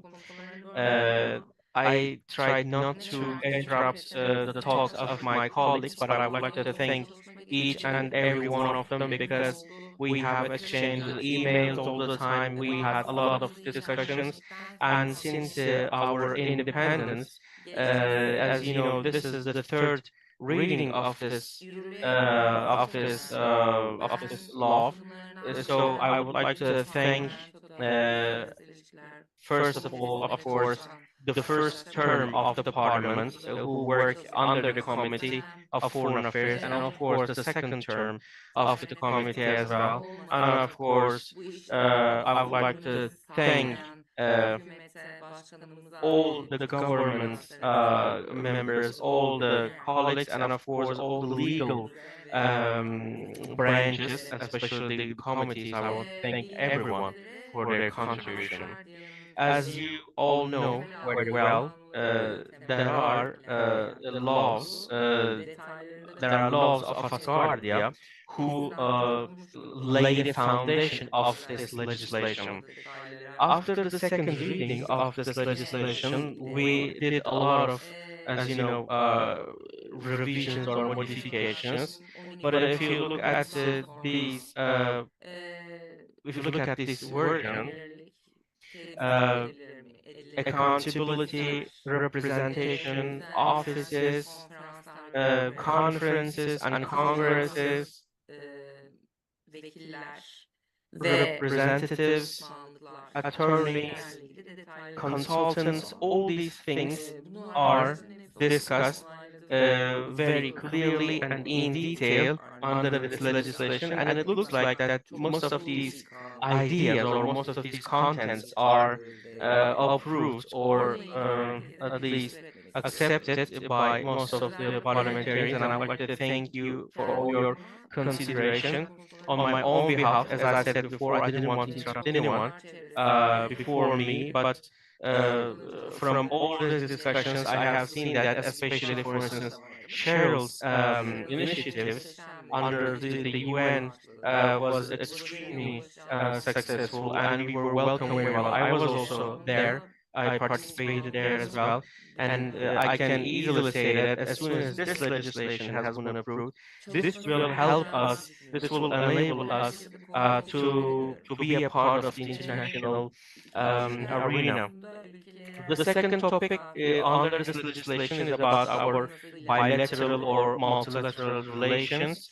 Uh, According to our modifications. By the way, I'm trying to keep this document on the screen so that you can read it. Unfortunately, we could not keep it to the 5 pages limit. Right now, it could be only limited down to 11 pages because initially it was 19 pages. But unfortunately, we can't meet right now the criteria of 5 pages. But I want to again thank everyone for helping us reshape this version at least down to 11 pages. And I want to again thank all of our friends for their contribution.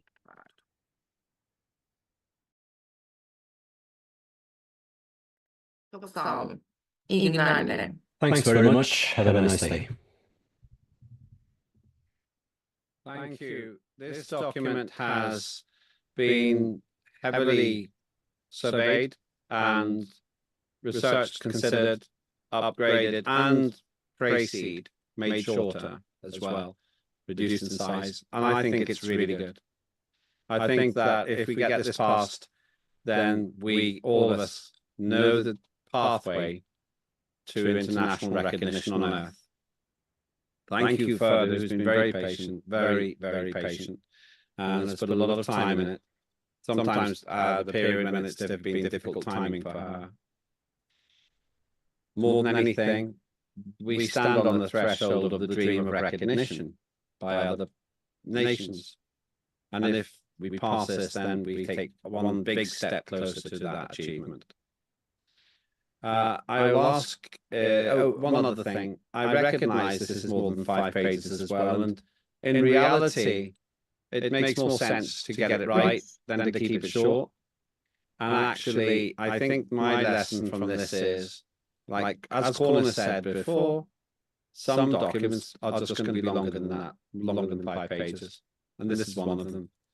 I've taken the responsibility for that because I want to get it right, as I say, rather than just keep it short. So nothing to apologize for by further. So, okay. Now, would anyone like to make the comments? Any comments on this? I'm going to stop the sharing because it's a little bit easier if we stop the sharing. Right, John Fine. Yes, well, I have read this document, this version in its entirety, and there was so much involvement coming from the ministers to previous parliament to this parliament, and this final version that was submitted is just absolutely a melody of all that collaboration. It's just an absolute melody. It's beautifully written, beautifully put together. I honestly believe that it really captures the quality of Asgardia in the legislation and all the collaborative effort that's been done since from the beginning to now. So I definitely support it. I thank Verna for her leadership. I thank the committee for all our valuable discussions that we've had that's actually even helped me in my own pursuits within the trade and commerce. I really mean that. I mean, we have some really good discussions, and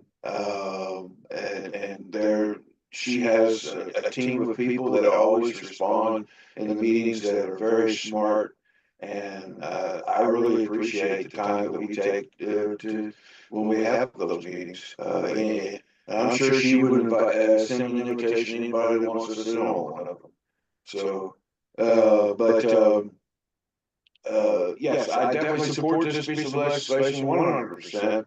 Not only because of my own involvement, but because of all the people that have been involved with it.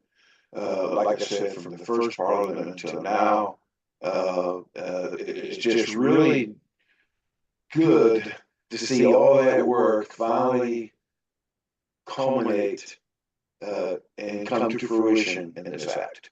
Thank you. Thank you, John. Ariadne?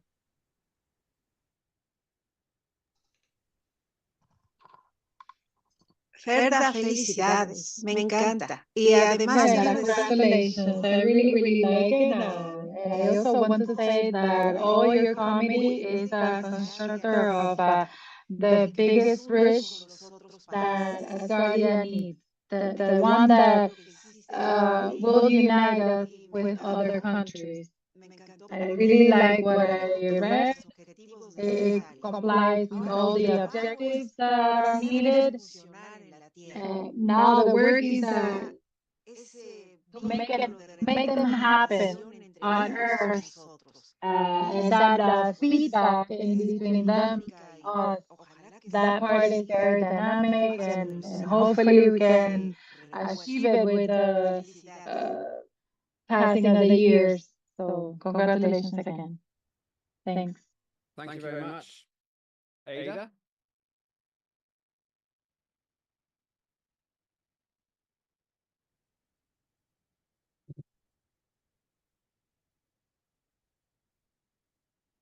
Ada? Can't hear you right now.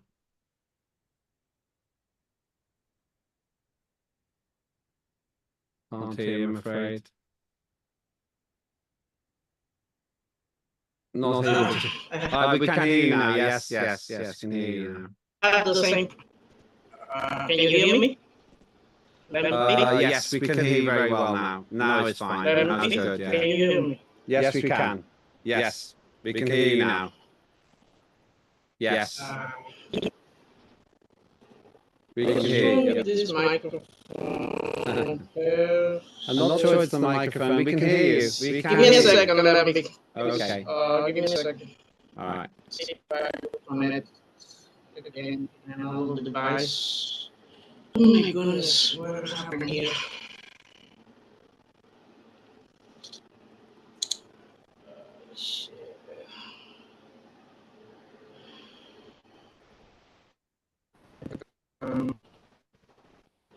Wait.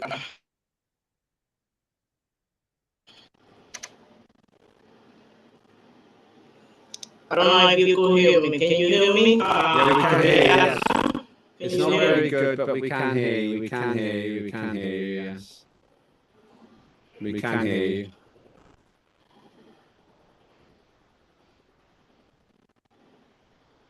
Yes, Ada, yep, please speak. We can hear you. Ada?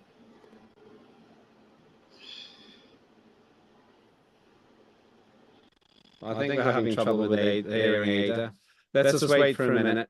While Ada tries to resolve her sound issue, let me say that after this we will be closing for today. Ada, yes, try now, Ada. Try now.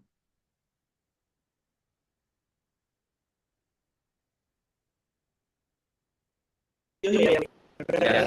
Let's keep on. Let's jump me. If you can hear me now. Yes, I can hear you. Yes, Ada, I don't think you can hear me though. I can hear you, but I don't think you can hear me. Ada? We have a technical problem here, I think.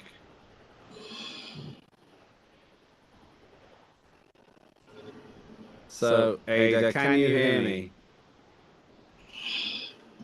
While Ada's trying to trying to work this, make it work.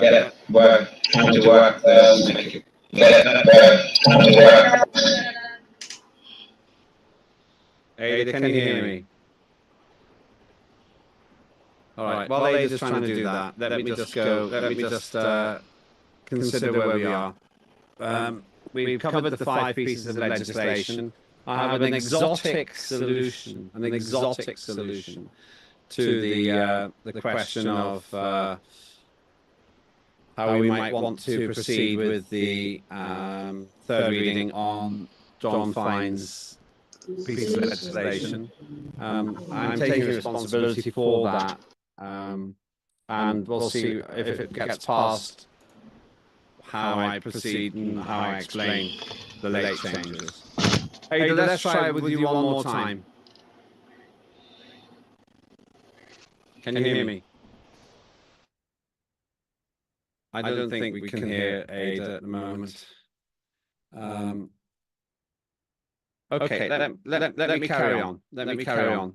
Maybe we'll get to hear Ada, maybe we won't. I'm going to go to the agenda and have a look at what we've done today. I think Ada might try and come in again. She's had problems with her internet, I think. So we opened this afternoon, 1300 UTC. I made some announcements. Then we covered the Copyright Act. I'm going to stop there. Ada, let's try one more time. Go ahead, try one more time, Ada.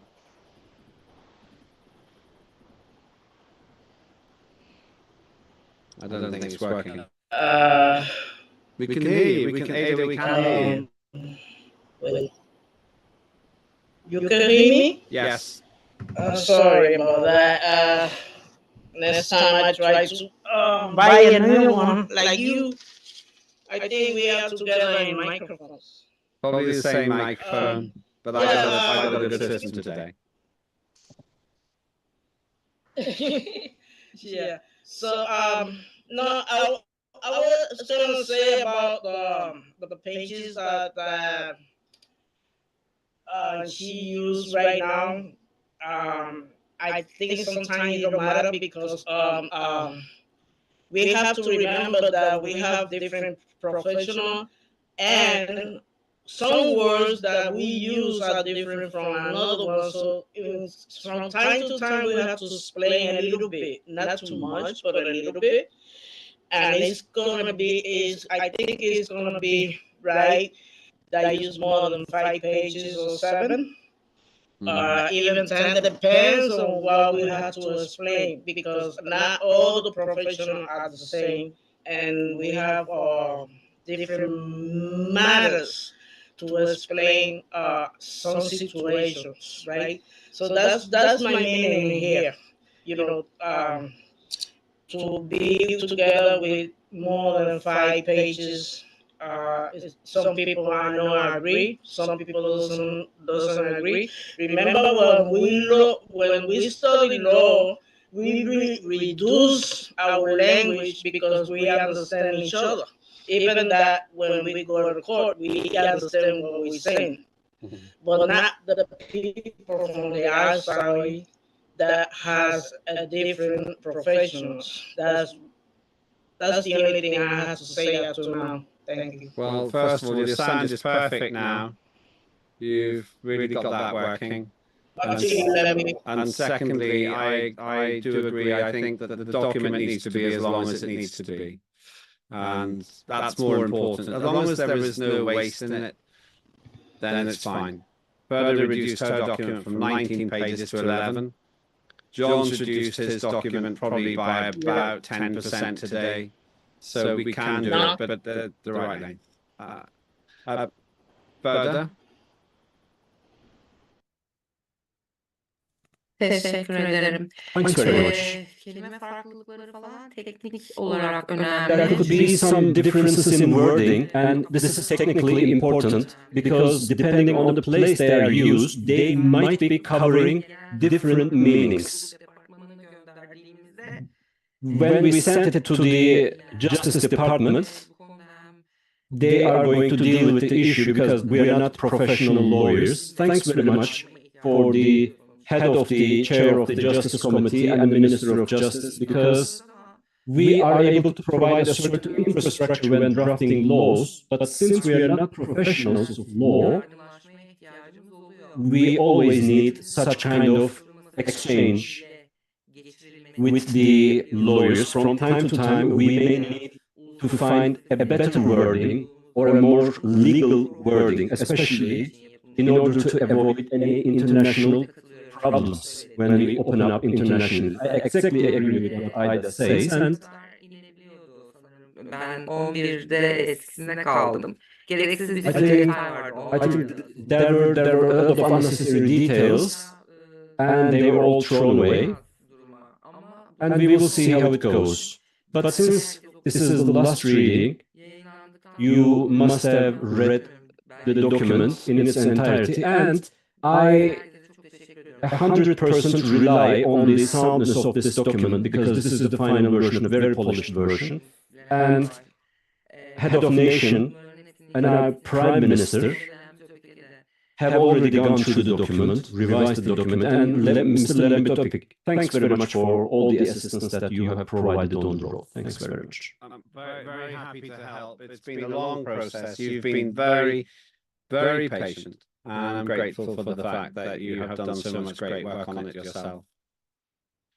Any other questions or comments on further document before I conclude for the day? Okay, let me summarize. That concludes the discussion on third reading of Further's Foreign Affairs document. If you agree with it, vote yes. If you disagree, vote no.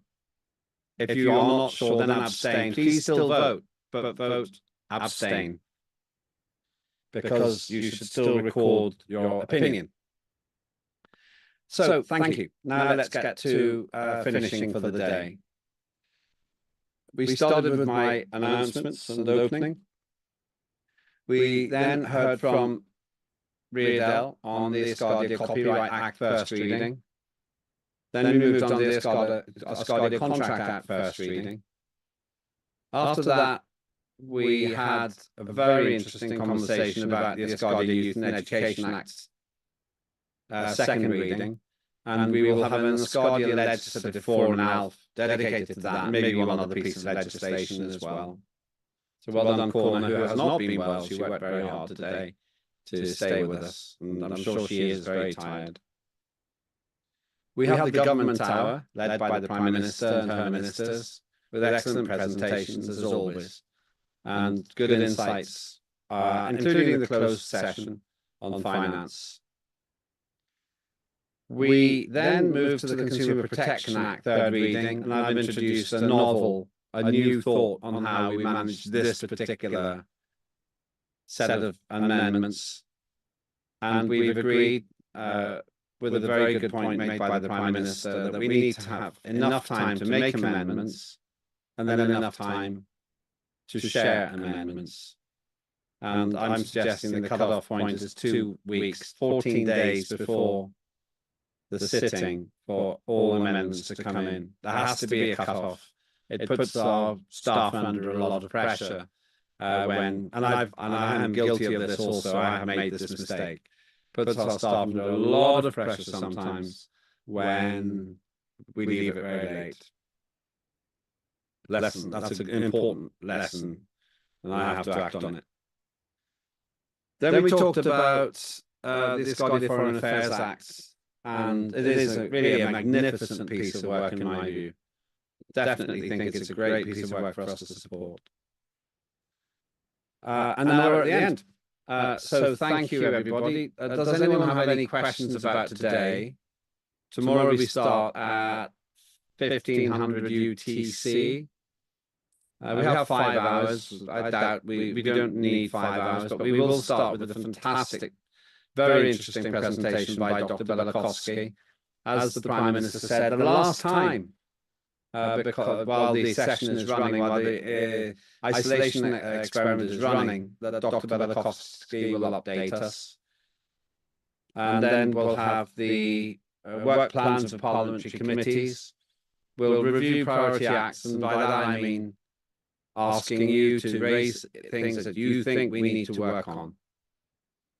Then, after 1700 UTC, I'll sum up the results of the voting, closing remarks, the national anthem, and the close. Thank you. I really appreciate everything that colleagues have done. Just 2 more comments today. This is the 6th sitting in the 2nd term of our Parliament, and we're really getting good at this. Very professional. We saved so much time because of the excellent work of our simultaneous translators. That has saved us so much time. We get more done in less time than we used to. And we, as always, have done it unedited and in the full sight of the world. The only closed session was the finance, because we always do that in a closed session. Any questions or comments before I close for today? It will be at about 1840 UTC. Good. Thank you, everyone. Good to see the ministers, all of whom are welcome, and the Prime Minister, of course, welcome to attend tomorrow if you wish to. Please, if you are in Parliament, make sure you're there tomorrow. Very important. We've had 56 people, different individuals have attended. So, as usual, when we get to half of that, which will be 27, I'll close the session for today. Thank you, all of you. Have a great morning, noon, and night. Go to bed if it's really late. And I'll see you at 1500 UTC tomorrow for the final part, day 3 of this sitting. Oh ho, and thank you again. And thank you to our translators and to the staff. See you tomorrow. Hello, everyone. Bye-bye.